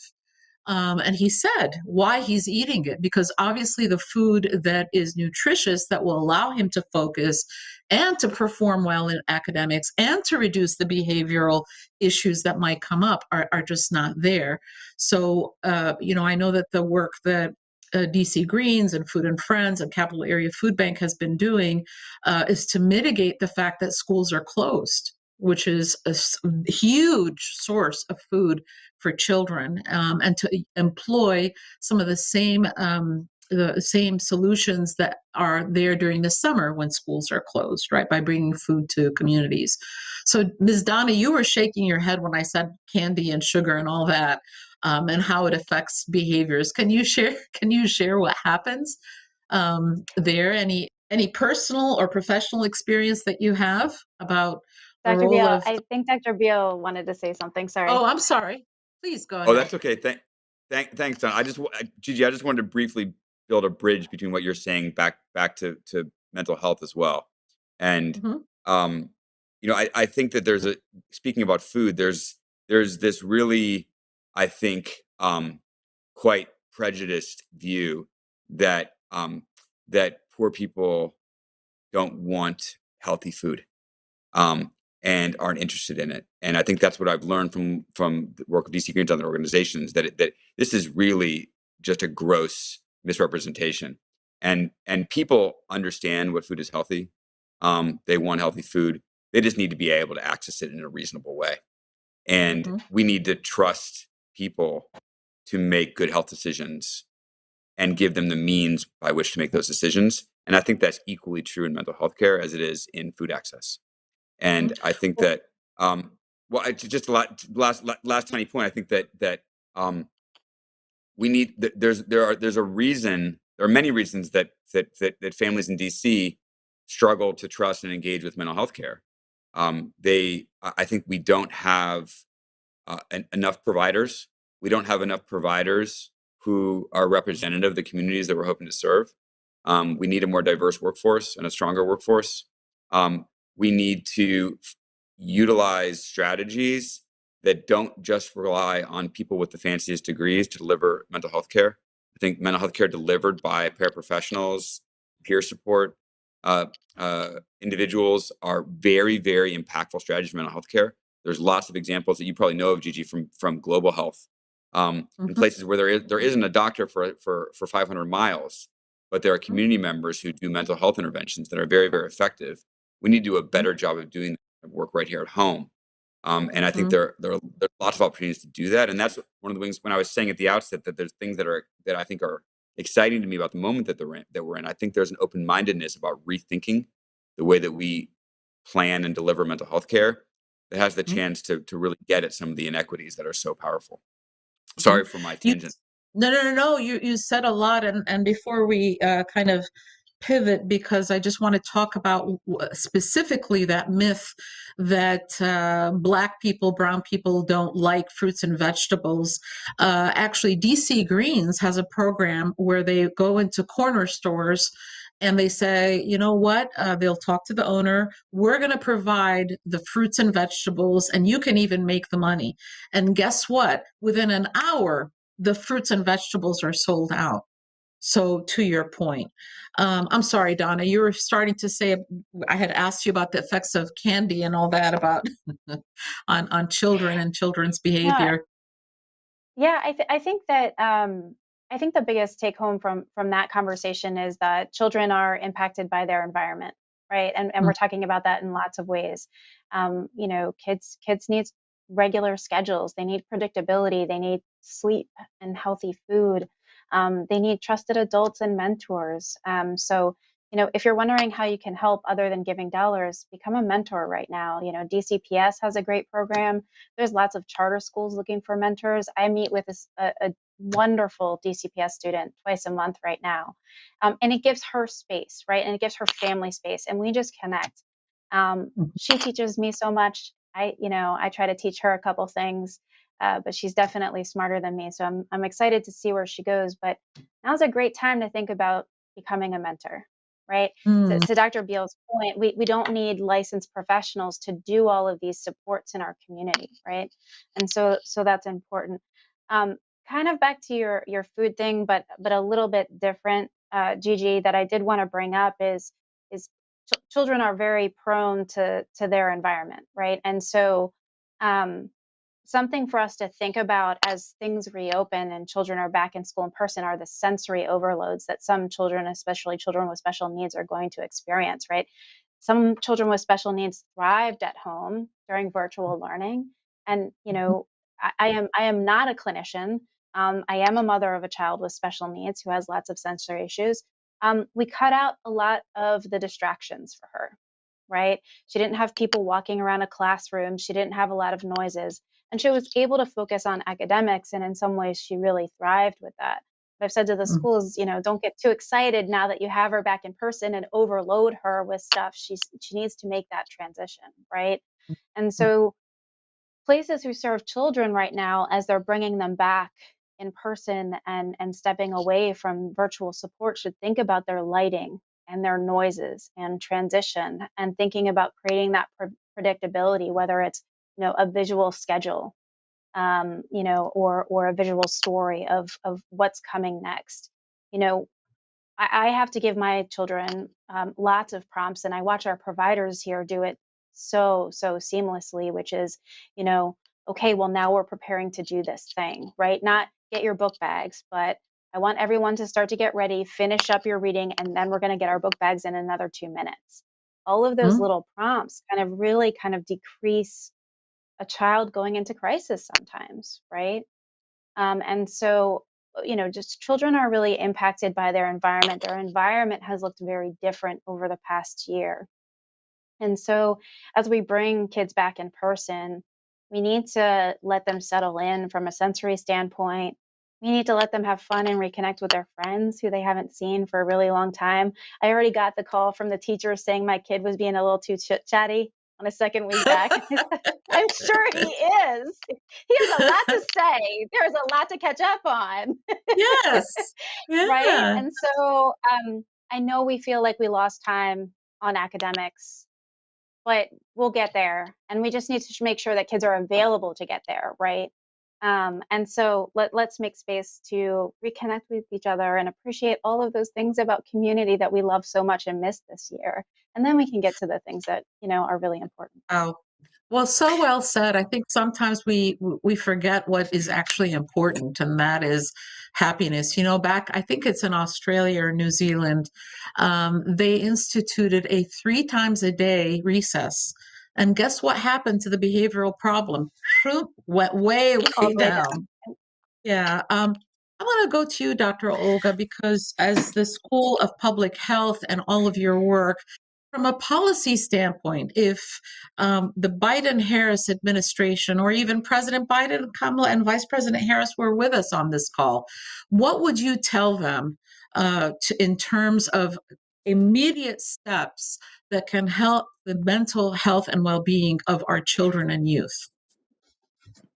Wow, that's a big question. So, as I'm using part of my brain to think about how to answer that, I do want to jump in though to reinforce something that Donna said. I really appreciate what she brought up. I too have a child with some learning needs, And he actually thrived during this year. He hit it out of the park. He feels really proud of his identity as a student because for the first time since he was 6 years old, he's actually getting A's. Never did he think that was possible for himself.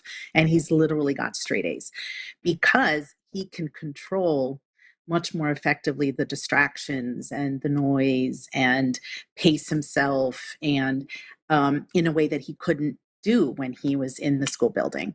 So I did want to sort of say that there are, although I think the majority of kids and even he has had losses, loss of sort of connection, loss of sports, lots of a lot of things. So there's certainly still loss connected to what he's experienced. But he actually, now that you're going to have the choice, he's actually may choose to stay online moving forward, even if we have the option to go back in person, because he doesn't want to lose that gain and he wants to have more control. And so again, our school district may allow for some of those choices because of individualizing kind of, how education is going to happen. And so the other thing I want to mention is I also think there's so many small things that can be so powerful for all of us. Like the way you started us off, Gigi, by asking just how we're doing, right? That sets a certain tone, right? That just allows us to feel like you care how we're doing. And we know you do, right? Because we know you. Certainly we want that to be happening, and that is happening in classrooms and in other spaces, even hopefully in our own meetings and things we're doing. But I had, a teacher reached out to me, one of my children's teachers, just to say he was so proud of something my child did. Right? Oh. Just like a good news Don't make thing, me right? cry now. Don't make me cry. That's beautiful. No, seriously, it was beautiful. And I just wanted to shout it from the rooftops, and I wanted to print it and put it on every window. And I just wanted, them to really experience that. And again, such a small thing, but so impactful. So I just wanted to mention that because back to the points we're trying to make, that some of these interventions and who delivers them, right, doesn't need to be, curriculum based and done by someone with many degrees. It's really kind of attending to relationships and attending to kind of seeing and being seen. I mean, it's such a basic sort of fundamental psychological sort of need, is to feel like you're being heard, to feel like you're being seen. And we don't need to go in and fix things for people often. We just need to make them feel validated. Like what I want to say is actually something somebody wants to hear. So because we've got limited time, I think you actually did answer the question of what you would say to the Biden-Harris administration, is that these small things, which really have to do with reconnecting with humanity, that not everything is profits. And actually, if we do that, guess what? We'll end up not just saving money, which is the top of some people's lists, but the quality of life, these other issues, whether it's violence or academic performance or utilization of healthcare resources, by just investing upfront and having a humanistic, whole person, whole child, whole family, whole community approach, all that other stuff can come down. And that really looking at what works, the evidence that all of you have really done such a wonderful job of, highlighting, I think is so important. I am so sorry to have to bring this discussion to a close. It just means that we're going to have you back. I'd like to thank each and every one of you, and let me make sure that I've got your titles correctly, because I don't want to not give your complete titles. And of course, now I can't find them, but Dr. Olga Costa Price, Dr. Matthew Beal, Ms. Donna Anthony, thank you so much. And thank you for reminding us that kindness and love and humanity are really the core of good mental health and well-being and our own happiness, and to always remind us to take care of ourselves and to listen to the children, listen to the people that we are serving and caring for and love. Thank you so much for your time and attention. And We love you. Thank you. And with that, Thank you. I think we're gonna go to our next DC Reimagined video. Thanks.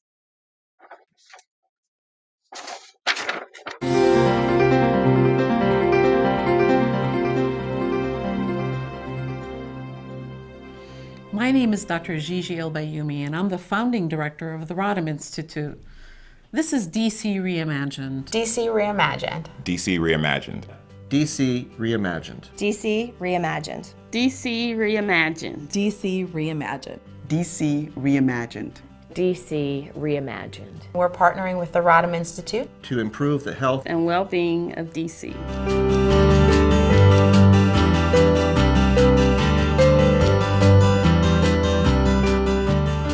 I would reimagine DC as a place of addressing the healthcare disparities that families are seeing throughout the city. I would reimagine it with getting rid of toxic stress for patients, with adverse childhood experiences that impact families. I would reimagine DC as a place where families are taken care of in a holistic perspective. Toxic stress is a stress that can accumulate over time for children and families that are living in a less than optimal environment. And over time, that can wear on a person's physical, mental, spiritual well-being. And so I think it's important to have resources available in the community and partner with different community organizations like the Rodham Institute to help address the needs of our children. I've been a part of Reach Out and Read, which is an early childhood literacy program that incorporates books into pediatric primary care. We have volunteers that read to children in the waiting room. We give out free books to all of our babies from newborn all the way to age 6. And children who have a rich environment of books and print materials and engaged parents or caregivers to read to them, it really does make a difference in their brain development, and research has shown that. There are many strengths that the Rodham Institute has, one of which is at its core, helping the communities that are most in need, connecting with the community partners, and developing trusting relationships so that the families in east of the river communities can get the access and help and guidance to have better health outcomes and longevity. There's many people that will just talk about the problems, but I think the Rodham Institute is more focused on finding solutions, building partnerships, and having health outcomes that will last for generations to come. My name is Dr. Nicole Lang, and I'm a pediatrician and founder of Washington Pediatric Associates. We are partnering with the Rodham Institute to improve the health and well-being of DC. By supporting the Rodham Institute, you'll be supporting the mobile clinics to bring health services to the East End. Our workforce initiative, we're partnering with UDC to increase the number of people that are going into the healthcare field. Support our programs to make a difference in the health and well-being of Washington, D.C. Please support the Rodham Institute so we can make these programs happen.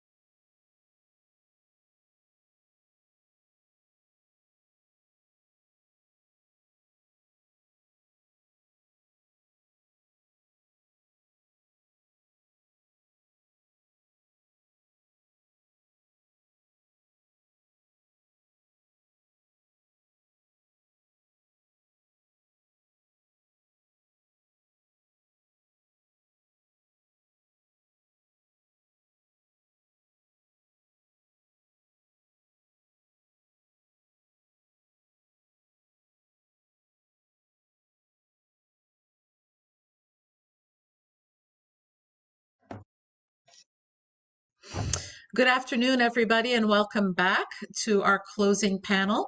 Where do we go from here? And I don't know about you, but I have learned so much so far this afternoon and this morning. This next panel is special. It's special because of who the panelist is. And we missed you so much, Secretary Clinton. You are the woman who needs no introduction other than the woman that could have saved us from this disaster we're now in. How are you? Welcome. Welcome to our 7th annual summit. I am thrilled to be back once again, and I thank you and the entire Rodham Institute family for all the great work you've been doing despite a pandemic. So I'm looking forward to our conversation. Well, thank you. We've started each of the panels by just asking, how are you doing? How are you doing? How is Chelsea, your husband, the president, the grandkids? How's everything in your life right now? You know, I have to say we are very grateful that it's been a year without, knock on wood, anybody in our family getting sick. And we've had a lot of time together, which has been kind of a silver lining to this difficult year for all of us. We've been home, and I think I was trying to figure out the other day, I think I've left home for 4 funerals and an inauguration, and that's it. But thankfully, the adults are vaccinated, so we're looking forward to some return to a normal summer. Yeah, you said 4 funerals and an inauguration. Sounds like that movie, 4 Weddings and a Funeral. Yeah. There have been some big losses with John Lewis and Vernon Jordan, and and what's been so strange is the inability to grieve fully. Isn't that been weird? Well, it has been. As you mentioned, most recently, we were at the memorial service for our very good friend, Vernon Jordan. And he is someone who we've known for such a long time. And losing him was a huge personal loss, of course, but also for our country, one of the last of the real civil rights giants that was among us. And then few weeks before that, we lost Cicely Tyson, just an incredible actress and staunch defender of what's right and a voice for a lot of good causes. And so it's been a tough year, not only because of the hundreds of thousands of lives that we've lost in our own country, but the personal losses that so many of us have had to shoulder. Yeah, it's estimated that 1 in 3 African Americans know somebody that has died from COVID.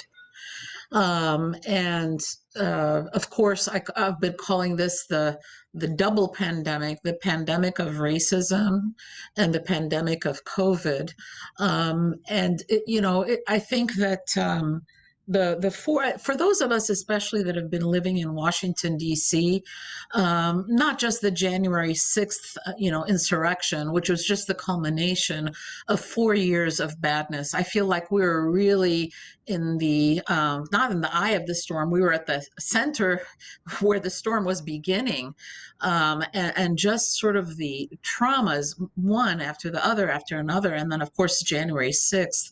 But what I've seen sort of clinically among the patients that I care for, as well as myself, my family, friends, colleagues, is just these collective traumas that have, one after the next, and I think sort of a sadness to know that it didn't need to be this way. And I'm not just saying this because I'm talking to you. Several people, by the way, that I've said, yes, we're going to have our summit. Please tell the secretary how much we love her and how much we would have wanted her to be in charge, because I don't think things would have been this bad. Comments, please? Well, that's quite a setup, my dear. It is a setup, but it's true. I honestly can't imagine any other president who would have been so indifferent to the suffering, so rejecting of science and evidence, so contemptuous of experts. I just literally cannot imagine. I mean, you agree or disagree with people who've been in the White House. This was a phenomenon unlike any we've ever seen. And it really was rooted, as you rightly say, in the way that the former president viewed his office, who he thought was important and who wasn't. And it was a small circle of people who were and a big one that wasn't. And, you know, the kind of outrageous malfeasance that resulted by every objective standard in far more deaths and hospitalizations and losses than we would have had. The pandemic would have cost lives. Let's be clear. The pandemic would have been a difficult challenge by anyone facing it. But his approach, undermining science, doing such unbelievably dangerous stunts like telling people to drink bleach, touting so-called cures that were not. I mean, all of that added up to making what would have been a difficult challenge a crisis and catastrophe. So thankfully, he's gone. We are playing catch up. We will never make up for the lives that were lost, the trauma that families and communities suffered, the stresses on our frontline healthcare workers like yourself and so many others. But we're on the right track now, and we have to stand up again against falsehoods, the anti-vaxxers, the shortcutters who want us to get back, quote, to normal when our children are not vaccinated, when our adolescents are still not vaccinated, and when about 50% of our adults are not yet vaccinated. So we're coming out of a terrible period, but we're not all the way out yet. Well, and I believe that when something bad happens, we should learn from it, but also look at any silver linings that may be there. But I do think that people have paid an incredibly, incredibly high price with this. But I'm sort of looking back. Can I add two more points, Gigi? You can do how many ever points do you want? Well, but I wanted to give a shout out to the Biden team because they have inherited a chaotic, disorganized, inequitable situation and are doing everything they can to get it in the right order and headed in the right direction, and have made a lot of progress. And I really appreciate the way that the president and vice president model behavior in the White House. So I want to be sure to mention that. And as a recovering political candidate, I must say that the irony, the terrible irony of this is if the former president had done even a mediocre job, he could have and most likely would have been reelected. That to me is shocking because there's so many other reasons. His assault on the rule of law, his constant lying, his undermining institutions, his dangerous cozying up to dictators, his constant berating of those who are in government trying to handle difficult problems like governors and mayors and others. I mean, there were a million reasons to deny him a second term. But I think it's important for people watching this to recognize that 7 million more people voted for him. Yes. So let's recognize the reality that we live in. We have a huge number of difficult issues in front of us. And if he had been even a mediocre chief executive when it came to the pandemic, enough people would have just said, oh, okay, all right, I'm going to vote for him.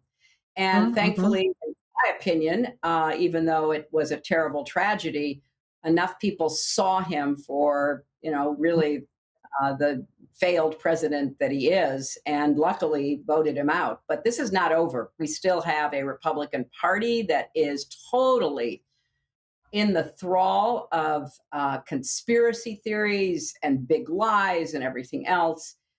So we all have to pull together and try to figure out how to make progress. And that's what, the Rodham Institute is committed to doing in the area of healthcare. Mm-hmm. And, you bring up so many points about how voting and civic engagement actually has a direct link to health.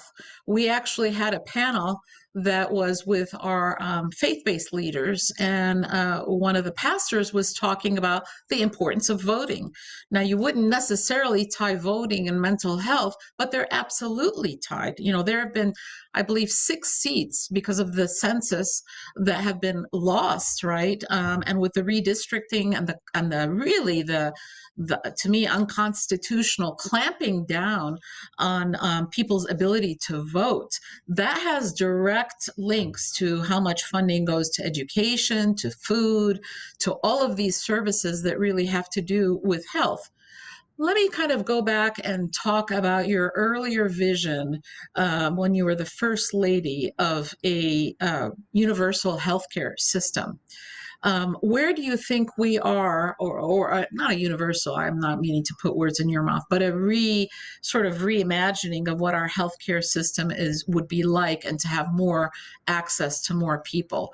The Affordable Care Act certainly helped more people get insurance, and there have been changes there. But what do you think is the next iteration in terms of health policy, or the role of federal government is to bring more health equity to all of the country's citizens? Well, Gigi, I did promote a plan for universal health care, for quality, affordable, universal health care, using a combination of, frankly, sticks and carrots to get employers to insure employees and to get individuals insured. And the Affordable Care Act really built on that kind of model. And we made a lot of progress, not enough, but we were on the right track. And I think the efforts by Trump and Republicans in Congress to basically eliminate the Affordable Care Act were shameful, because finally we had a significant majority of working people who were not covered by employer-based insurance being able to buy insurance plans on the exchanges. So now what President Biden wants to do, and in partnership with members of Congress, is to start lowering the age for Medicare, which I advocated for when I was in the Senate, when I ran for president both times, and had very specific plans about how we could drop from 65 to 60 to 55. People could buy in to Medicare, which is not only the largest insurance plan in our country, but also the most cost effective.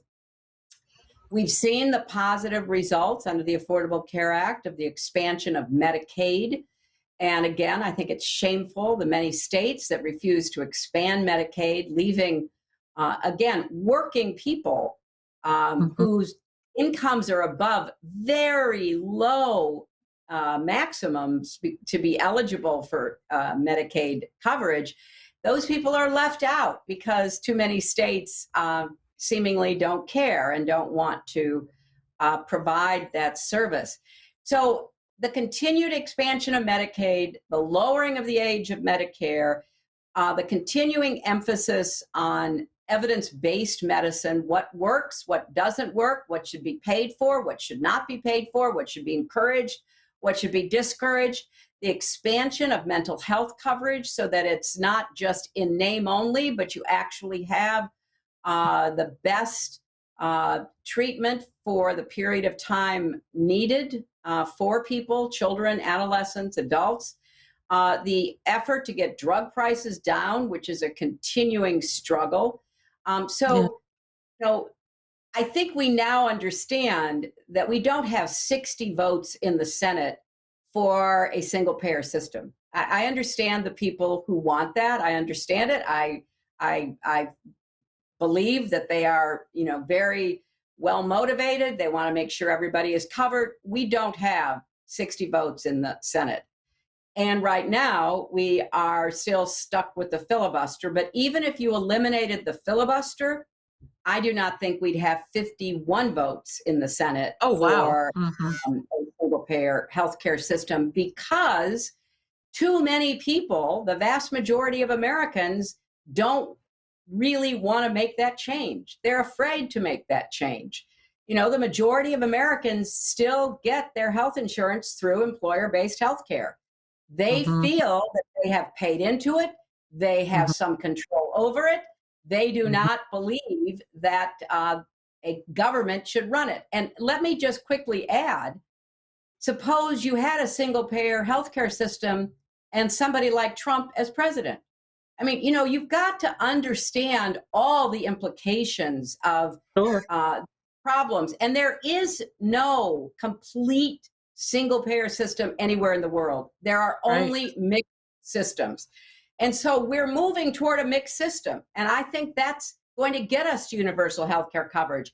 We're going to have, remember, Medicare is not single payer because people go off and they buy, supplementary policies. So you've got to understand where people's heads are. Health is their most important good to purchase. So as we expand things they're familiar with, like Medicare, and we increase the number of people that it covers, and we increase from the lower income up, the people covered by Medicaid, and we try to control costs and we try to control quality, we will get even closer and eventually we'll get to universal health care coverage. And at some point, if there are enough votes, which, at this moment, given our politics, I do not foresee, but if there are at some point, and people can get a single payer system, they better be really careful to keep enough choice in it and to keep enough checks and balances against, frankly, miserly, inequitable governing. Yes. I think could make progress. But, I know I often get accused of being too realistic, but I'm a progressive who likes to get things done. I like to see progress made. I like to see people's problems solved. And I think that we're making progress when it comes to universal health care. No doubt. And, one of the things that for our listening audience, I want to kind of emphasize, 80% of health outcomes and what determines how long you live has nothing to do with coming to see me as a doctor. 80% has to do with where you're born, your education, the food that you eat, the water that you drink. We just heard a number of panelists talk about food as the number one social determinant of mental health. Here in the District of Columbia, that we have got the biggest gap in life expectancy per capita, 26 and a half years. If all I did as a physician was to get all the kids graduating from high school, that would add 10 years of life. So a system, of course, we want to have a robust system so that if somebody gets cancer, we can get treated and all that kind of stuff. But the reality is investing in economic development, in food, in education, all of the things that you have always championed are equally important. It's not an either or. I'm going to share an analogy that my dad has made. Tackling these very complicated problems have to be tackled at the same time. When you're eating a hamburger sandwich or a vegan burger, you don't eat the lettuce and then the tomatoes and then the bread and then squirt some ketchup and mustard in your mouth. You eat the whole thing. And I'm heartened by the approach that of the current administration, Biden-Harris administration, to really look at all of these things simultaneously. Am I right in that? You're 100% right. And I also appreciate that the administration is trying to go the direction of an investment strategy. If you invest in early childhood education, if you invest in good quality, nutritious meals, if you invest in public health, you're going to get better outcomes. And yes, you will actually end up saving money down the road, which is always if you don't believe in helping people for the sake of helping them, think about how we could be more cost effective. And I think you made such an important point, because as we deal with the quote insurance system, whether it's, single payer, universal, mixed, whatever it is, public, private, we have got to do more to invest in public health. And public health is not just public health departments. Public health is good, reliable, accurate information about, as you rightly say, nutrition, exercise, eating, drinking, smoking, all of those things that affect your health. But poor housing affects your health. Living in a violent neighborhood affects your health. Living in constant stress because you might lose your job affects your health. I mean, a lot of reports are coming out that, stress has increased dramatically during the pandemic because of the epidemic of job loss. So you had a healthcare pandemic, and you had an economic epidemic of lost health care. You had a particularly heavy burden on women, mothers particularly, because they lost school, they lost childcare, they often had to leave their jobs to take care of their kids. You add all this together, and one thing we have learned over the last decades is how big an impact stress has on both your physical and your mental health. And there's a lot of very important research showing the impact of stressors on children, literally in utero up till 5 years of age, the kind of impact stress has on their physical, emotional, mental development, on their behavior, on their learning. So, all of this goes together. Your dad's absolutely right. I mean, you can't be picking the pieces apart and say, oh, okay, fine, just do one at a time. You've got to look at it holistically. Right, right. And, this is not new for you. I mean, your book, It Takes a Village, your interest in child development and education, all of these things, I mean, that's been your life's work. Can you remind us about It Takes a Village and what that book was about, and what you were saying in that book? Because you are so quoted in that. But just please remind us a little bit about that.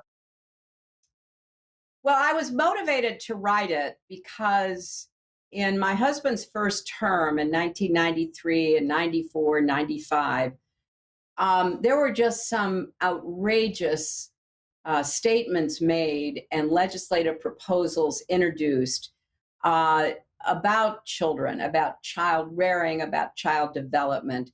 I remember one member of Congress, a Republican, saying, we should just take poor children away from their families and put them in orphanages. My God.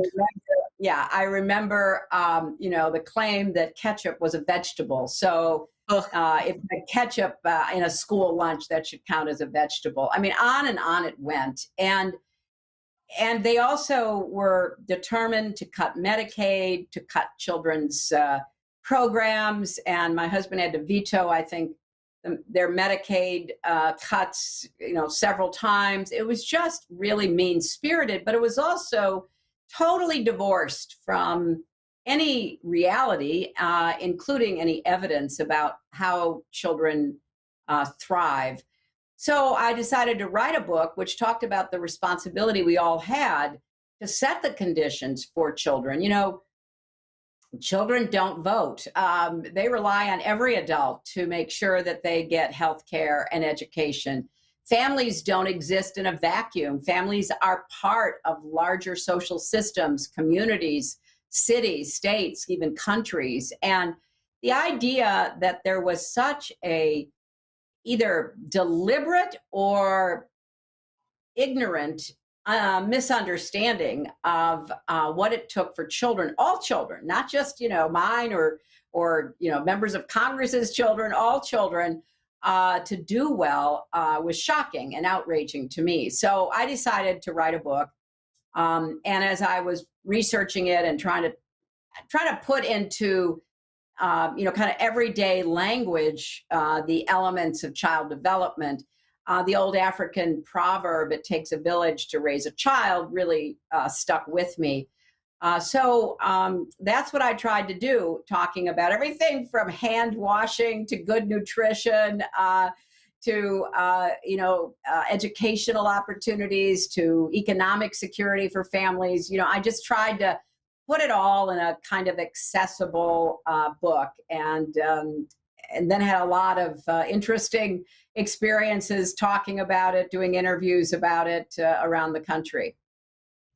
Well, but at the end of the day, those are the basics that are important for everybody, children and adults, for good health. One of the very upsetting statistics that we heard from our colleagues about on the mental health panel in children is that among Black children, the rates of suicide have gone up by 50%. And historically, Black kids actually were at the lowest risk, and then right before the pandemic and up. So, this last 4 years of trauma and insults and just being devalued, not to mention the policies and so forth, but just the continuous onslaught of just insults all the time, and not to mention the serial murders of Black people and racism. It just makes people, and now of course not just African Americans or the all the horrible comments, but now Asian Americans. I saw a horribly disturbing video yesterday. I try to avoid them.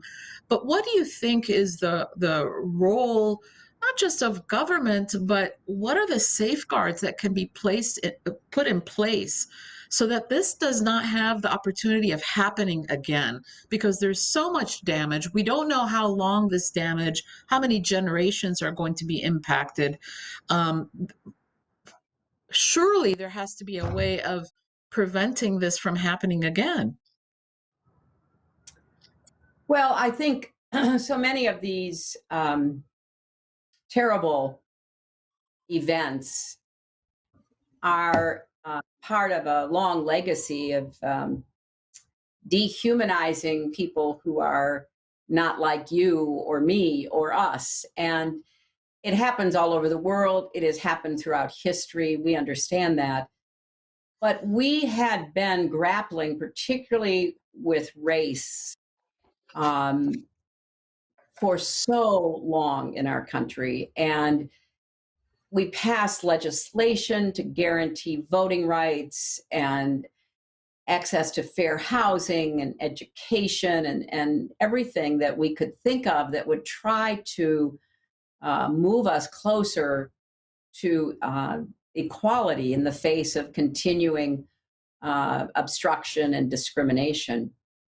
But we were making progress. I know that, structural racism or misogyny or homophobia or Islamophobia or prejudice against Asian Americans or Latinos, all of that, unfortunately, has a home in the hearts and minds of, a lot of people. And I think that what happened with Trump is that he gave too many people permission to not just maybe think things that were discriminatory and maybe even hateful, but to say them, to organize around them, to engage on social media about them. So look, we have a lot of work to do. There's an enormous amount of institutional changes that are necessary. We tried to address that in the Obama administration. I certainly addressed it in my campaign. That was pretty much stopped and reversed under Trump.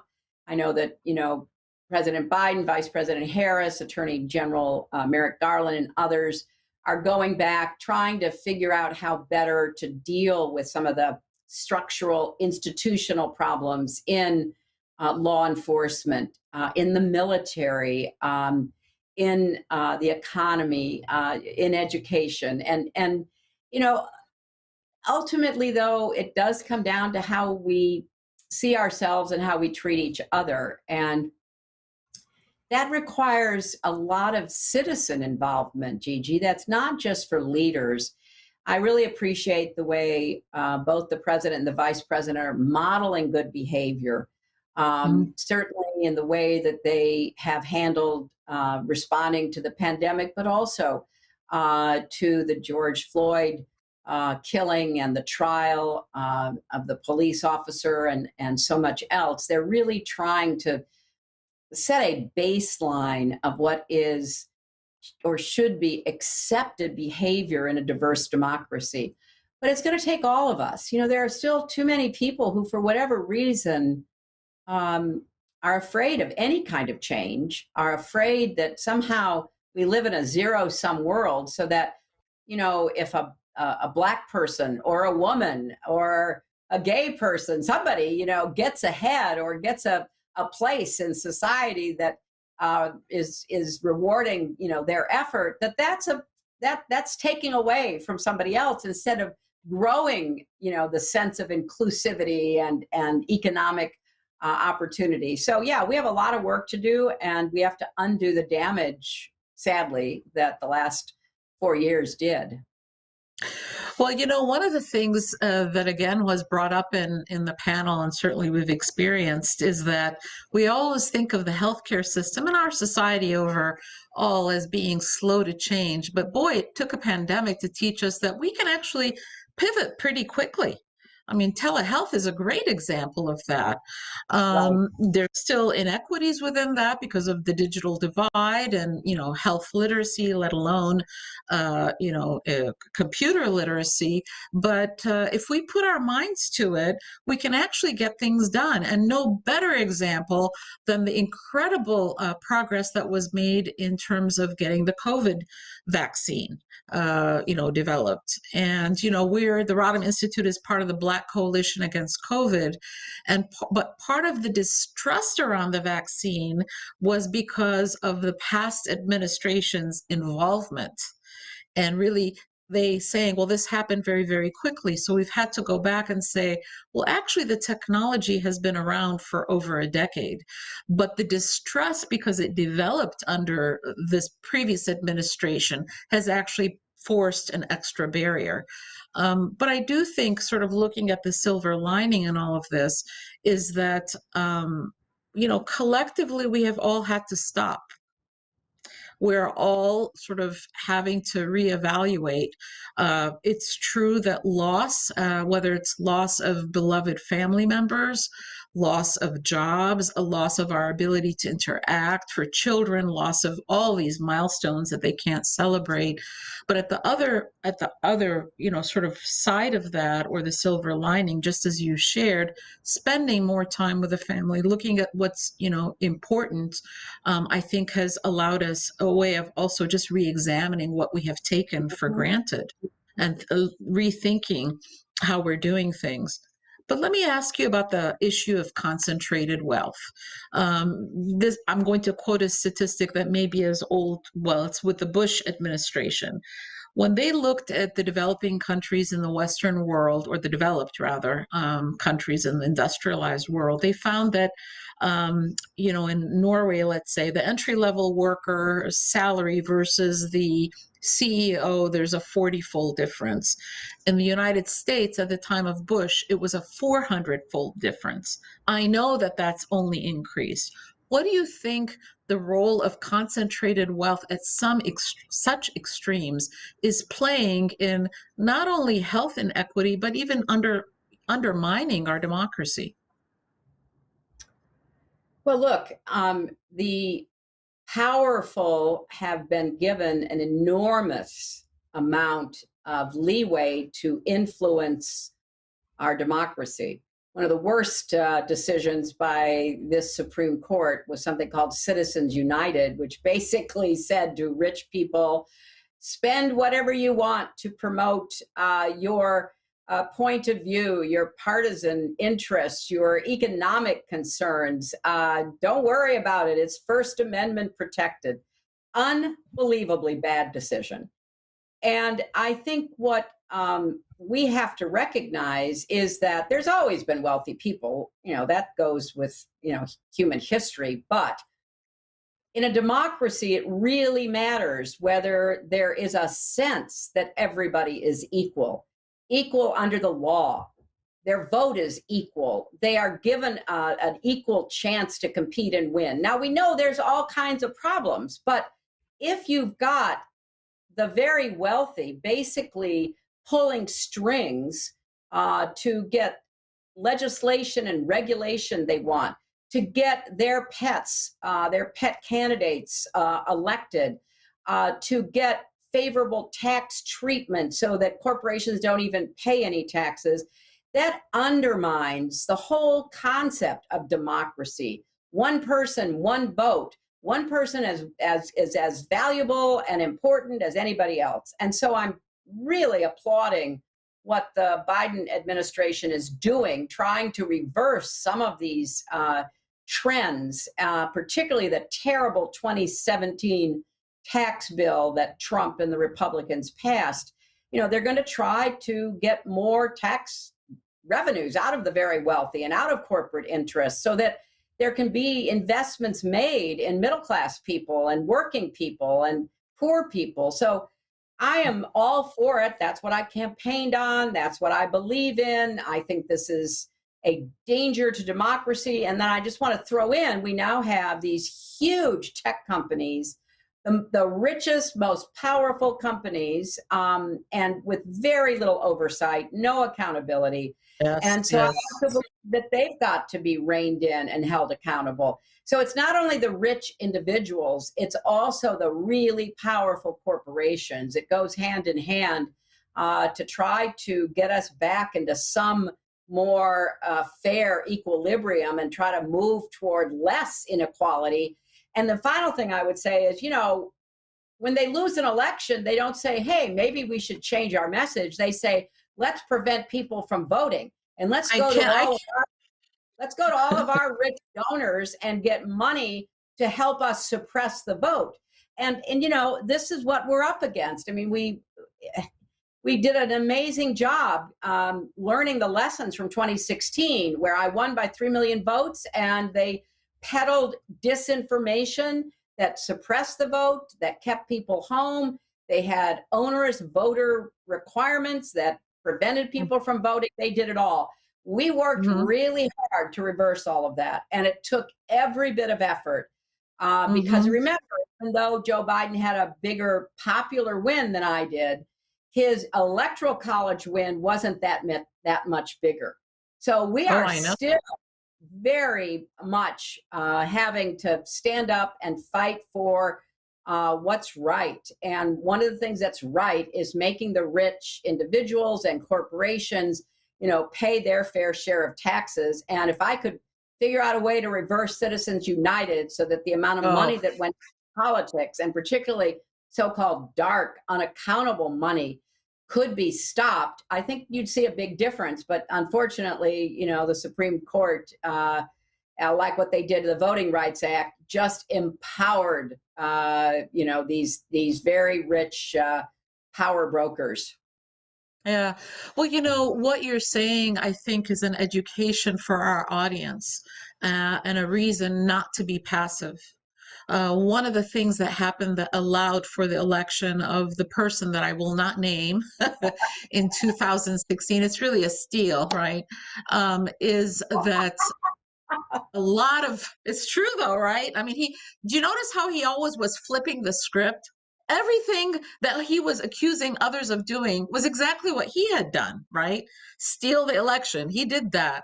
But at any rate, one of the things that they were very tactical about after Obama was elected was to really focus on state and local elections. And they flipped so many places so that people, when they were having their eye on the presidential or the governor or senate, they forgot about the state and local. So that, thank you for sort of emphasizing and making the connection between how these things actually impact directly people's lives, inequities, health, economic, or otherwise.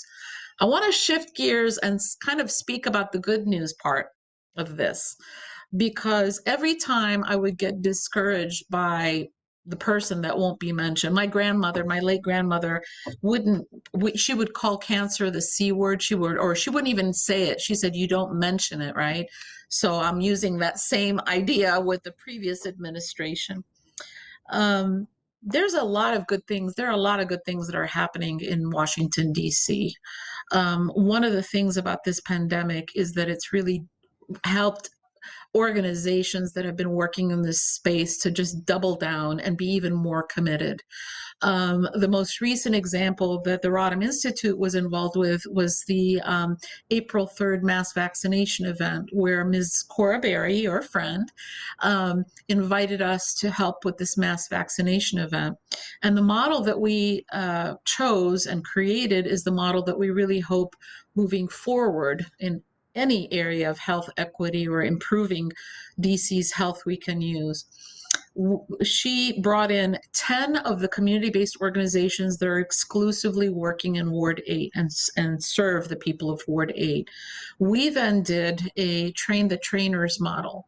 So 7 90-minute sessions where we just educated the CBOs around COVID and the vaccine, because we got special permission from the mayor and the Department of Health to have them be the ones that would sign people up for the vaccine because of all the barriers. 1 in 3 DC residents are actually functionally illiterate, not to mention not being able to navigate the computer if they have a computer. They actually conducted, and this was Ms. Berry's brilliance, they conducted this mass vaccination like the Get Out the Vote campaign. She insisted that every person get at least 3 touches. So we educated, trained the trainers, and actually there are a number of people who didn't want to get the vaccine. And one of the most powerful testimonies, this is somebody that was signing other people up. He said, I've never gotten a vaccine, but I changed my mind. I said, you know what? You are going to be much more effective talking to residents of Ward 8 than I ever will be. They also knew who couldn't read, who was a shut-in, who didn't have the phone.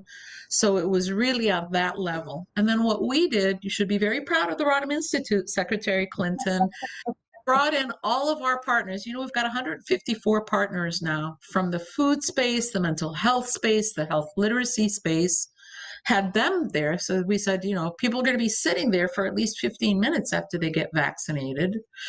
We then brought all of the medical schools, Georgetown, GW, and Howard. Children's had already done a mass vaccination event. I went there. I said, can you come and share best practices? So they shared best practices. We had all of the Medicaid CMOs there as well.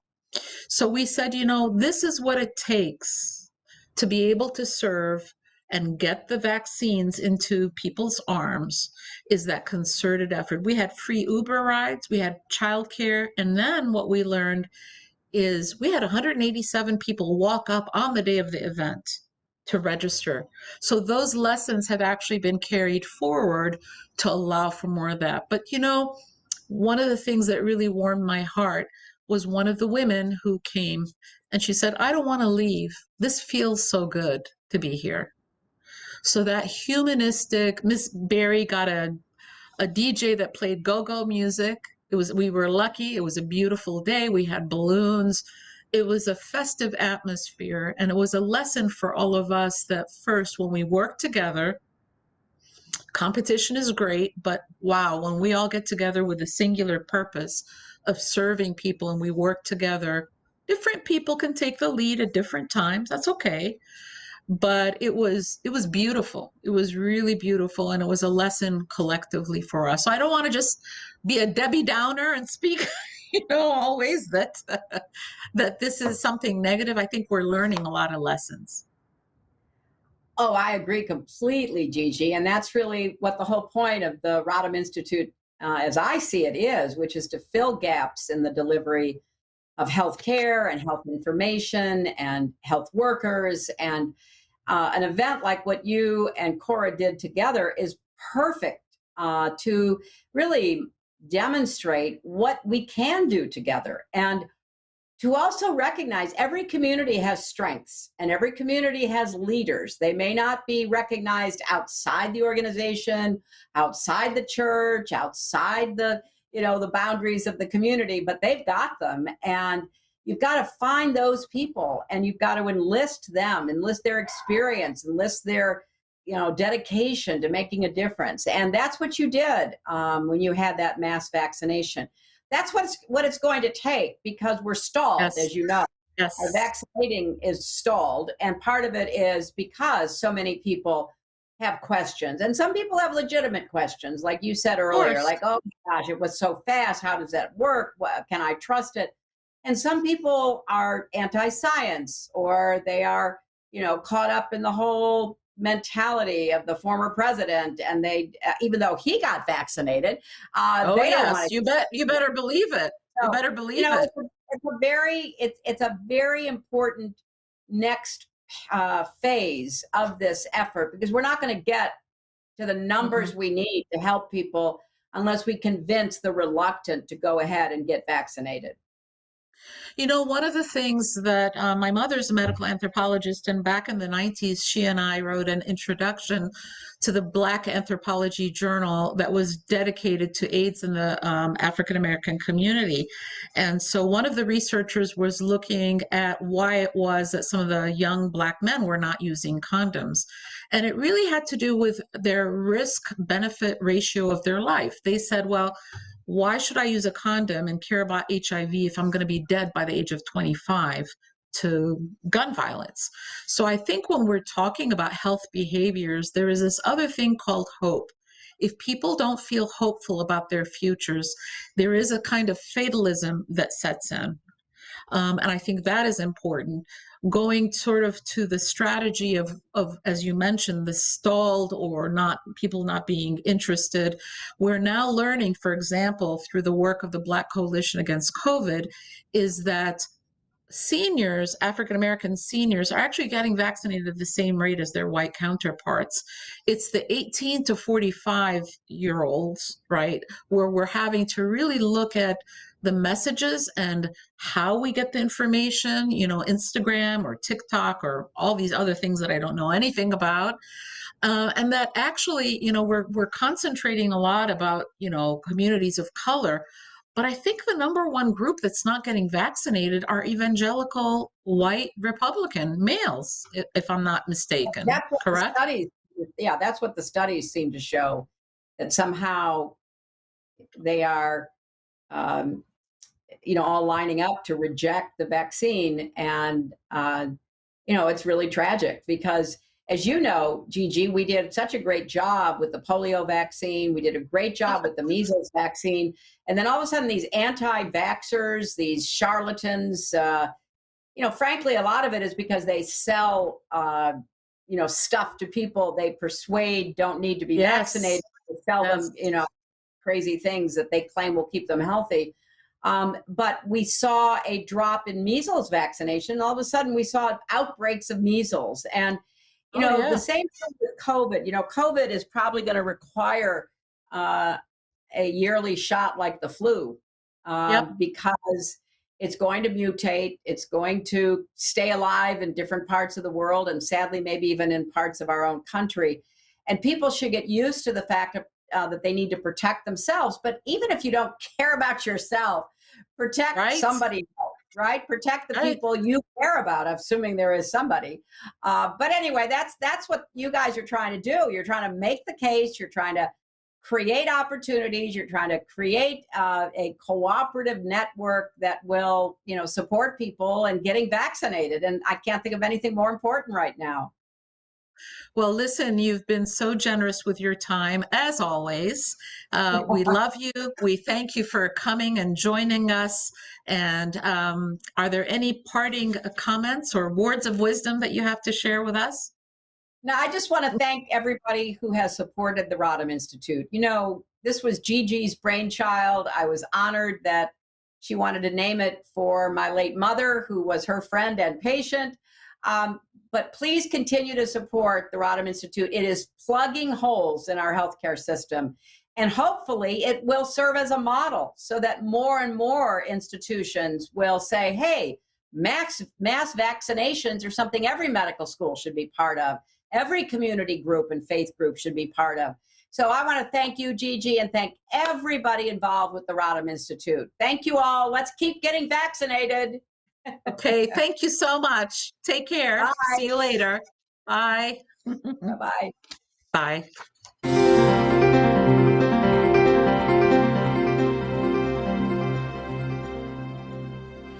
My name is Dr. Gigi El-Bayoumi, and I'm the founding director of the Rodham Institute. This is DC Reimagined. DC Reimagined. DC Reimagined. DC Reimagined. DC Reimagined. DC Reimagined. DC Reimagined. DC Reimagined. DC Reimagined. We're partnering with the Rodham Institute To improve the health And well-being of DC.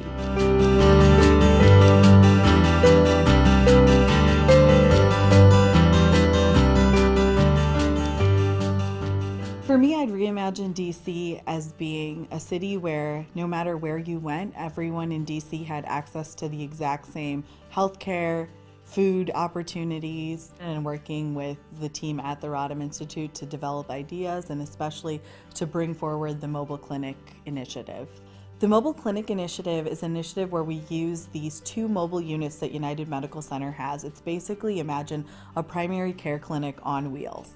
It looks just like if you walked into your doctor's office. There is a registrar, there's a little area where you can get your blood drawn, and there's also a room where a physician sees you, takes notes, and just the same thing you would see with the exam table, the whole 9 yards. One of the big issues that I discovered in Ward 7 and 8 is that there are very little grocery stores. When any one of us that lives in any other community, you can name 4 grocery stores within like driving distance of your house. And in Ward 7 and 8, there are only 2 grocery stores for an entire community of 80,000 people, which is appalling when you think about that we are 2 miles from the Capitol. And so our vision for this food pantry was the idea that you could go to your primary care physician. They would ask you questions to determine whether you were food insecure. Food insecure meaning that you didn't have access to food or were worried about where you would get your next meal. And we could write you a prescription. You would take that downstairs to the food pantry of the hospital or the food pharmacy, and you would get enough food for 2 to 3 weeks, and we would connect you with other resources that would help you get food for the rest of the month. I think the Rodham Institute United Medical Center partnership is very unique because I don't think there's very many healthcare systems in the country that are doing something like this, looking at the social determinants of health and using that as the way that you address healthcare for the people in the community that you serve. I think it's innovative and new, and to be honest, it's the wave of healthcare of the future and the way it should be. My name is Pearlie Itikathra. I'm the GW Medical Faculty Associate Site Director at United Medical Center. We're partnering with the Rodham Institute to improve the health and well-being of DC. By supporting the Rodham Institute, you'll be supporting the mobile clinics to bring health services to the East End. Our workforce initiative, we're partnering with UDC to increase the number of people that are going into the healthcare field. Support our programs to make a difference in the health and well-being of Washington, D.C. Please support the Rodham Institute so we can make these programs happen.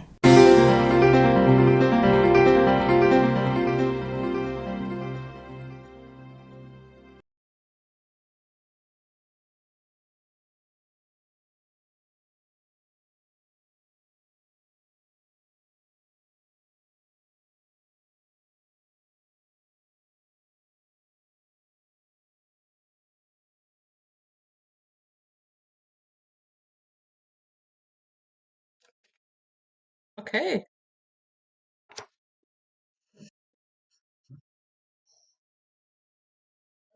Welcome back, everybody. I hope you're able to join in for the interview and that we just did with Secretary Clinton. It was, I think, pretty amazing. As we're closing the event, this wonderful 7th Annual Summit, we have a special guest that is going to be doing a spoken word for us program. And his name is Mr.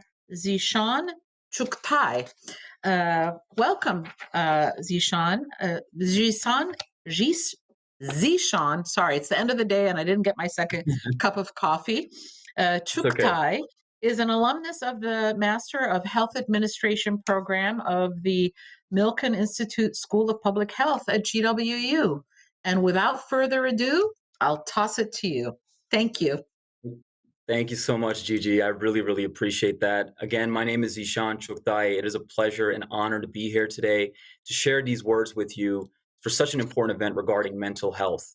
A little bit about me. I'm from Northern Virginia. DC's in my backyard. As Dr. Gigi mentioned, I have a master's in health administration at GW. Also, I work in public health at the Association of State and Territorial Health Officials. Today's a really rare opportunity for me to share my passions in public health advocacy as well as personal storytelling. And I really house the body of my work in a blog called Holistic Poetry, which you can find on social media platforms like Facebook and Instagram. The piece that I want to share today is a really personal piece of mine, showcases my personal journey alongside my family's immigrant journey to the United States. Now, it's not just about humanizing our similarities. It's also about celebrating our differences. And my attempt today is really to showcase all of that. But instead of telling you who I am, let me actually show you who I am. You see, I live with 3 decades beside me, drinking my chai, some coffee, and yeah, even some bottled Dasani pani. That means water. I'll translate. I can't help if I'm Muslim, American, and Pakistani. Finding God allowed me to find my Rani. That means queen. Shout out to her. A Maya Angelou, Noor Jahan kind of her. A character with character. Her heartbeat matching her words as I seek her like a poetic verse, enraptured in our universe. You see, I love to think first. Call me a pragmatic romantic as I sing to Rose, wearing a heated life vest off the Titanic. That door was big enough for Leo, by the way. Sorry, I digress. I know I can't help but lightheartedly write this. You see, we all could use a break. Because at one time, the healthcare that I was learning to heal others, it wasn't enough to humor my own emotional break. You see, I was a student for far too long, some would say, but they didn't know the unforeseen obstacles that really came my way. To reach a place that questioned my presence some days, to start all over again in a new place, to work for a someday, only to persevere for years to be where I am today. Yet, for some reason, I pursue my dreams day by day, so I take my pen and write this piece to learn why. What is it that makes me continue to try and fall and try? So I put on my red vest and slip on my Nike mags, turning Zishan Chuktai into Zishan McFly, and travel back to another time, before we knew what this pandemic was for, before bigoted rhetoric banned communities more and more. Before I was born in Virginia in '86, before I drooled and spit, my first words weren't in English. You see, my fam left the land of the pure for the land with the cure. From the state of Punjab to a state of odd jobs. Fresh off the plane in Norfolk, VA, welcome to America. You know, that's what they would say. But from day one, they rolled up their sleeves, showing heart from their shalwar kameez, wearing big hair with flared bell-bottom jeans, aviators on with that 1980s kind of lean, lighting fireworks on the 4th of July, chicken tikka on the grill while serving you apple pie, silently wiping blood, sweat, and tears from their eyes. You see, they face fears and bigotry too. But their story built my foundation, each chapter a setting stone, cemented by love for this nation, grand enough to call it their home. You see, they didn't know the unforeseen obstacles that came their way. To reach a place that questioned their presence some days, to start all over again in a new place, to work for a someday, only to persevere for years to be where they are today. You see, Abu and Ummi, they rowed upstream. Without a paddle, they faced the salty seas so I can drink the American dream. It's freshwater rains for you and me. From the youth to the old, we dare to be bold, warm lands to the cold, cast from our own mold. Our story, immigrant glory. See, in Norfolk, Virginia, I was born and raised from the Chuktai fam. Yeah, we're here to stay. You see, I was just a 12-year-old brown kid wearing white kufi lids, playing Nintendo between, reciting Quran with my mom, playing kickball between, getting my prayer on. Even after 14-hour work days, my dad would teach me how to pray 5 in a day. And when we would have large gatherings and it was time to pray, man, I get so nervous in my own kind of way because, Abu, he would say, Beta, suno, make the call to prayer. Wait, in front of everyone? I would reluctantly say, yes, in front of everyone. He lovingly would say, not realizing facing that kind of public pressure will come in handy today. So when I prayed, I asked God, hey, God, I'm gonna keep it real. Why is my little brother so annoying? Can you make him less annoying? God, I'm trying to beat Super Mario Brothers 3. Can you help me jump over Bowser's flames so I can win this 8-bit kind of game? But God, I gotta ask you, why do I get picked on? Is it because I say God in a different tongue? Is it because I get browner than some in the sun? Is it because of that writing contest that I won? Man, words stung. But I pushed on till this bully pushed on my chest after school, pushing me back, ready to attack with a bunch of kids around us. But I still held back. But then he faced my cousin, and man, I wasn't having that. You see, Abu told me to defend family or friend, no matter their faith, their color, or creed, or whatever they believe, but make sure in the end you choose peace. So when he swung his arm, I grabbed it and swung him down to the dusty ground and said, now look, both of us are brown. As he wiped the earth from his shirt, he realized he couldn't hurt someone that knew his worth. But without a second thought, I reached down and I gave him my hand. Because we both bleed red, white, and blue for the same brown land. You see, people like him don't know the unforeseen obstacles that came our way. To reach a place that questioned our presence some days, to start all over again in a new place, to work for a someday, only to persevere for years to be where we are today. You see, Abu and Ummi, they rowed upstream. Without a paddle, they faced the salty sea so I can drink the American dream. It's freshwater rains for you and me. From the youth to the old, we dare to be bold, warm lands to the cold, cast from our own mold, our story, immigrant glory. Transition time. As I use my DeLorean kind of mind, I came back to the future in the present time. Did Hillary Clinton just speak before me? Had to use that line. But in looking back, I've realized why I try and fall and try. See, no matter who you are or where you're from, all of you out there right now, this is what I've learned. In all that you face, know that the journey is long, but nothing, I say nothing, should ever stop you from singing your song. So show the world through thick and thin that words you live are realities you win. And whatever has stopped you, let it only move you. And if you need a minute, go ahead, take 2. Because change takes time in earning its value. So no matter the test, just give your best. And leave the rest to the one that owns the rest. They say that every day is a new day. You don't need to believe me. Just pursue it anyway. Because all of us, we're all in this together. All of you out there, every single one of us. So let's start loving each other again and again and again and again and again, because our story, it isn't over until we reach its end. Thank you all so very much. Thank you, Dr. Gigi. Wow. What a lovely, lovely way to close. Thank you so much. I really appreciate Zishan Chuktai. Said like your mom, I hope. Thank you Yes, for you did. joining us. It's just such a a perfect way to end, to recognize our collective humanity is the same. We're the same and different. Wow, holding those two truths. I'm going to quote my late great-grandfather, who I only met once, who said that you have to hold two truths.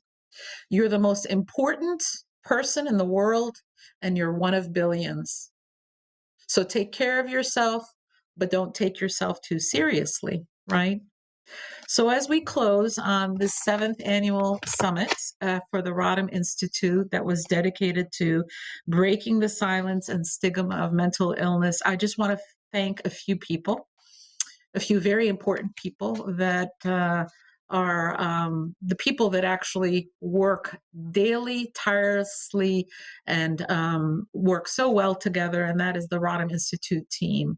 So in alphabetical order, Ms. Tracy Bass, Ms. Ashanti Carter, Ms. Christina Williams. I'd also like to give a shout out to Ms. Logan Berman, Ms. Rose, and I'm sorry I forgot your last name, but you're amazing, Troy, and really all the people that have helped to make this just an incredible event. I hope that after you've heard all that you will consider donating to the Rodham Institute. Remember that Obama got elected with $5 donations, so there is no amount that's too small or too large. I want to just make sure that the people who can give more don't feel like there's a cap or a limit. Please go to our website and consider giving now. Also, please follow us on our Twitter and Facebook and Instagram handle. And you know what? We need to take it easy with ourselves. You know, we're going through collectively a lot. Remember that kindness, you know, it's free. A smile is free, and yet it can lift somebody's day. So with that, I want to sign off and say thank you for joining us, and feel free to share these video, because that's going to be on our website with others. Thanks so much. Take care, and please be well.